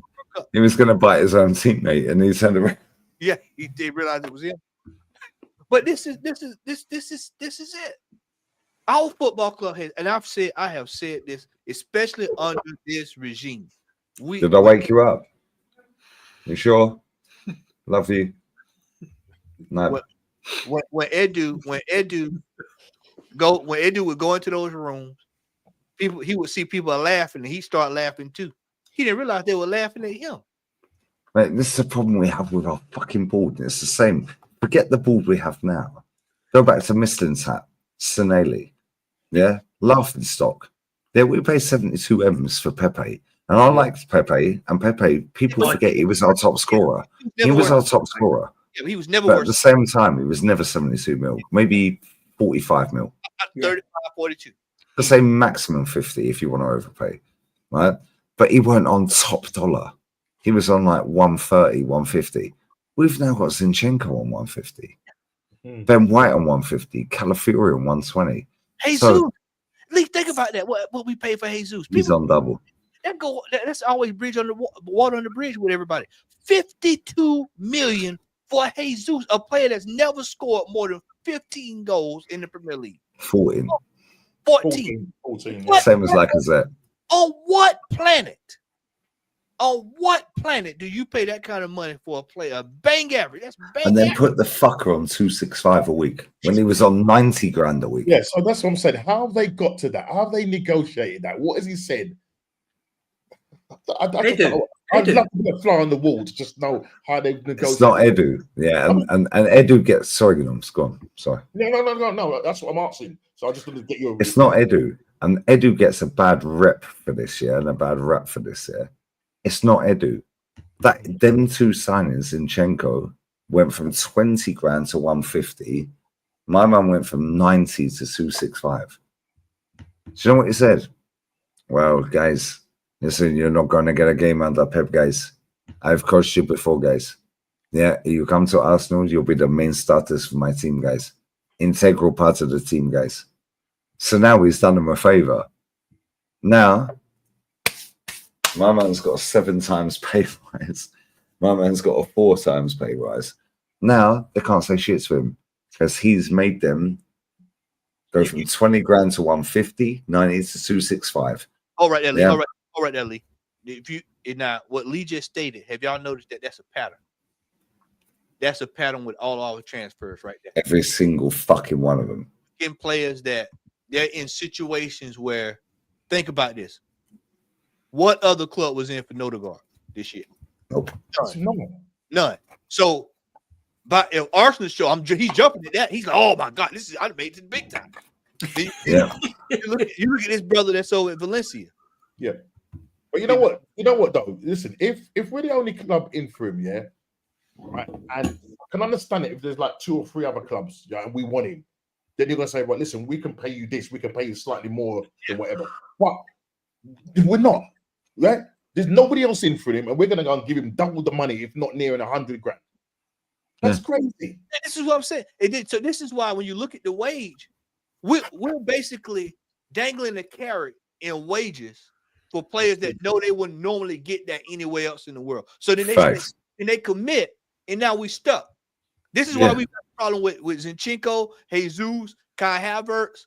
These are all players that if they had a choice of where to go, they probably wouldn't have came to Arsenal out of the gate. But because we put the money on the table, oh, I got to take that 200 here, 200 there, 200 here, 200 there. They giving it away. They call their friends. Hey, man, what you doing? Hey, man, Arsenal's giving it away, man. Come one. Yeah, I was on 20 grand a week, babes. Yeah, Arsenal have offered me 150. Yo, baby, take it. Doesn't matter if you don't win anything. That's 7 times the pay rise. Yeah, now Zinchenko's giving it. Oh, well, the war in Ukraine. Shut up, pussy. You was on 20 grand a week. You're on 150. And this is the problem with players coming to the club. They're going to see players like Havertz, like Sesko and Gorkarez. They're going to see players like Havertz on 280 grand Jesus. a week. They're going to go, hang on a minute, you're offering me 150? On the forward, they're midfield players. You want me to take the same wages as them? JB, that's the problem with Sesko. That's what when they that's what the uproar is about. It's about the case of he's looking over there. He's like, wait a minute, whoa, you got Havertz on how much? Oh, I want 300. Yeah, and I scored 50 odd goals last season, so you can pay it, motherfuckers. And then now Sesko will come in on about 200, 190. No, he'll come in less than 29. He'll come in on about 200. He's on about 46 grand at the minute. Yeah. He'll come in on about 200. 200. How do we take a geezer called Kivior, who's not famous at all? His wife is the twerk champion of Europe. No. He's on 2,158 euros a week. Bruv, I am more than him at that point. At that point, before we signed him, I'm getting paid more than him. Real talk. I'm not even taking a fucking piss. I'm getting paid more than him. Arsenal come along and go, see that guy right there? Yeah, we'll have him. Yo, bruv, we'll pay you £58,000, which is about 72,000 euros a week. We're just giving you a 19 times pay rise. He's going, yo, I'm happy to sit on the bench because guess what? When I go home, the wife's bouncing. Yeah, like what are we doing here? He was on £2 grand a week, which is about it was about £1,900 a week, and now he's on £58,000 a week. No wonder he's happy to sit on the bench. Yeah, it's bullshit. Yeah, this is why I rate players like Tierney, because Tierney's like, yeah, fuck off, mate. Yeah, I'm going to run my contract down. I'm going back to Celtic, and you can fucking watch me win a treble next season. Yeah, because they missed out by that much on a fucking domestic treble again. Next season, you watch. He's going to slap. He's going to slap. And he'll go to the World Cup if Scotland get Havertz. 100. Kai Havertz is the sole biggest problem at this football club. Matty, we fucking said it when he signed. That is the final now, and that motherfucker's coughing. We said it when he signed. Yeah, that's the mink coat. That's that mink coat. Yeah, man's got the hat. Yeah, he's got the coat, and he's sitting there thinking he's a boss. Yeah, you are a boss, Ralph. Yeah, guess what? That's your final nail in your coffin. That's where it all falls down. 200 and see the thing about it, when you look at all these wages, we have to do a full cycle through all these players to get back to where we can put people on simple wages. Because it's out of control. It's out of control. This is one of the reasons why Berto was brought in. Because these wages are out of control. And nobody wants to address the issue of that. You can talk to top goons, and then now all of a sudden they're trying to go, oh, well, we're saving this, and then, it's a party's leaving this break. They always talk about saving money. Yeah. Why? Why? Because we have sat there for 6, 7, 8, 9, 10, 12, 15 months telling them, yo, the wage bill's out of control. Now it's, oh, yeah, party's leaving. We're saving money. Okay, cool. Why'd you care about the money? Because when we mentioned it, you didn't care about the money. Facts. Now you care about the money. Remember, they call you an accountant. I didn't know he was an excuse. I didn't know Lee Gunner was an accountant. That's what they used to say. Now all of a sudden, everybody looking around trying to save money to robbing Peter to pay Paul, all this stuff. Yeah. I swear down there, this season's going to be peak. I told you, this is going to be world. It's going to start right from day one. Yeah, it's gonna right from day one. Man United away. Man United. We've got Man United. We've got Liverpool. We've got Newcastle. Man City. Man City. All in what? 6 weeks? Leeds. Yeah. Leeds. It's gonna be theater. I keep telling folks, this is you want to watch the hell with Game of Thrones. The hell with all that. You better watch Arsenal Thrones this year because we'll be mid-table come October. As Carl said, by Halloween, it'll be way before Halloween. Matt. It's all about Halloween. It'll be way before Halloween. I don't know how loud I am. That's my mother. Yeah, it's all about Halloween. Yeah, I'm telling you, this is Isle of Patmos. I keep telling y'all, I'm telling you, lightning flashing. That's gonna be crazy. It's gonna be stuff we had never seen before with this football club. You thought the last couple of years have been crazy. When that year, I'm telling you, that year, Lee, when we sat there and watched us go from 4th to 5th, Lee, we were sitting there and watched that game, and we got 3-0 by Spurs, yeah. What? And then Newcastle beat us. Yeah, and we were just like, we're gonna throw this in the bin, innit? Throw it away. And we went from 4th to 5th. And do you know what the maddest thing is, Matt? Yeah, these fans fucking know it. They fucking know it. They know it. Oh yeah, they know it, bro. Yeah, and they're lying. Yeah, and guess what? We have stayed consistent because you can't keep lying, bro. You can tell a lie. You can dupe your family, dupe your mum, your dad, your brother, your sister, your uncle, your auntie. Can't keep duping the public, bro, because eventually the public realize you're chatting shit. Yeah. And guess what?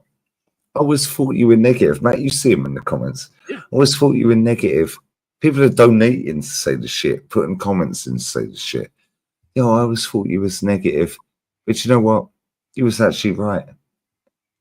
My mum said it to me earlier. She goes, "You're the Andrew Tate." She hates Tate. She hates it. She hates the Tate brothers. My mum hates the Tate brothers, just like they're arrogant prats. I was like, Mum, they're worth a fortune.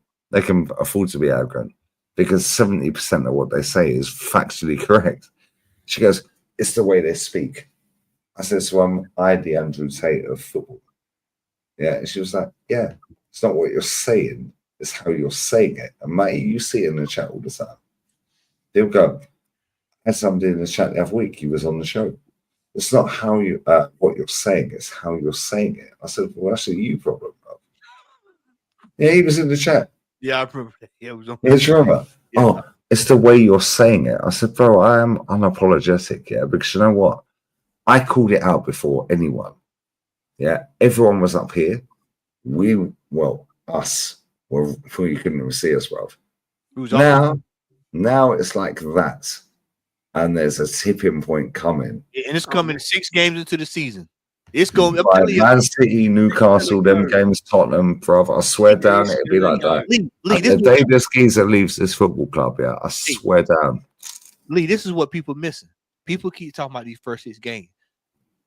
JB, can you please pull up the Champions League?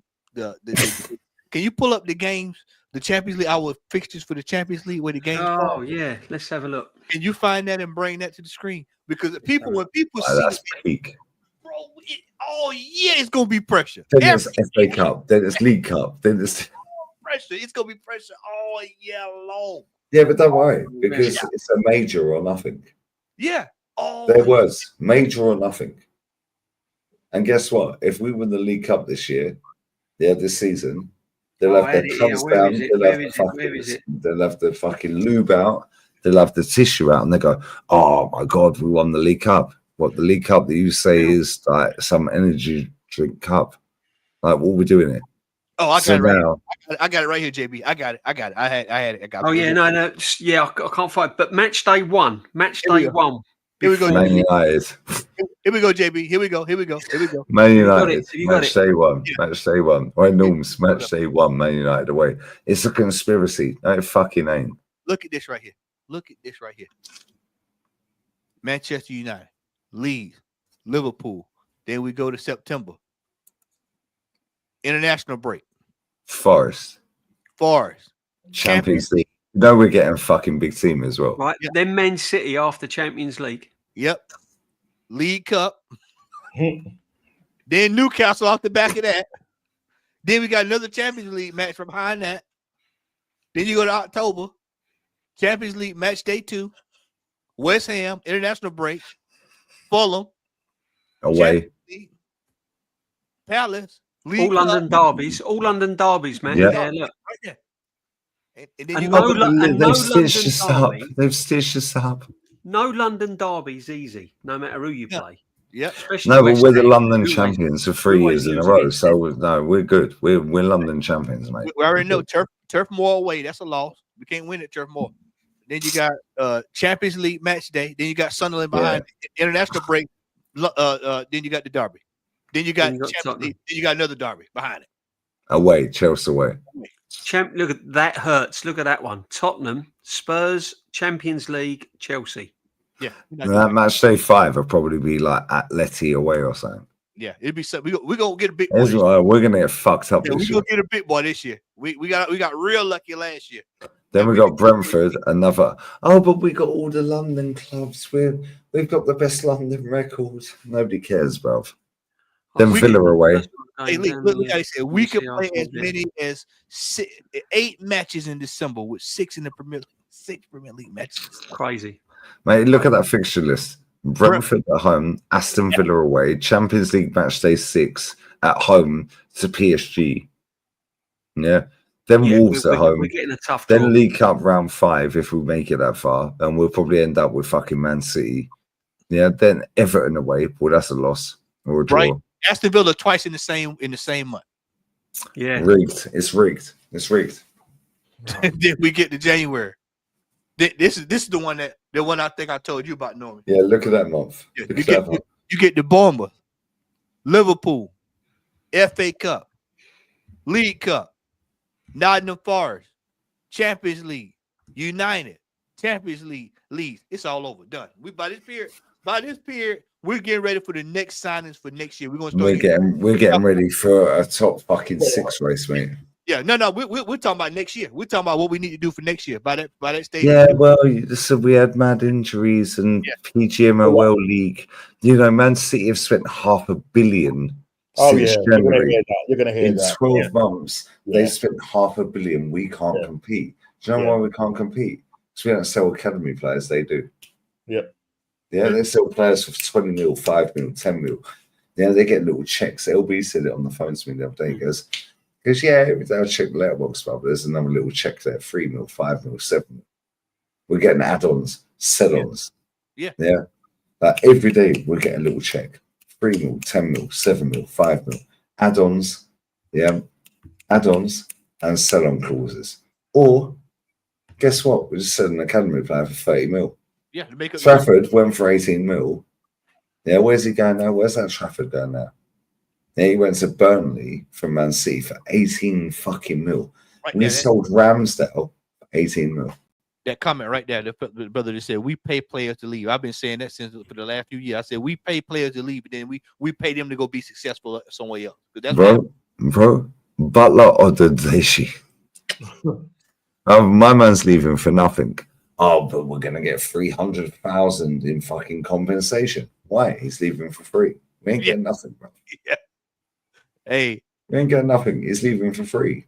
Lee, February League Cup, Sunderland, Brentford, FA Cup, Champions League, Tottenham away, Champions League,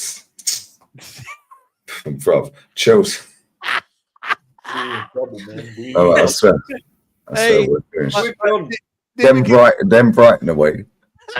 Then we'll have Man United in the FA Cup. Yeah, Then we'll have fucking Leipzig or someone, and fucking Sesko will score a hat trick. Oh no! By this time, Lee, no, Lee. By this time, I think we'll be in the this will be the playoffs. This will be the Round of 16. Yeah, we'll be round of 16 by this time. So either we had to go League through Cup final, international break. Well, we ain't making the final, so we get a week off. No, international break, so we get 2. Hey, no, Lee. By this period, you missed this. We'll probably have to have the playoff to get into the round of 16. Bro, we are washed. This is what I told y'all when I scared. Right, we're going to end up with PSG, Atletico Madrid, probably. Lee, we're going to get an English Bayern team. Munich. We're going to get Liverpool. Yeah, we're getting an English team because it's so many. It's or Newcastle, bro. I swear they're stitching us this year. Yeah, it's not even stitching us here. we got lucky last year. Very lucky. He's got lucky since he's been manager. Bro, I swear this year, yeah, clunk, clink. Buckle up, bruv. Yeah, Put your seatbelt on. It's gonna be This season is gonna be peak, bruv. Yeah, and you know what? You will fucking deserve it. You will deserve it. Matty, you know what? Yeah. I'm going piss. I'll be one, mate. You know, you like to take pictures and stuff like that, right? I can imagine you being. That's how I know you like taking pictures. Normus, I love you, bruv. The way you said that was hilarious. But you'll understand why I say this now, right? Matt, you know your camera, right? Yeah. You know that your camera can see alter egos. You know that. Yeah. Yeah, it is like so. Basically, what's going to happen? Yeah, you're going to go to Norgard's photo shoot. Yeah, and he's going to say he's going to sign the contract. They're going to turn around and say to him, "Look, Norgard, listen, I know you're 31 years old and you're on 42,000. Yeah, 42,000, right? But we're gonna give you a contract of about 100,000. There you go. That's fine. Yeah, but Matty, yeah, your actual camera will actually pick up this. What you wait for it? Yeah. You see that? That's how you gonna really be looking. That's it. Yeah. That's how Kyle Havertz. That's what Chelsea was looking like when we bought Kyle Havertz. That's it. That's what I was looking like when Norgard shows up and I'm sitting in my seat with my sleeping bag and my pillow. And Norgard rocks out. That's my face. That's Norgard, mate. What? You give me 100,000 a week. Yeah, let's get super chat. Joe Linton, get your super chats in, guys. Yeah, cheers, Joe Linton, all day long, my friend. Thank you very much. There's a couple of stars here. It says on memes, DJB, did you see Jason Cundy on TalkSport shut down that Arsenal fan? Talks about Arsenal's European success. Yeah, they do it all the time, my friend. That's what they do. As soon as it starts hitting a nerve, or as soon as it starts getting a bit, they protect this guy. I don't know why. The media protects him. Ex-players protect him. As soon as it starts getting a little bit icy, shut down. Yeah, all the time. It's crazy. I don't know how true. I've not really seen this. Breaking reports that Atletico Madrid and Tottenham are nearing an agreement for Romero, 55 million plus 10 million add-ons. Romero has already spoken with Simeone and is to progress this week. We'll have to wait and see, my friend. We'll have to wait and see. But again, Spurs selling players, and they'll be buying some. I can't see Thomas Frank taking that job and not having any funds to spend. They know they've got to strengthen. Especially being in the Champions League. Yeah, that's 100% true. And most people think that we're gonna see the Spurs that we saw last year. I keep trying to tell people that's gonna be a different team, bro. They're gonna be back to 7, 8, 9, 6, 5. They'll be in there. Yeah, they're gonna be a disruptor this year. You know, Man United is gonna be a disruptor. Crystal Palace, they'll be a disruptor. We're gonna have, and then you have a new disruptor, somebody that's gonna come out of left field. That's kind of like how Forrest did last year, and they'll be a disruptor. Yeah, Brighton. Possibly Brighton. This football club our window has closed. We had a chance. We had 3 solid years that we could have went hard and to go and get a trophy. And this manager completely wasted every single year. Every year he wasted it. And now everybody wants to go, well, let's get a major. We need a major. We had chances to get majors. Yeah. And I said what the brother just said right there. I said that last year. He should have walked away from this football club and said, you know what? I've taken this club as far as I can go. Yeah. And what I think as well is that the Cronkies perhaps should have brought him in the office and said, look, thanks for your services. You've done everything you can. Unfortunately, we're looking for pastures new, and your time's up. And that's what they should have done. That's what they should have done at the start, at the end of this season, or the season just gone. He had his chance, because I thought this was his biggest year. The season just over. I thought he had to win something then. He had to. And I can't believe this guy is rocking up for another season. I really can't. And no one convinced me any other way. You know, it's just an absolute mess. You know, and we've been saying in this chat, if we're really, really serious, why aren't we going out and being the leading club signing these players? Gorkares, why didn't we just put the money on the table? Bang, there you go. You would think that if that was my thing, especially the year we bottled it, it should have made him mad enough to where they've been like, you know what, I'm so pissed off that we threw this away. We're gonna put all the chips into push all the chips into the table. And then you turn around the next year and you lose by 2 points or whatever it was now. If that didn't get you over the line, if that didn't really set you off and go, you know what? That's when we should have struck. I've had enough of this. I've had enough of this. Yeah. We bring in Tony. We bringing in this player. We bringing in that player. Yeah. We're going all the way in. Everything. We're putting all the chips on the table. We're looking to win. This is what I can't understand, Matty. If you bottle a title, okay, fair enough. But when you finish 2 points behind, you must think to yourself, no, I'm not having this. Let's get them all in. We should have had all these players lined up last season, and then we should have just had 1 or 2 this season. Instead of that, I still think we're only going to sign 3 players max. That's it. We'll get Norgard in, we'll get the goalkeeper in, Zubamendi, there's 3. And 4, possibly a striker. But we were saying earlier on in the season that we need 6-7 players minimum to compete with the likes of Liverpool, Man City. Minimum. Now we're only looking at 3 or 4. And 2 of those players are not good enough. Make it make sense. Yeah, I hate to disappoint you guys, but we can't face another English side till the quarterfinals in the Champions League. Big up, Lawrence, all time. We're not even getting to the quarterfinals. What Lawrence said, we ain't getting there. We ain't even getting there, my friend. Yeah. We're not facing no English clubs. Yeah. We're not gonna have this the luck of the draw as we had last year. No. It's due for us to get a big team, like get a really big team in the group stages. And this is another thing, fellas, as well. What you got to realise as well, this Champions League, that last season was our biggest chance to win that, because PSG are going to another level. Real Madrid ain't going to make the same mistakes. Bayern are going to be stronger. Then you've got all your other clubs that are strengthening. We'd be lucky to get out of the playoffs. We'd be lucky to qualify that Champions League. Another year. It's another year of you're going to start hearing by the time we get to that March and February that was in the schedule I showed y'all. You're going to start hearing. You're going to start hearing. Well, we need an out and out this. We need an out and out that. We need to sign this in the summer. We need to sign that in the summer. We're missing this. We're going to be calling for another midfielder. That's what we're exactly. You're going to start hearing creative midfield. That's going to be the new one. Creative midfielder is going to be one of the new ones you're going to start hearing. We need a creative midfielder. We need a new creative. We needed one of them. We've needed one of them from day one. Yeah. But the fan base is good. They're going to start tapping into it now. We've been saying it for years. They're going to start saying, "Oh, well, we need, Odegaard. He's going backwards. We need this and that. We need." Yeah.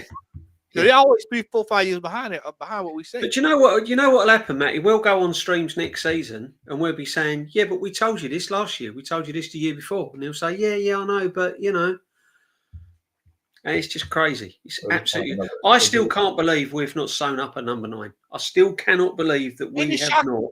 Ain't it shocking that all this time, 3 years, we know we need a striker. Go all the way back to Ivan Toney. Go all the way back to that. We still.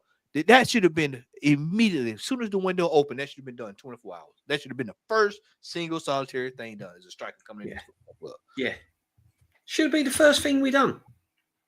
Should not even be considering another player until he gets a striker. Get the striker, then we can go and look at, other players. But that was the first priority this team should have done. Get a striker over the line. Chelsea will be strong as well next season. Chelsea will be strong. Hey, he phones up. He phones up Berta. He says, "No business is done until I get a new center back."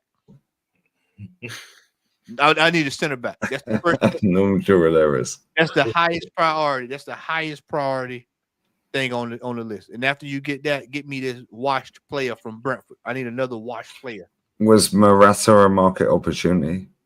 Yeah. He's going FC Como under Cesc. Under Cesc, yeah. And ex-manager probably. You watch. Well, don't tell Kenny. He'll kill you. Yeah. I'll keep winding Kenny up about that, but I'm telling you. It wouldn't surprise me one bit, mate. I swear this guy moves in mysterious ways. At least he's had some experience. Not like this guy. Hey, he might go to Chelsea. Yeah. Imagine he wins Chelsea a title. Oh, don't. I mean, oh, mate. I'll tell you what. You imagine if Thomas Frank's Tottenham finishes above us. Imagine if Man United. What they're going to say, yeah? If Gyökeres signs for Man U, and then they finish above us. Yeah. Because they mugged them off all year. Oh, Yeah. they're shit. They finished 15th. Yeah, cool. They finished 15th. So we finished second. They're shit. They finished 15th. Now they finish above us. What are they going to say then? What are they going to say then? Fuck. Oh, it was just one of them seasons, mate. Small Luck of the draw. Yeah. Small margins, fine margins. Yeah. Always got an out card, bruv. It's bullshit. Crazy. Absolutely crazy. Madness. Crazy. But no, smash the likes, guys. I am going to wrap it up though soon. You're not wrapping up nothing, bruv. I'm joking. Hey, JB, that's what Nordegaard. They say he's supposed to wrap the ball. You know. Yeah. No, he's our set piece. He's our set piece king, Matty. He's got the long throwing. He's got the long throwing trait on FIFA. On corners, we're going to use him on set pieces, on corners and everything. Well, the same as centre back. He's 6'3". Mosquito. So we've got Mosquito, and we've got this fucking guy called fucking whatever his name is, fucking something guard. And I'll tell you what we need. We need right guard because this shit stinks, bro. That's what we need. I swear, this is bullshit. How about get some right guard out and spray that shit, bro? Isn't it, though? I know we're laughing. Imagine being a Man City fan right now. Yeah, forget they're in the Club World Cup. Imagine being a City fan. Marmouche, Echeverry, Nori, Cherky, Reinders. Yeah, they brought Bettinelli. Yeah, it was a young goalkeeper from Chelsea. Yeah, as their backup. They've then brought fucking what's his fucking name? Victor Reese. Yeah, they've brought him fucking who's the other fucker they brought him? What's his name? Nico Gonzalez. Oh, yeah. They brought all these players in since Shen. There's more as well. I've missed 2 or 3. They brought all Marmouche, all these players they brought in since Jan. They have brought in 10 players for 10 different positions since January. And our fans are sitting there going, yeah, it's going to be a great window. If we get Kushinov, bless up Kushinov. Yeah. If they, Jan Kuto, that's an obligation, I think. I think it's an obligation. I think. But also, Lee, right, what you got to remember is, right, they've brought in all them players, but still kept the likes of Silva, Foden, Bernardo. Yeah. Yeah, Grealish is still there. We've brought in no one and got rid of Kovacic is still there. Yeah. Oscar Bob has now come back. Rodri's now come back. Right? You see the team I showed you earlier, yeah? Yeah. That was their squad. That was without Echeverry, Messi, my baller, bruv. My man liked my fucking Insta post as well. Hold that. I didn't even tag him, bruv. Yeah, my man watches, bruv. He knows. I text LB. I said, I beg he's shared your fucking, likes your fucking video. And he goes, yeah, he likes it as well, bruv. I was like, yo, yeah, Messi knows who we are, bruv. Hold that. Yeah. It's what it is. We got all these scouts, South American scouts, Argentinian scouts. How the fuck we missed him and Mustantuano there? Mate, who's the other young youth? We was watching the under-17s. What's that fucking geezer's name? The best guard of honor. And he's a baller. He was a proper baller. Argentinian fella. Yeah, the Argentinian boy. He was that was baller. the young Argentinian. I can't think. We watched him backstage. Backstage, yeah. What was his fucking name? What was his name? Hold on, let me see. I can dig up, go to my. So we had Mustantuano. Yo, Yeah, we had just Echemesi, and there was one more. What was that fucker's name, man? Hold on. He was cold, bruv. He was so cool. He was like 16, 17. It's not Leon. It's not Leon. It's not Leon. That's Brazilian. No, maybe that's not Brazilian. What's his fucking? It's not. I know who that Leon is. What's his fucking name? Echeferi? Echemesi. Put some respect on his name. Echemesi. Echemesi. Me and LB. Subiabri. Subiabri. That's the fucker. That's who I'm thinking of. Yeah. Subiabri. That guy, and Mustantuano and Echemesi. They're the best free fucking market opportunities you can buy. Oh, great players, yeah. Yeah, that's Subiabri. Yeah. Chat. We watched the Sudamericana. Chat. Am I lying? Mustantuano was on the bench. He's now just signed for Real Madrid. Just signed for Real Madrid. That's bad, isn't it? We got Echemesi scoring a fucking screamer free kick on the side of the bar for Man City the other day. Yeah, we've now got Savio. You can all fuck off with Savio. Fuck you. Yeah, I'm telling you right now. This time next year, Savio's going to ball out next season. I'm telling you, DJ. Yeah, this time next year, these motherfuckers that wind me up are going to come back this time next year, including Sage. You can fuck off as well. Yeah, next year they're going to come back and they're going to go. Yeah, I always thought you was a bit of a dickhead with a Savio take. Yeah, but you're right, you know. Yeah, I'm right. Because guess what? When I say something, it takes 3 years to marinate, 2 years to marinate. Guess what? With this fucking manager, taken fucking 5.5. Now everyone's coming around. It takes time. It takes time, guys. The pro Savio stinks Joel Linton. Yeah, I swear I'll 2-foot you if I see you.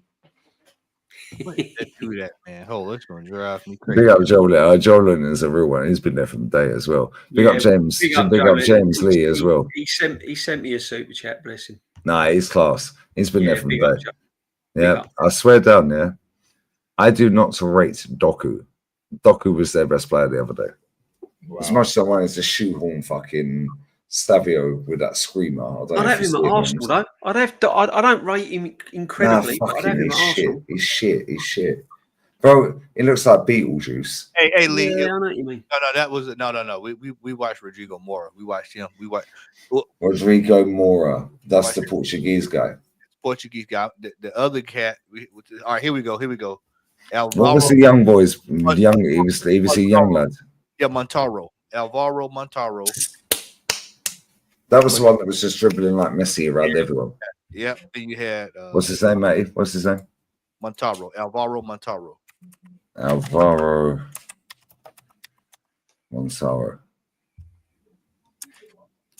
Montero, Colombian. No, that's a goalkeeper. No, I got him. He's 18. Yep. Yeah, I got him. Pause. Yeah, that guy is a fucking baller. That guy is a baller. But this is the thing. They just don't come to Arsenal. No, but this is the thing, lads, yeah. Right? We have an Argentine scout. So why the fuck are we not getting these Argentines? We have a Romanian scout. When did we last time? Have we ever had a Romanian player play for Arsenal? I can't remember one. Not that I can remember. Moldovan, Romanian. Never. Yeah, we got a Scottish scout. What's he doing? Because Tini's just left. For free. Yeah, we've got a fucking medical staff who's head of fucking medical, who's Japanese, who's been there for about fucking 20 years. Well, Tomiyasu's never fit, mate, so he's sack him. Yeah, that's yeah. No, we have a French scout. This manager has not signed a single French fucking player since he's been here. Why? Crazy. Do you know how fucking do you know how tap that is? He has not signed a single French fucking player since he's been here. No. Do you know how fuck that is? Our club was built off of the French.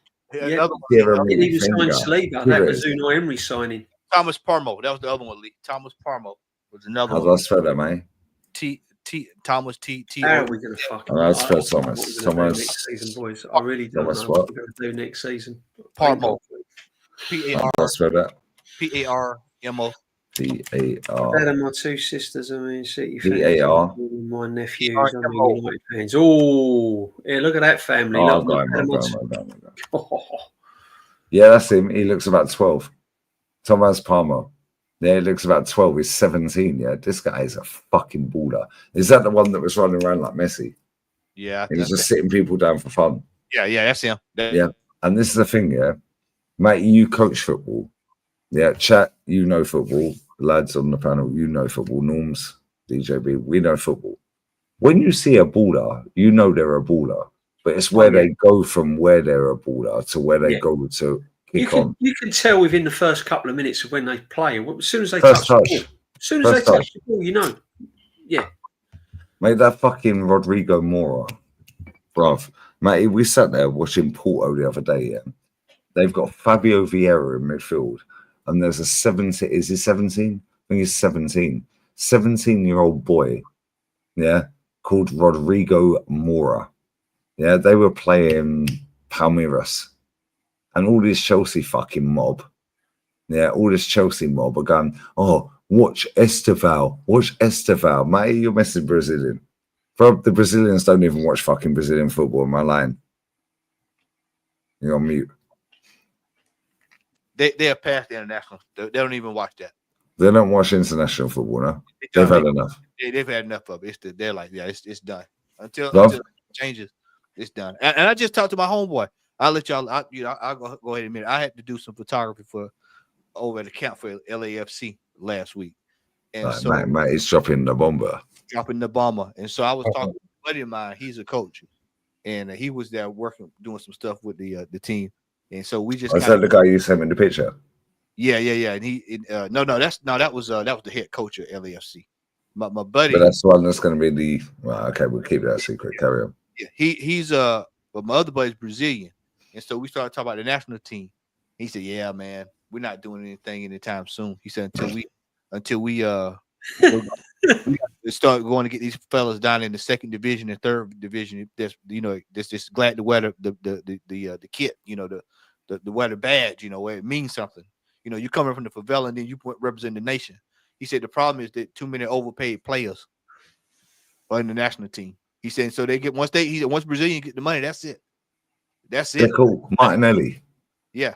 You don't get what you saw back in with Dunga and Ronaldo and Afro Ronaldinho. You don't get that kind of stuff anymore. Those days, 94. You ain't getting Socrates anymore, bro. You're not getting that. You ain't getting that shit because it was that Brazil shirt. Yeah, we've all grown up on that. Yeah, and respectfully, you're all older than me. Only just older than me, but you guys above. Oh, that Brazil. That's why I watched the World Cup. Hey, JB, you and Normie have seen 3 stars. Me and Lee have seen 2 stars. That's on. Yeah. That's all you need to know. Yeah. And you two have seen proper Brazil. Oh yeah, we've seen Brazil when they're doing Bebeto, Romario doing the baby thing. Yeah, but you've seen the one before that. Yeah. And so it's like me and Matty. Matty, when's your birthday? March. September. September. I remember, right? You're 44 in September.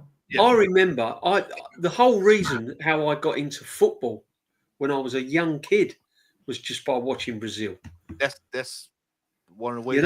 Jairzinho, fucking Socrates, all the man. Zico, like Revellino from all these sort of people. Zico. Yeah, Zico was a bad man. Incredible. But, Norms, I swear down, you two, you fucking two, Matty, I swear. When they talk, I listen. Yeah, I know God behind. No, honestly, it's when these two talk, I'm just like it's like when my dad talks. Sorry, I don't want to make no, I don't want to diss style because but it's like I said to my dad, you see this motherfucker here. I've said this so many times, I'll say it again, I don't care. When this fucker moved from Juve, I swear he came out the womb bald. Yeah, this guy was bald from day one. He moved from Juventus to fucking Real Madrid for 50 million in 2001, I think it was. My dad said, it's done. Football's finished. It's done. It's finished. Yeah. My man sat there last summer. I said, who's the best player to ever play football? Zidane. But he's barely watched it. Like, he watches it now because my brother's, like, my youngest brother, yeah, he watches it. So it's on and they're in the living room. And my brother's deaf and dumb, deaf and blind, all that bullshit, yeah.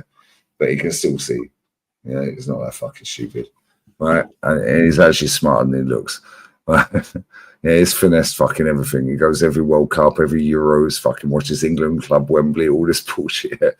However, he supports Derby County. Dickhead. But my point is, that's the reason my dad stopped watching football. Because of this guy. £50 million for one player, he said.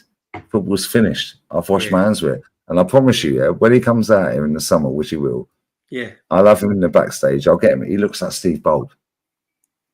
Yeah, and my mum was sat here yesterday, not tonight, the night before. Well, she was like, when I first met him, he looked like Kevin Keegan. People were chasing him down the street asking for autographs.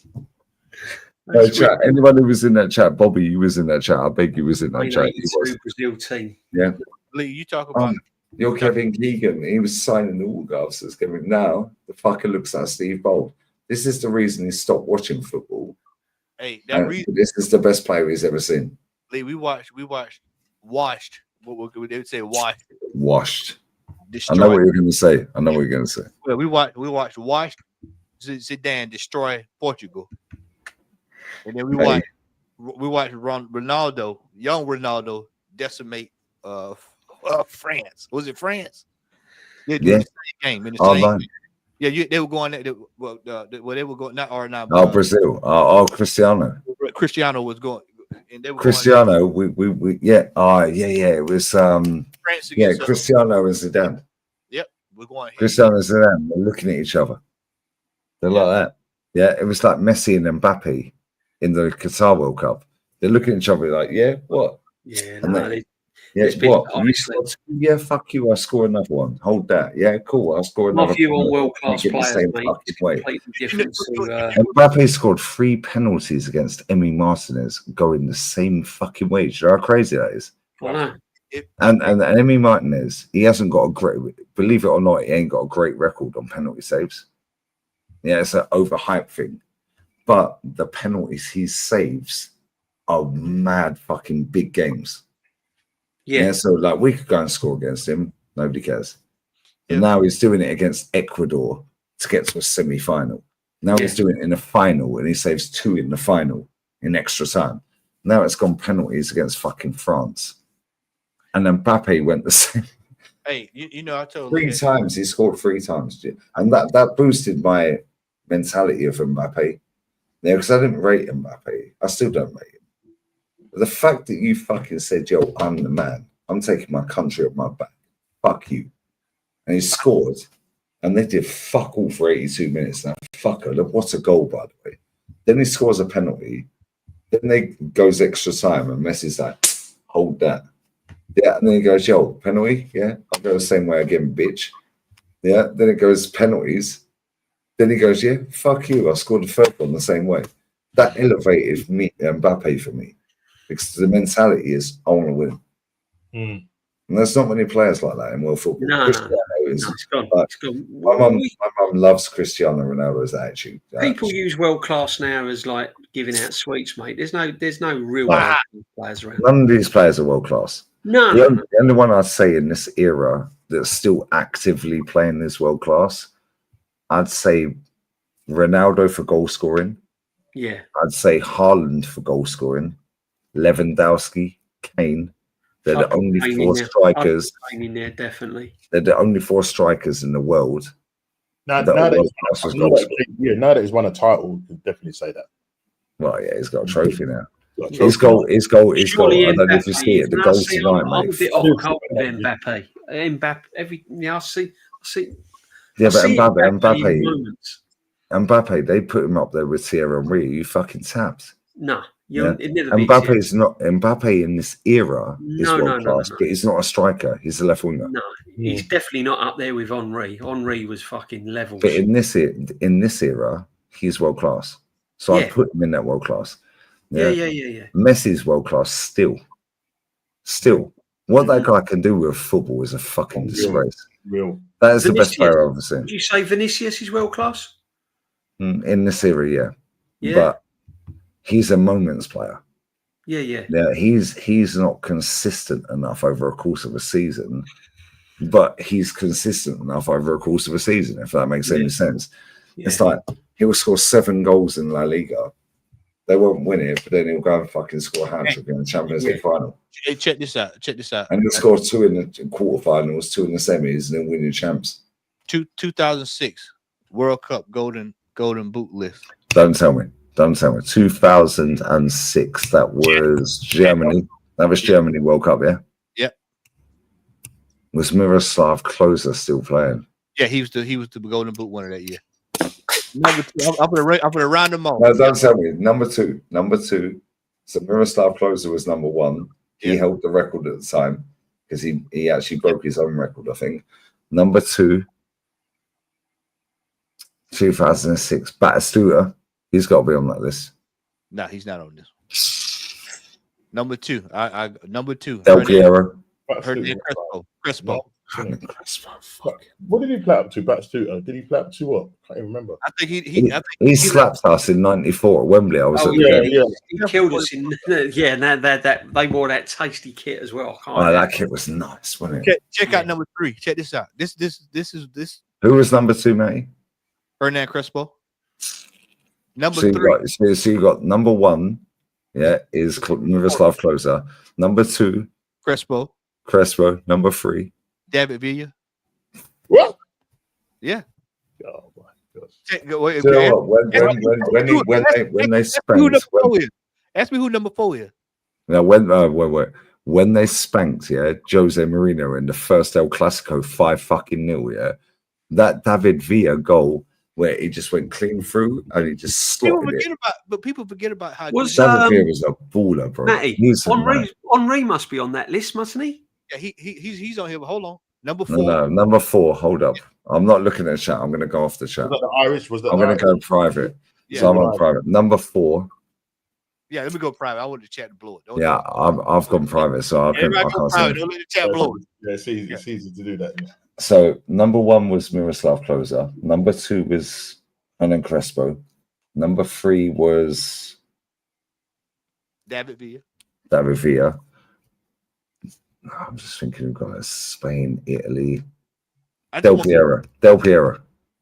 Nope.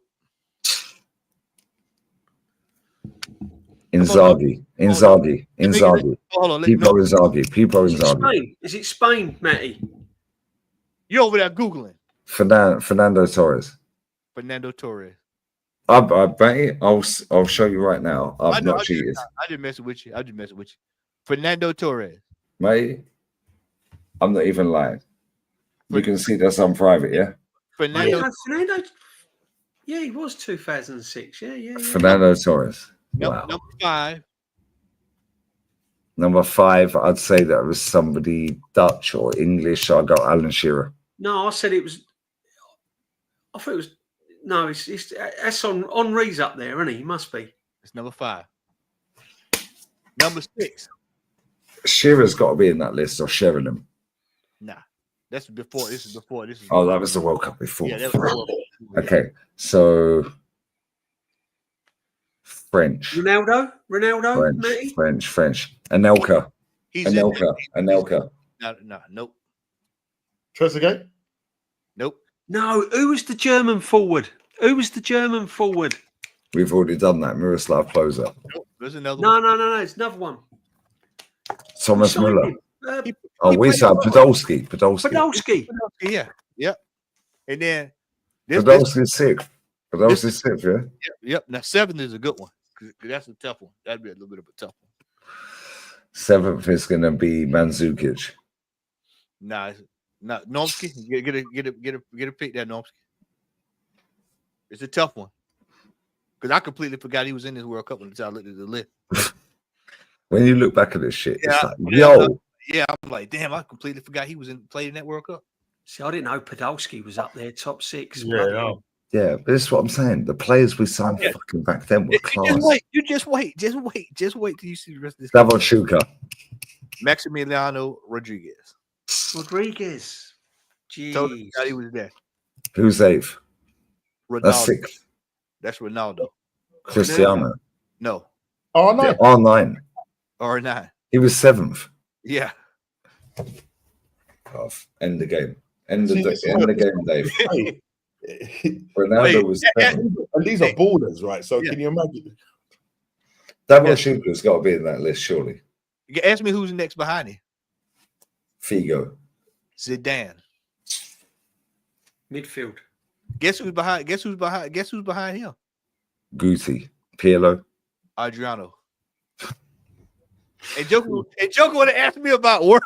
British done, So that's 8th and 9th, yeah? Yeah. So who's 10th? Who's 10th? Totti. No. Totti in there.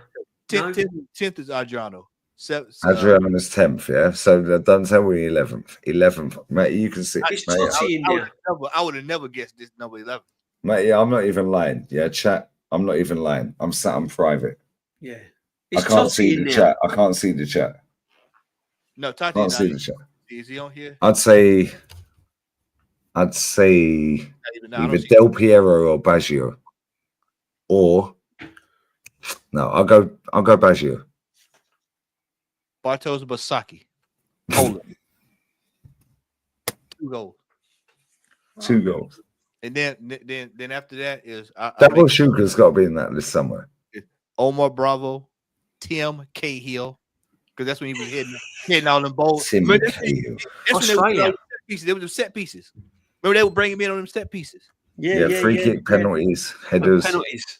Delgado, you had Augustin Delgado. You had Dinde for Ivory Coast. I forgot about him. Alexander Fry. Forgot about him. Yeah, Davos Suka was long gone. I can't lie. Yeah. Steven Gerrard. Manish.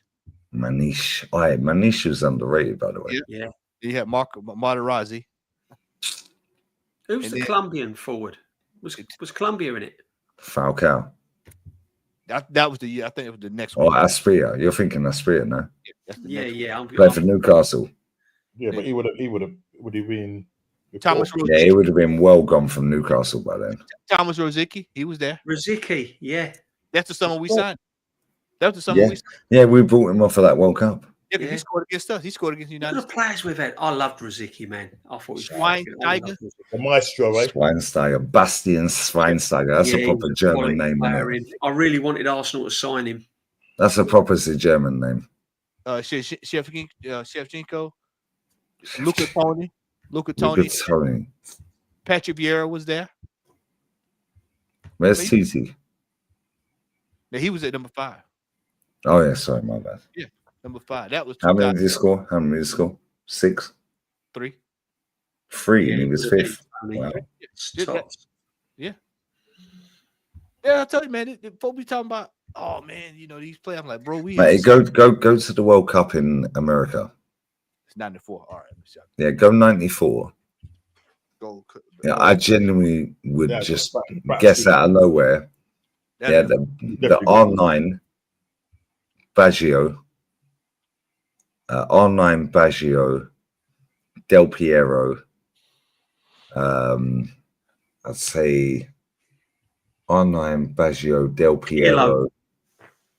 Pirlo's got to be on that list. R9 Baggio, Del Piero. Yeah, who's that other fucking himself? Pirlo's free kicks and stuff. Rivaldo. All right, here we go. This is gonna be a great list. Roberto Carlos. This is gonna be fun. This is a who's who. Bergkamp's on that list all day long. Let me close this crap out here. Because that was the year. The following year, I think Bergkamp finished like 3rd or 4th or 5th. All right, here we go. In the Ballon d'Or. Then the following season or that summer after we bought him. Yeah. All right, here we go.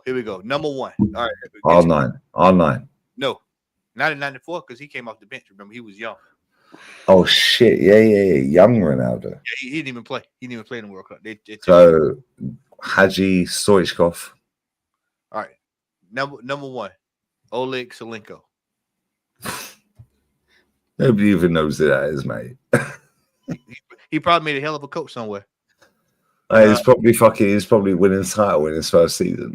Let me see what he did with himself right quick. We'll be joking. Let me see. Mate, I guarantee that fucker won a trophy in his first season as manager. He's probably managing in Russia or somewhere. That's exactly what he did. He played. Let me see. I'm trying to see what he did. Mate, I swear down, that guy won a trophy in his first season in Russia. Watch. With Spartak fucking Moscow. He got 3 trophies, but I can't see what they are. Valderrama, yeah, that was it. Matt, he did his Streets Don't Forget and all that shit, yeah, with fucking Lion Sex. Yeah, man. Valderrama. Yeah, Valderrama. Yeah, you don't know about Valderrama unless With you're the of a certain age. Yeah, Man with the big hair. Yeah. Don't care about. Slow as mud. Slow as mud. He walked around midfield. He walked. Literally. Yeah. He walked. You couldn't get the ball with him. Number 2. 94. Yeah, that's a good shout in the chat. Shearer's got to be on there, hasn't he? Yeah. Number 2. Sheringham. Stoichkov. Oh. I knew he was there, bro. I'm telling you, Hadji's there. there. Hadji's there, bro. All right, number 3, Romario. Yeah. This is a blast from the past. Number 4, Makoba. Kenneth Anderson. Oh, fucking hell. That's a blast from the past. There. That's what was Yeah,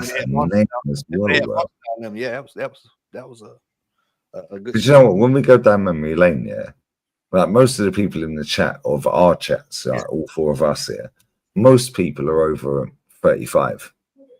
There's some that are younger. Doesn't matter what team you support, but most are over 35. Yeah, it's like a memory lane thing. With the younger ones, they're like, yo, this is education. And even to me, it's education. Yeah. Wait till y'all see 5 and 6. Number 5. Darlene. Thomas Brolin. Nah, but you Henrik Larsson. No. It's Jurgen Klinsmann. Man, fucking dive. That motherfucker. That diving celebration, he pissed me off. Overreact. What a player.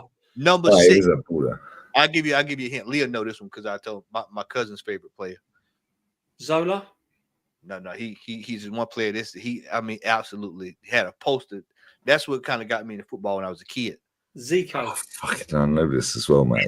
You put me on the spot now as well. Yeah, he should know this. I tell many times. I tell him. My cousin had this poster, man. He had this poster of him in his room. And when I was coming up as a kid, and I was like, "Who is that?" And he was just like, "That's God." Raquelme. No. Yeah, Raquelme. I'm up. How about I'm up? Roberto Baggio. Baggio.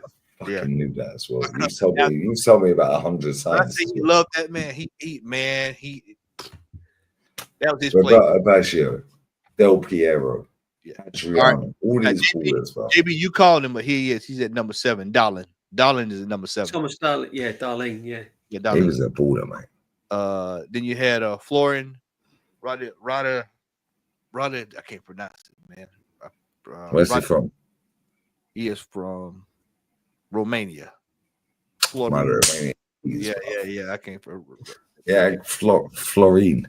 I know it. All right, here you go. Florian, Number 9, Gabriel Batistuta. Batistuta. One of the best strikers ever. The only player I've ever seen close to him is Aguero. Number 10. Number 10, Thomas Brolin. I said Brolin, yeah. Yep. 11. All right. Y'all asking for him. He is 11, Georgie Hadji. This is 11, by the way. He was number 11. So 2 Romanian G's in the top 11. In the top 11. Number Romania. Number 12, Old Man Babito at the time. Old Man Babito. That was Old Man Babito, by the way. Proper. And then number 13, Iceman. Number 13 is the Iceman. Yeah. When you think of all the players though that have graced these, just listen to the names he's just read off. Yeah, it's 94. Hey, Luis Caminero. We're talking Baggio about was something. Valderrama, Baggio, Batistuta. Then we're talking about Burkham. Yeah, Hadji, Stoichkov. Yeah. And we're Broly, Darley. talking And now about we're looking at Norgard. Odegaard. Now we're talking about Norgard going to one of the biggest clubs from Brentford. How must he feeling? He must go back to his. Imagine him He's going got back a home to fucking his stonking missus. hard on, mate. Imagine he's going back home to his missus. He's going, here, you'll never guess what, darling. What's that? I'm going to be signing for Arsenal this summer. She's going to go, yeah, all right, in your dreams. No, Yeah. seriously, real talk. No, real talk, babe. So I've signed a deal for £100,000 a week. Honestly. And I'm 40 at the minute. And she's like, baby, come in. Yeah. Hey, JB, 98, number 1. Thierry Henry. Davos Suka. Suka. Like, do you remember that goalie? Who was that against? Yeah. He dinked it. Who was that against? Was it Bolton? We watched that, man. I think we went back and watched. Yeah, we watched that the other week. We watched that the other night. Was it Bolton? Was it Southampton? No.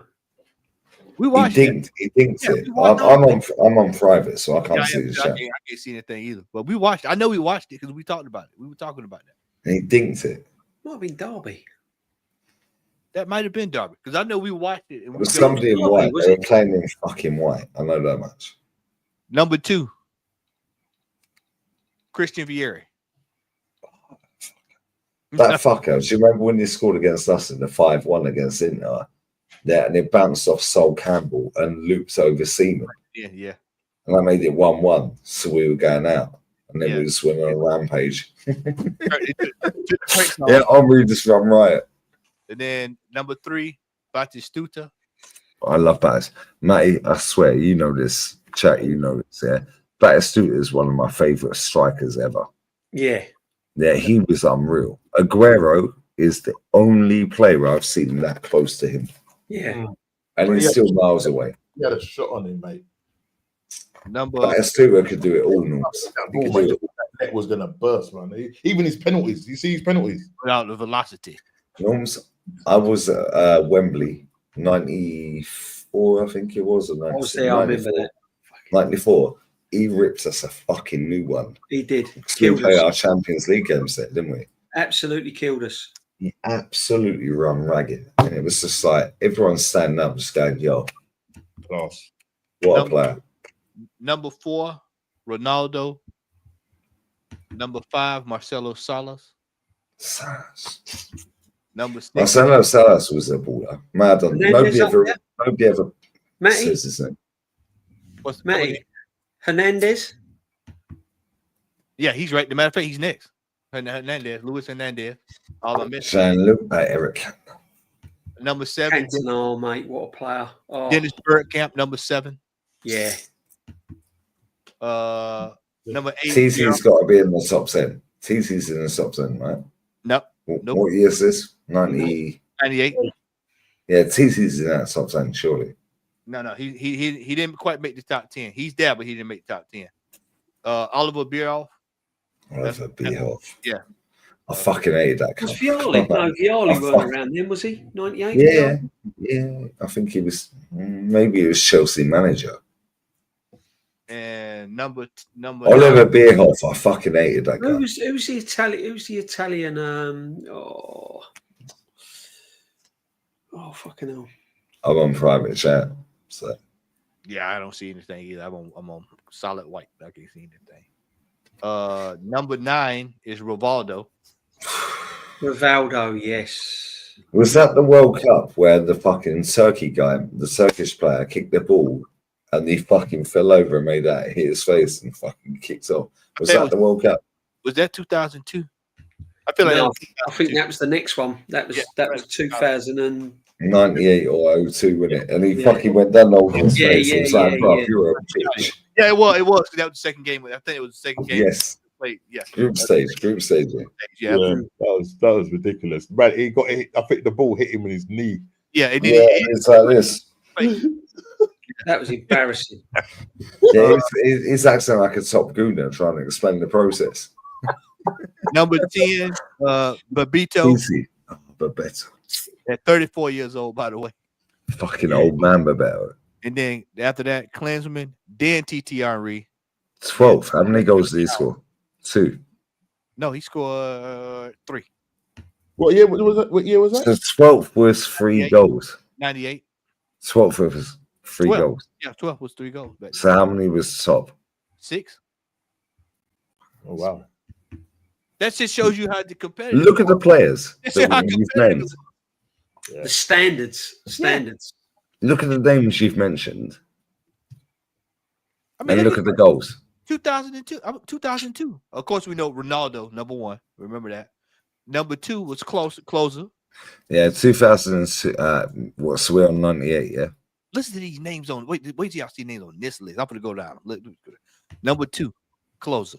Number What 3. year is this? What year is this? 2002. 02. Yeah.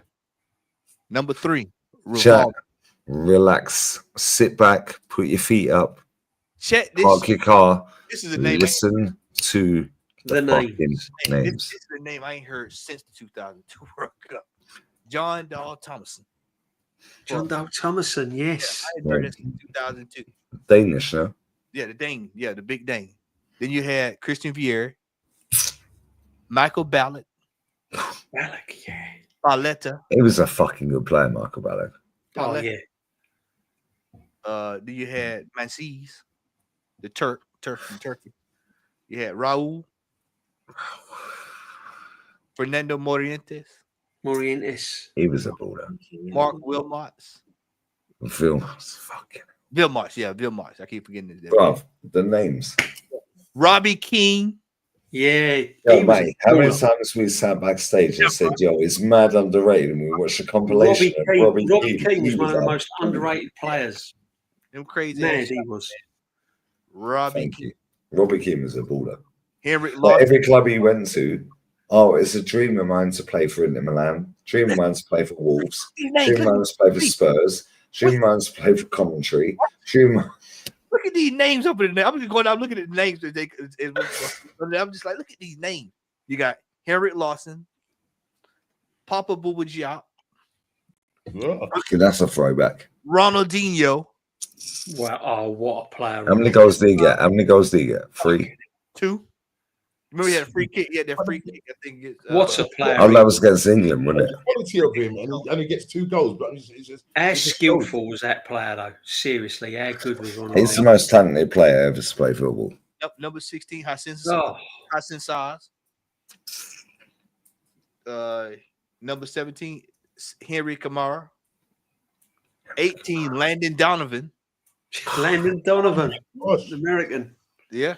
Number behind him, Michael Owen. 1 goal. 2. 2. And he was number 20. Yeah. 2 goals. He was 18 with 2 goals. 18. 2 goals. And 19 was Owen. 20, Umit Duvala. 21, Brian McBride. Brian McBride. I didn't even realize he was 30 years He old. played for Fulham, innit? Yeah, I didn't realize he was 30 years old then. Yeah, it was old man McBride. USA didn't have a bad World Cup team that year. They had Alexis Lalas, Really all them man. Alexis Lalas was a good player, yeah. Fred Friedel. Yeah. Yeah, Brian McBride. What's It their was the other what's guy. their hopes in the next World Cup, mate? We did that one. That was 06. We did 06. Now I skipped over that with 2010. 2010. Listen to this right That's 2010 was South Africa, right? here. Yeah, listen to this list right here. And Jokers be talking about what we rate. Spain won that. Number 1, David Villa. Thomas Müller. Baller. 5 Mad goals. underrated. Number 2, Wesley Sneijder.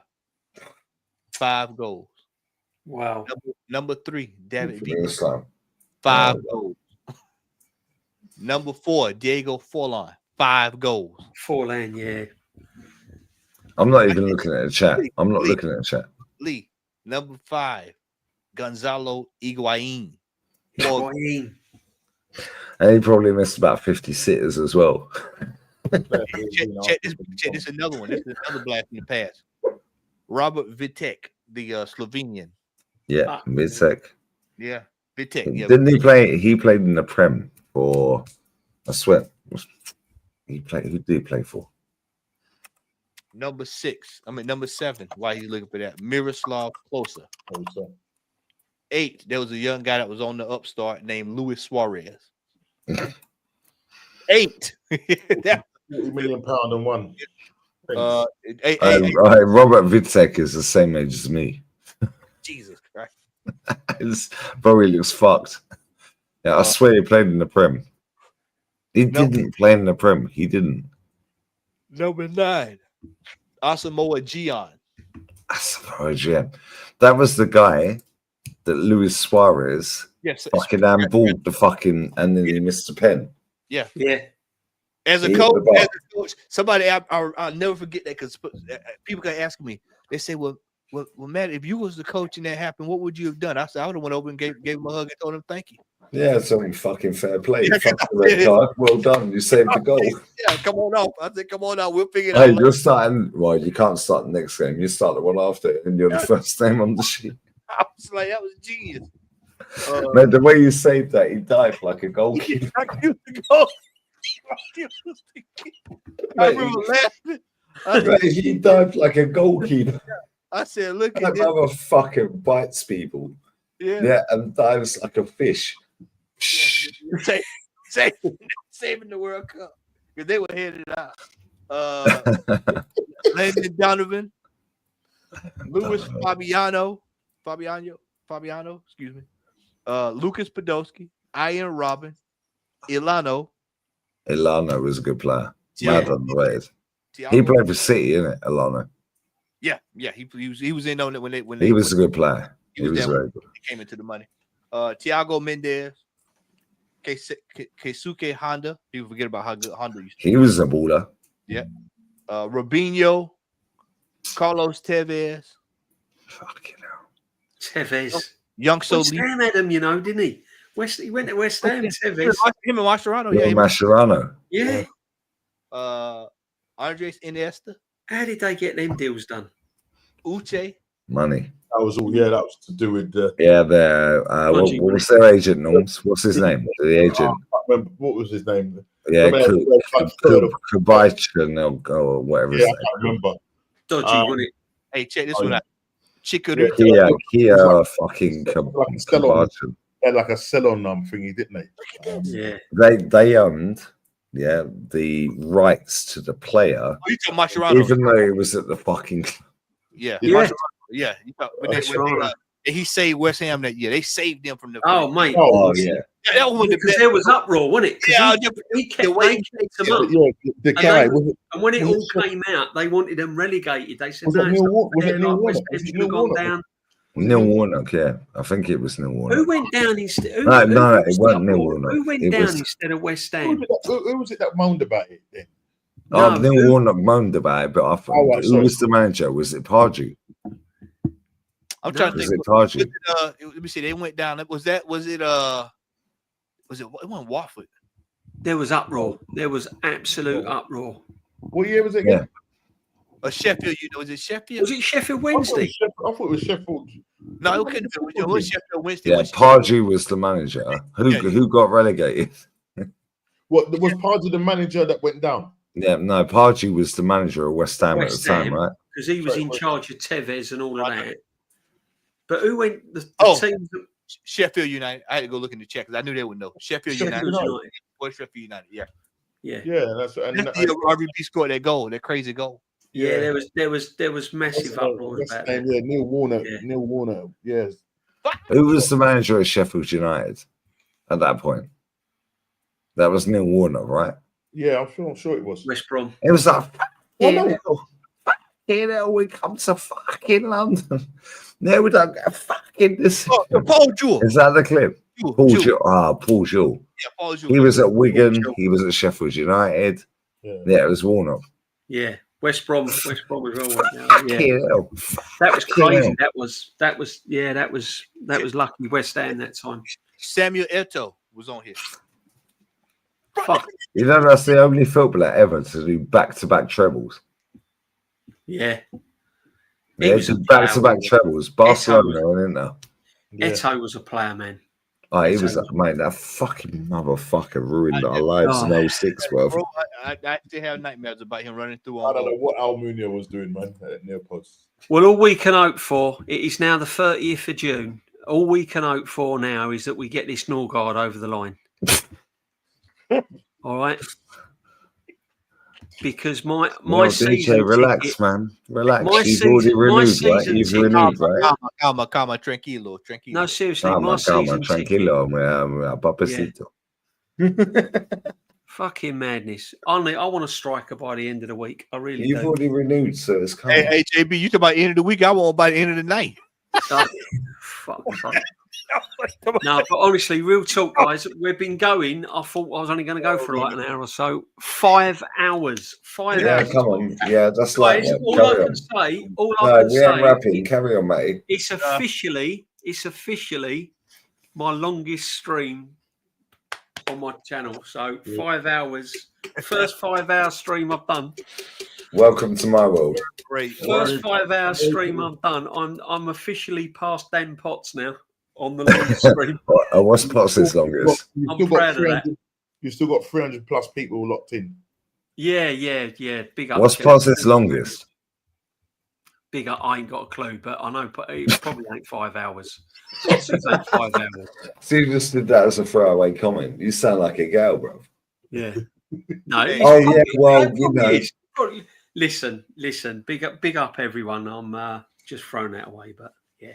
Hey, big up DJB. Before we go, JB, I'm gonna show you this, and we'll go ahead and wrap because I know everybody's tired. Look at this right here. Here you go. Go on in. Let's have a look, Matty. Here you go. Whose live we like? Chat. He got says more money saved for that left winger and the striker. Weekly wages. Look at this.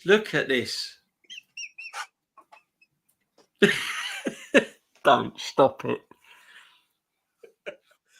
I saw a T-shirt today when I was basically we've given him a £40,000 thingy. Then is that what you're saying?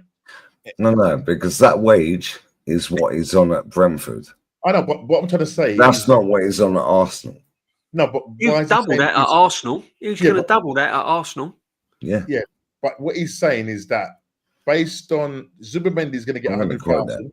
Yeah, right. Zubimendi is going to get 100,000 according to him. Yeah, and Norgard's going to get 40,000. How's that work? I saw Norgard's on 40,000 already, and Zubimendi. So yeah, I don't know how much. Is he saying that these figures here, is what they're going to get when they come to Arsenal? Because he's stating that Partey's on 200,000 currently, obviously, and Jorginho's left was on 110,000. So we bought them. Zubimendi, what was Zubimendi on at Real Sociedad, Lee? I can find out. One sec. 2 cans of soda and a bag of peas. Couple of tapas. Oh, boy. Let's find out. Salaries, club. I saw a T-shirt today where I was at, and it said Norgard won't be on 40,000 at Arsenal. He'd be on more than that. That's what he's worked out. But that's what he's quoted, isn't he? That's what he's quoting. That's their current wage now. That's their current wage now. When they come to Arsenal, they'll be on much more than that. Zubimendi. Zubimendi is on 57.7k euros. So right. So what I'm trying to say, based on what he's saying here, he's saying that now that we've lost Partey and Jorginho, that's 310,000, right? He's saying that Zubimendi and Norgard is coming to our club at that rate, 100,000 a week and 40,000. Yeah. So he's just second guessing. Yeah, of course he is. Hey man, I saw a T-shirt today where I was at. I should have to do. I need to buy it, so I wear it when I'm on the panels with the guy. You can't fix stupid.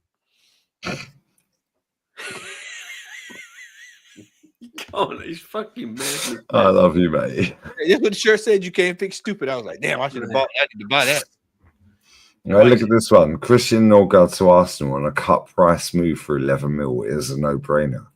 Good rotational player, partner for Zubimendi, and experience for next season. Oh, please. I don't Premier League proven. Yeah. Leadership. Leadership, Brentford's captain. Elite ball winner.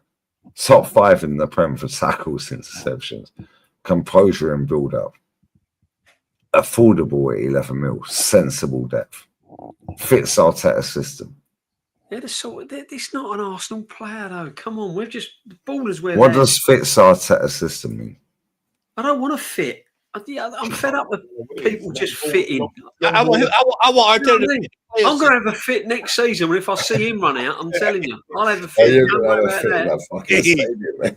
Hey, JB, I'll be fitting next season if I see Havertz in number 9 and Norgard behind. I'm telling you. Hey, JB, they keep saying, they're saying, look, DJB, give him a bloody chance. Yeah, well, you know, they keep saying, I suppose I've got to.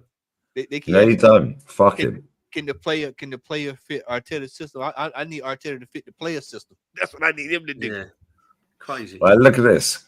3rd of July 23. Incredible business here. 25 mil or 21.5 million pounds for Granit Xhaka with 1 year left on this deal. Edu finally selling Arsenal players for a good price. I'll quote that. That was from 23. Yeah. How's that going? How did another season of U-shaped garbage? Yeah, probably.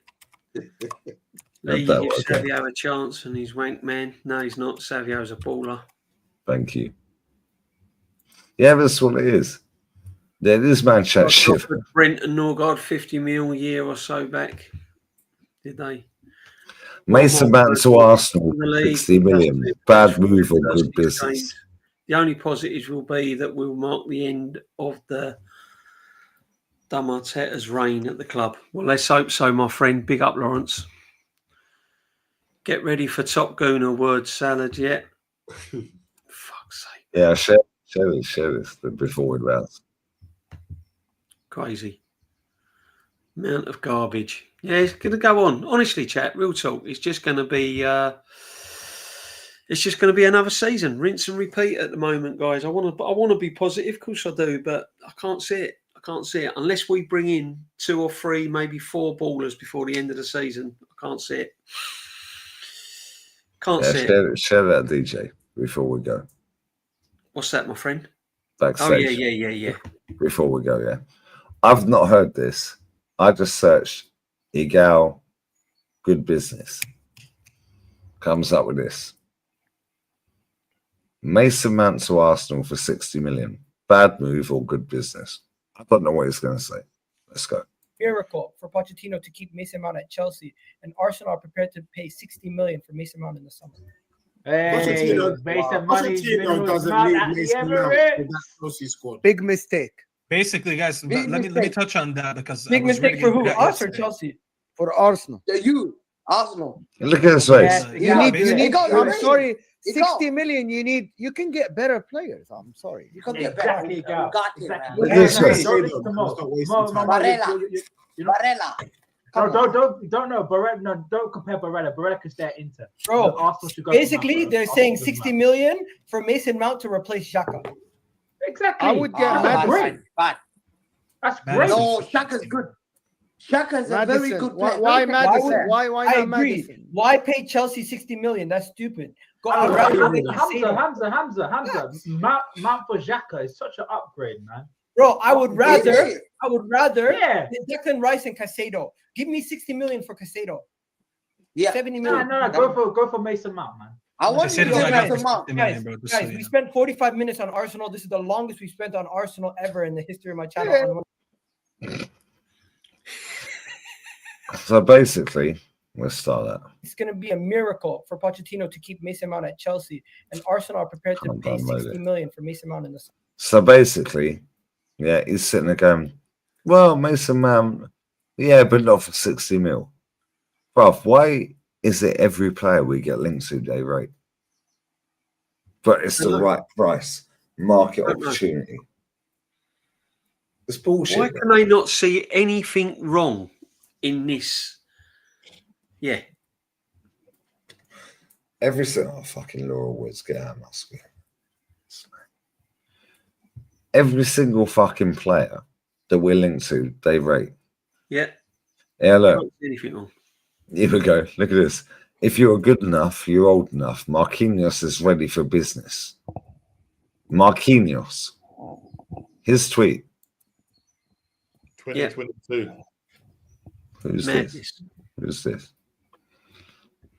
The old chat. Who's this? Look at this. Look. They gonna kiss each other. What are we doing here?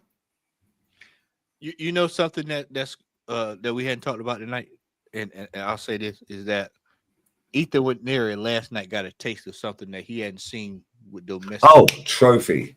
Trophy. Oh, guess who scored in the final, mate? Amari Hutchinson. That we let go for free. Shell sold him for 25. Yeah, it's about right, isn't it? Fucking madness, nice. I honestly, who's live that we like? They don't, isn't it? The club, crazy. Right, chat. Who's live, fuckers? Who's live? Oh, do you know what, Lee? You'll have to show me how to do that, man. I can't. I said this the other way. I've got to learn how to. I asked Matty the other day, and TJ's live. TJ's live. I don't know how to raid. You'll have to show me. You can. Aaron did, but I tried it and I messed up. No, you can. I'll drop it in the chat. Hold on a second. I ain't got a clue how to do it. But big up the TJ's chat. live. Thank you. No, Thanks a lot, guys. One second. No, you ain't going nowhere. Go on. So go to studio. What? Click on me. YouTube studio. Hang on. Then go to content. And where's my YouTube shoot? So you go into your channel. Yeah, content. Hold it, bro. Why can't I find my YouTube studio? What's this up there? It's like, oh, man.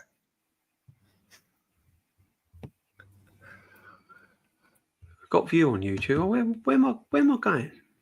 YouTube studio. There you go. There you go. Right there. Try it in there. It's TJ. Yeah, TJ's live. Yep. There you go. Right there, y'all. That's where we hit it. YouTube studio. Look at him. He's like my old man. It's like, well, how the fuck do I do this? Just press YouTube studio, bruv. I've got it. You are live. Right. Edit. Hang on. Okay, no. Hold up. So you're in Remove. YouTube studio, yeah? View on YouTube. No, comma. Live. Then are you on YouTube or YouTube studio? Hang on, mate. Bro. Yeah. Leave. YouTube studio. Here we go. Mate, we need that. Here we go. Right, I'm on YouTube studio. Right. Okay. Cool. Now go to. Now go content. to the next one down. So you got your logo. Content. Yeah. Content. Then go live. Then press the pencil. Live. Hang on. Yeah. Pencil. It's right underneath the first line. Yeah, of your title. The little pencil. So I've clicked live, Lee. Hang on a minute, man. Hold on, chat. Bear with. He's old. Relax. No, listen. I've clicked on live, right? But I can't find the pencil. No. So where your title is, what's your title? What's the title say? Arsenal Huddle. DJB Arsenal Huddle Sunday. Cool. So you got it on live and it comes up with all your lives, yeah? Hold it. All my lives. Comes up with all your lives, yeah? Yeah, comes up with all my lives. Yep. Right. All right under DJB, there's a little, it looks like an injection. It's a needle, like a pencil. So I've gone content. I've gone live. Yeah, content live. Go down. Yeah. Oh, yeah. Pencil, yeah. Now click on that. Click on that. Got it. And then you got another pencil when you get in there, yeah? It says details. Underneath that, customization. Yeah, it's got a little, it's like a radar. One underneath the pencil. Customization, yep, got that. Yeah. Now scroll down. Yeah, and it'll say redirect. Where we Keep go. scrolling, and it'll say scrolling. redirect. Redirect, yep. Now click on that. What, where it says add? Yep. Now Add. go to the search bar. Yeah. Tap it twice. Yeah, got it. What do I type in? Now type in TJ Warren. Capitals. It's in fact copy and paste this. It's in the private. TJ Warren. Search. Then press search. So come up with this channel. There's loads. Warzone, whatever. No. Private chat. Copy and paste that from the private chat. Norms. Okay, then sort him out, bruv. Right, listen, I'm zombie. Patience, guys, patience. Don't worry, Right, so copy, and paste the private link. If I come off the private link, I'm going to lose all this, aren't I? No, you won't. Because you're on a different window. So copy and paste. So the private chat, highlight it, highlight the whole thing, right click. Yeah, I know. There, copy. Go back to where you are. Then go to the search bar where you are and paste. Yeah, okay. Come up with TJ Warren TV. Press search when you do it. And when you do it, it'll come up with this thing. Click on it on the left. Where's my private chat gone? No, seriously, where's my private chat gone, man? Can you click? What can you see? Can you see comments? Honestly, it's come. Right, so you're still in YouTube Studio, yeah? Yeah, I can go back to YouTube Studio. I've gone back to customization, Yeah. Now, go down to redirect. Click redirect. Private chat, right, here we go. Yeah, now copy and paste. Copy. Yeah, go back to where you was. Yeah. And the YouTube thing. Yeah, go back to the search bar. Yeah. Paste and press enter. And it'll come up with TJ Warren. Now it'll come up with a little square on the left. Paste, search, enter. It'll come up with him on the left, right? Leave the geezer alone. Leave the geezer alone.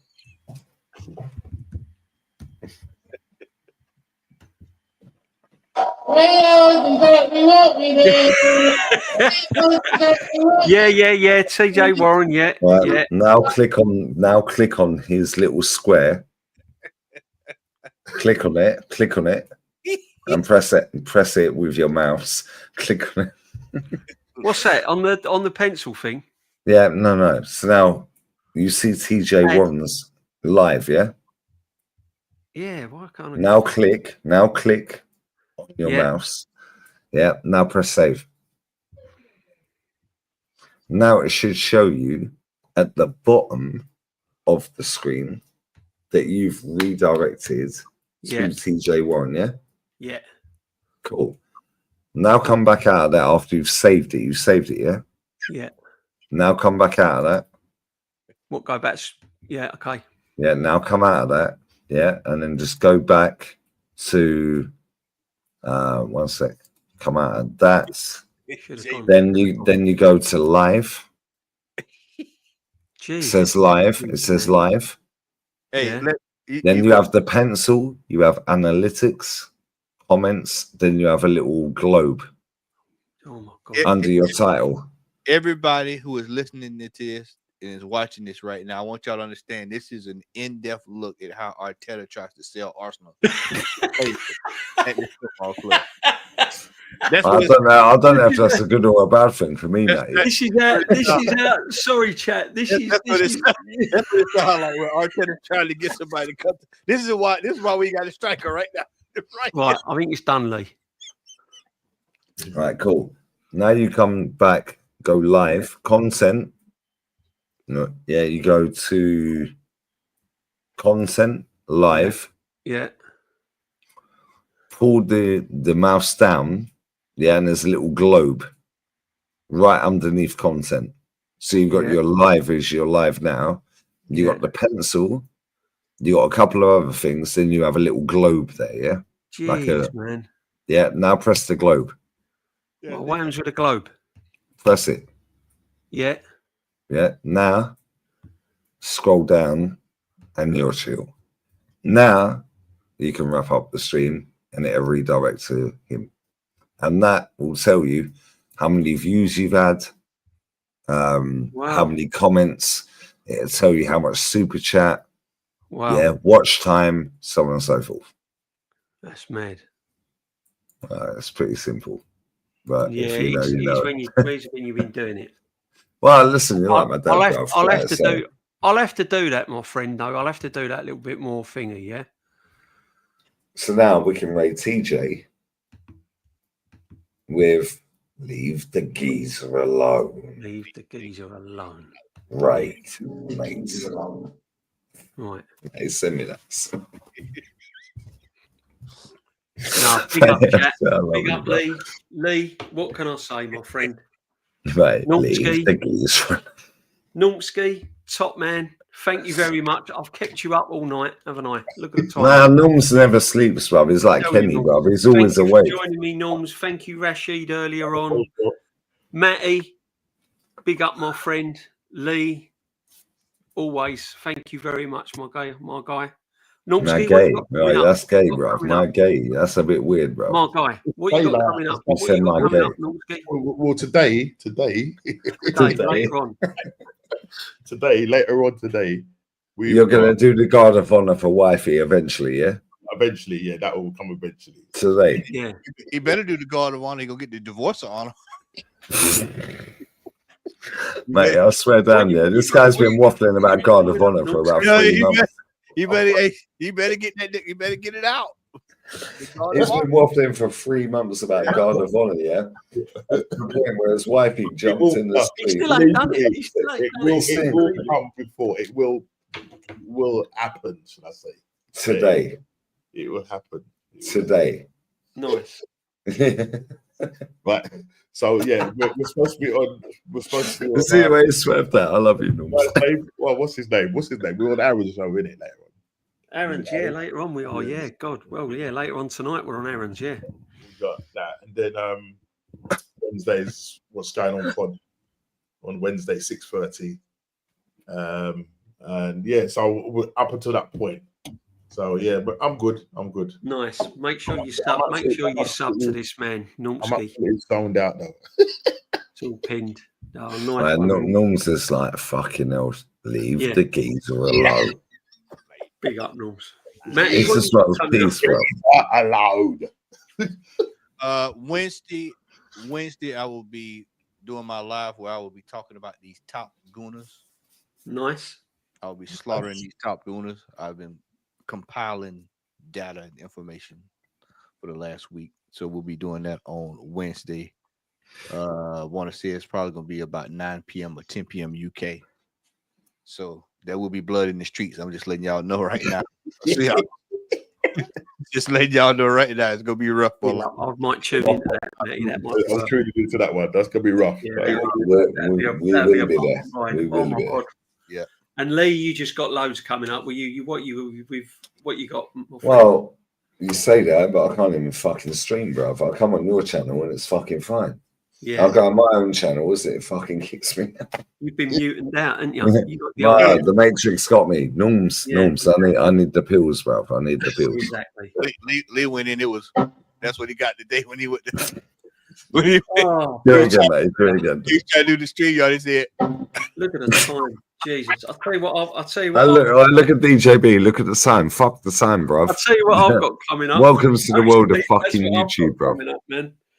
Welcome to the world of YouTube, mate. Yeah, I got in bed at 6:30 this morning. Yeah, 6:30 this morning. My old girl woke me up at fucking 10. Hold that.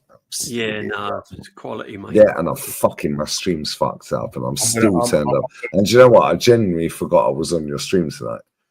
Yeah, so I went for a shit. I went for a shit. How can you forget that, Lee? Come on. I know, it's disgusting. I went for a shit. Yeah, and you text me with the link. I was like, oh shit. shit while I was having a shit. I was like, oh right. shit. I forgot because I fucked the stream fucked up. It kept kicking me out. Yeah. And I was like, I'll go live after the buying game. The buying game fucked up. I was like, cancel it. Can't be asked. Mum was sitting there, she's going, how much do you reckon that's cost you? I was like, I don't want to fucking. Oh, don't. Yeah. And I was like, but anyway, I'm on with my pal. Yeah, no. Yeah. Big up, And I mate. said, and after that, I'm going live. And about 4 a.m, I'll eat the roast dinner. Worst way is I eat it for breakfast. You'll be eating it for breakfast and lunch at this rate, mate. I'll tell you. 100. And she says to me, she goes, don't get up early because you keep getting up early. You've had hardly any sleep. I was like, you're trying to fuck me off or what? You're not trying to get rid of me. And she goes, you need to have a nice 12-hour sleep. I was like, Mum, if I sleep and nobody wakes me up, I swear I'll sleep for 48 hours. I said, too cansado. I said, I'm not north. And bless up, Nums, Matty. Yeah, no, bless up, guys. Thank you. Always, Sub to honestly, DJ, Norms honestly, and Matty. make sure you smash the likes, guys. Thank you. And very before much. we fuck off, yeah, TJ Warren's got about 4 people watching him, yeah? So you motherfuckers better turn up, you spaz. Yeah, we got 2, he's got 5 people watching him. He's playing Warzone. Yeah, we got 268 in the building. Yeah. You better turn up and pull up, yeah, and spam his chat. Spam his chat. Yeah, with what should we say? Leave the geezer alone. Leave the geezer alone. Warzone. Leave the geezer alone. Yeah, Matty, leave the war zone alone. Matty, send me that. I bet you send me that. I said, you already got it. Big up, Matty. Big up, Numpski. Big up the chat. Bless. Thank you, everyone, for tuning in. Make sure you sub, smash the likes. You know what I've got to do. Arsenal Football Club, merry-go-round. The circus is in town. Just wait to see what happens. And on that note, we're gone. Yep. Later, my friends. Funky Later. out.